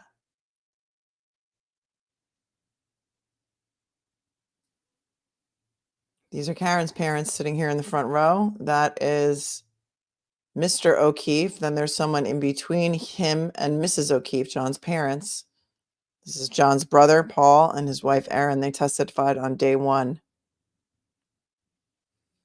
And there's the fan. And that is it, my friends. That is it. Talk to me. Talk to me. What do you think? The crazy.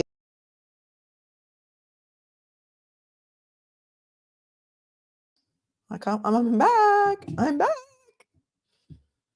What do you think the craziest part of the day was, my friends? Chris Albert and Julie Albert testified today, and it got heated.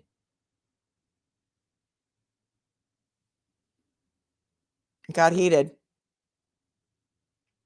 When is the judge going to talk about Katie? I would like to know. I would like to know that as well. This should have been the greatest HBO series of all time, not Karen Reed's True Life Nightmare, says Katie K. Thank you, Katie K. Well, first of all, Chris Albert testified today. He and his wife have almost completely different stories, but not quite completely different stories. If you know, you know. Thank you so much to Tiff, who bought me 5 coffees, and for loving my commentary. I appreciate you. And Stacy, thank you so much. Dunkin' closes 24 stores. Oh, that's interesting. Okay, we're going to go back to that and see if we can show it. Dunkin's open in a blizzard, Stacy says.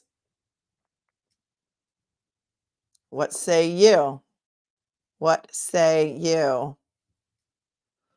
Let's go in here and see if there's any more questions. Stacy says, Colin, bang, bang. Colin, bang, bang. And for Marcia for buying me a coffee, thank you very much. One of my mods wrote me an email to tell me that my Instagram is down. It's not down. I took it down. I deactivated it because apparently some people in the cesspool of Twitter thought it'd be real cool to find out who my kids are and then publish my kids' Instagram photos and their whereabouts in the cesspool of Twitter. So once I'm able to sanitize my Instagram so that it has nothing to do with my children, because silly me for thinking there was such filth in the world that would think that that was important, for mistaking me for some other troll on Twitter and thinking that I am releasing documents regarding some woman that I don't know and have never heard of, and think that it's cute for coming after my kids and doxing their names and locations and my address and pictures of things that are personal to me. So yeah, my Instagram is deactivated. So is my Facebook. And until I can sanitize those things so that nobody can figure out who my kids are, it's going to stay that way. So yeah, that's horrifying. So if you are on the Twitter, there is a woman called Waiting on Angels that has been terrorizing me and my family because that person thinks that I am some other person on Twitter named Haley Walbrecht, which I am not. Okay, Waiting on Angels. So your cute little Melanie, little bad actress Twitter thing that you started is disgusting. You're disgusting. It's disgusting. And it's not over for you. So keep doing what you're doing, because the more you do it, the more you're getting yourself in trouble. Yeah, go over there. Please report that account. Please report that account. It's on YouTube also. She just takes my content and snips it and says, nasty things about me and thinks that it's funny. So here's the people that we're dealing with that are on the side of the McAlberts. That's who you're dealing with. So Waiting on Angels, that's who it is. And she's got a new sock puppet account parody called Melanie Little Bad Actress. And she took my picture and thinks it's cute. So yeah, that's what these people do. That's what they're capable of. And this is what we're dealing with in this trial. This is solely because I've been reporting on this trial. And that's the only reason why. Okay. So yeah, mommy's mad. All right. So Chris Albert was first up this morning. He's the brother of Brian Albert. We found out that they have 7 kids in the Albert family. They have lived in that 34 Fairview home for mostly his entire life. I think he said over 30 years. He tells us that Julie had a migraine, and so she went home from the waterfall. He also told us he was in a weight loss competition with Brian Albert and Brian Higgins for charity, and that despite his weight loss competition, he hadn't eaten all day and ordered some bar food when he got to the waterfall, including potato skins, and chicken fingers. So that was his idea of being in a weight loss competition. He also told us, is the first one to tell us that Karen, when she came into the waterfall, pulled a drink out of her jacket that he says she brought from CF McCarthy's, and that he assumed she was drinking vodka, but it was a clear liquid with a lime in it. Says that he never went home to 34. He never went to 34 Fairview afterwards. And he had originally testified during direct that he got home around 12:05 to 12:10. And that when he got home, Julie was home and his son Colin was home. And he said he was 18, but it came out later that he was 17 at the time. And then he testified that he woke up between 8 and 8:30 in the morning the next day on his own, and that his wife told him at that time that John O'Keefe died. So then he says that he went to 34 Fairview around 9 or 9:30 a.m. He also said that Colin woke him up when he got home to say goodnight to him. I love you and I'm home, because that's what his kids usually do. But we learned also that at 9:45 p.m. on the 28th of January, which was the day before Officer O'Keefe's murder, Chris Albert texted John O'Keefe, "Get over here," meaning the waterfall, "or I'll F up your lawn." He didn't say F, he used the F word. At 10:45, he says John O'Keefe walked in with Karen Reed. And he also said that he had never exchanged any personal information with John O'Keefe before, despite the fact that they were neighbors on Meadows. He said that they called John O'Keefe Nebbercracker because he was the get off my lawn guy. And when confronted with pictures of him and his wife on the lawn of John O'Keefe straddling his fence that they texted to him when he was in Aruba, it was brought out that, oh, that was just a joke. It was just a joke. We looked at those pictures also. And then during cross, I think I forgot to say also that we found out that they had never exchanged personal information before. And Chris Albert moved shortly before the date of the incident from Meadows. He is a selectman in the town of Canton. And when asked if the selectmen oversee the Canton Police Department, he really didn't know, because he said he was new and he really wasn't sure what his job was.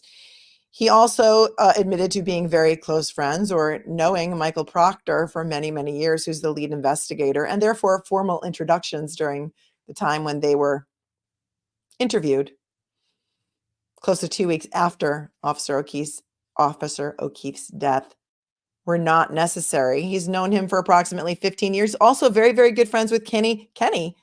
Ken has entered the chat. He's just Kenny Berkowitz, who, was driving by about a week later, 34 Fairview, and found another piece of taillight.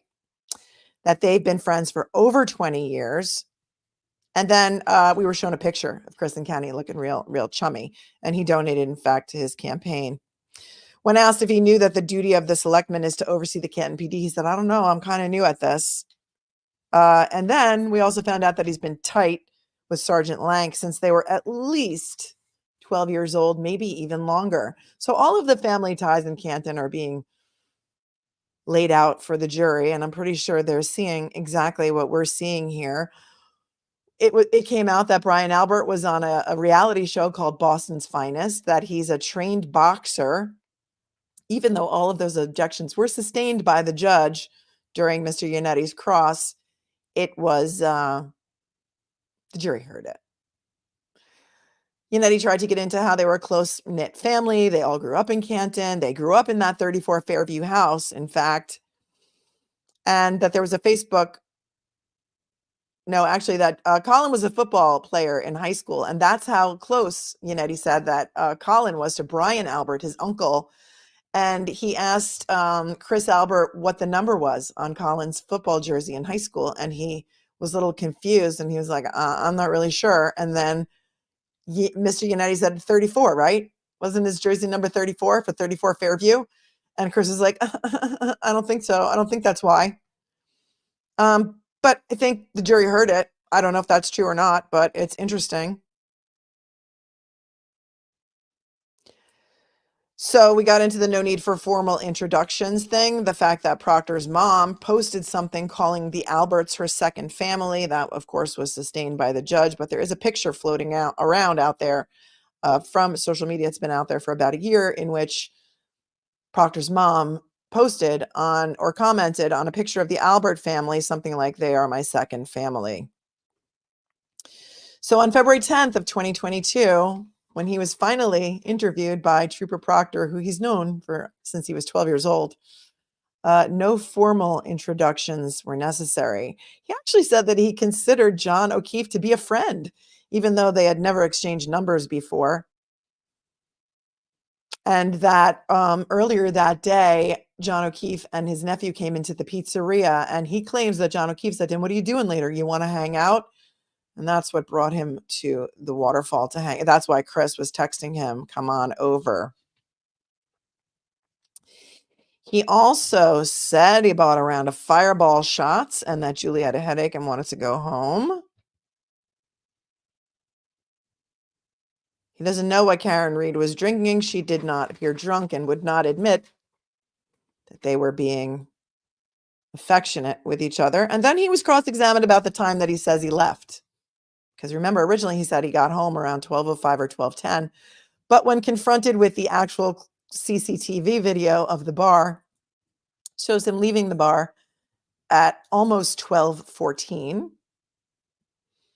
He had testified earlier that he got home around 12:05 or 12:10, but he left the bar at almost 12:14, and they established that it was about a 5-minute walk home, and that he would not have gotten home until at least 12:19 to 12:20. All of this is going to become important when they start looking at Colin Albert's cell phone data and what time he was texting people for a ride. So he claims that he got home, he went to his bedroom, he's stripped, and he went into bed. Colin wasn't home, but he woke him up, opened the door, and said, "I'm home." Then there was some testimony about Nebbercracker and how they call him that get off the lawn guy, and some pictures that were taken in April of 2021, of he and his wife taunting John O'Keefe from his house, because obviously he didn't like people on his lawn. They called him Nebbercracker, the character from Monster House who didn't like people on their lawn.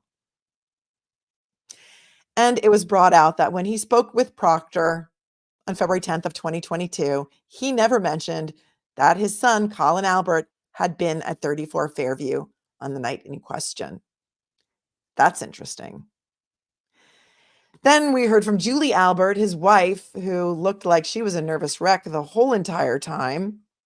It came out that she is very close friends with Proctor's sister, Courtney, has been lifelong friends with her, that in fact, she babysat Courtney Proctor's 2 children at least during the year of 2019. And in fact, it may have been shown that she was also recommended to babysit Michael Proctor's children. A lot of these objections were sustained. But what may be most interesting about her testimony is that she claims that when Colin came in, Chris said he just stuck his head in their bedroom door and said, "I'm home, good night." Julie said he came over and kissed me good night because that's what he did when he came home. She claims Colin came home around 12:10 p.m., which according to the footage at the bar is impossible. I'm sorry, Chris came home at 12:10, which is impossible. And she says Colin got home about 10 to 15 minutes later. That it was common practice for her kids to come into their room, kiss her goodnight, and they talked. And he asked her if she was feeling better from her migraine. And we're wondering how he knew that she had a migraine, because he was not at the Waterfall bar, Colin. She claims that he did not have any injuries and she did not notice any injuries. Nobody asked her if the light was on or not. She says that the next morning she woke up at 8 a.m. and she saw she had a missed call from about 5:55 a.m. from Jen McCabe, but she really didn't think anything of it. And it was her practice that she would go to, or tradition, she said, to go to Dunkin' Donuts on Brian Jr.'s birthday every year and bring him 6 donuts before he woke up. And that's what she did that morning. She woke up at 8 a.m. She went to Dunkin' Donuts. She brought them to 34 Fairview with a card. And when she pulled up, she didn't notice anything out of the ordinary other than Jen McCabe's car was in the driveway. Because, of course, there was no crime scene set up. There were no police vehicles there at the time, fire or ambulance, since everybody was gone and it was a ghost town. She claims there was no voicemail or no text from Jen, and that she just woke up to this missed call.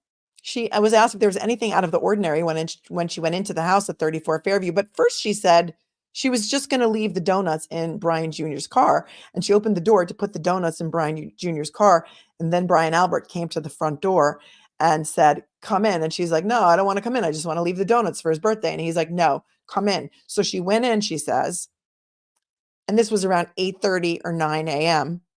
She's not really sure of the time.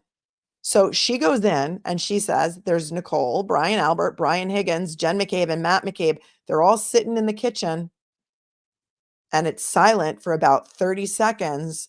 And after 30 seconds, Jen McCabe says, something's happened to John. And Julie says that she said, John who? And Jen said, John O'Keefe. And then nobody said anything. So she says, is he okay?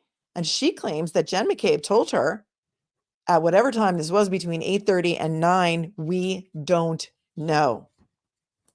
We don't know. We know John O'Keefe was pronounced dead at 7:50 a.m. But she wants us to believe that Jen McCabe told her we don't know if he's going to be okay around 8:30 or 9.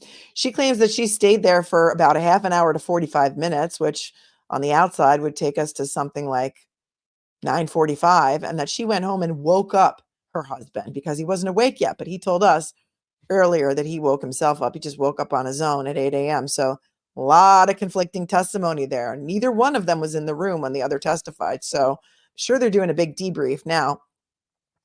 Or they're going to go back and watch themselves somewhere on YouTube or Court TV to see. So she says she went home and woke up Chris, and then they went back to 34 Fairview, where they stayed for a half an hour. Why she just didn't call him on the phone, I have no idea. But she went back home, woke up Chris, then they went back.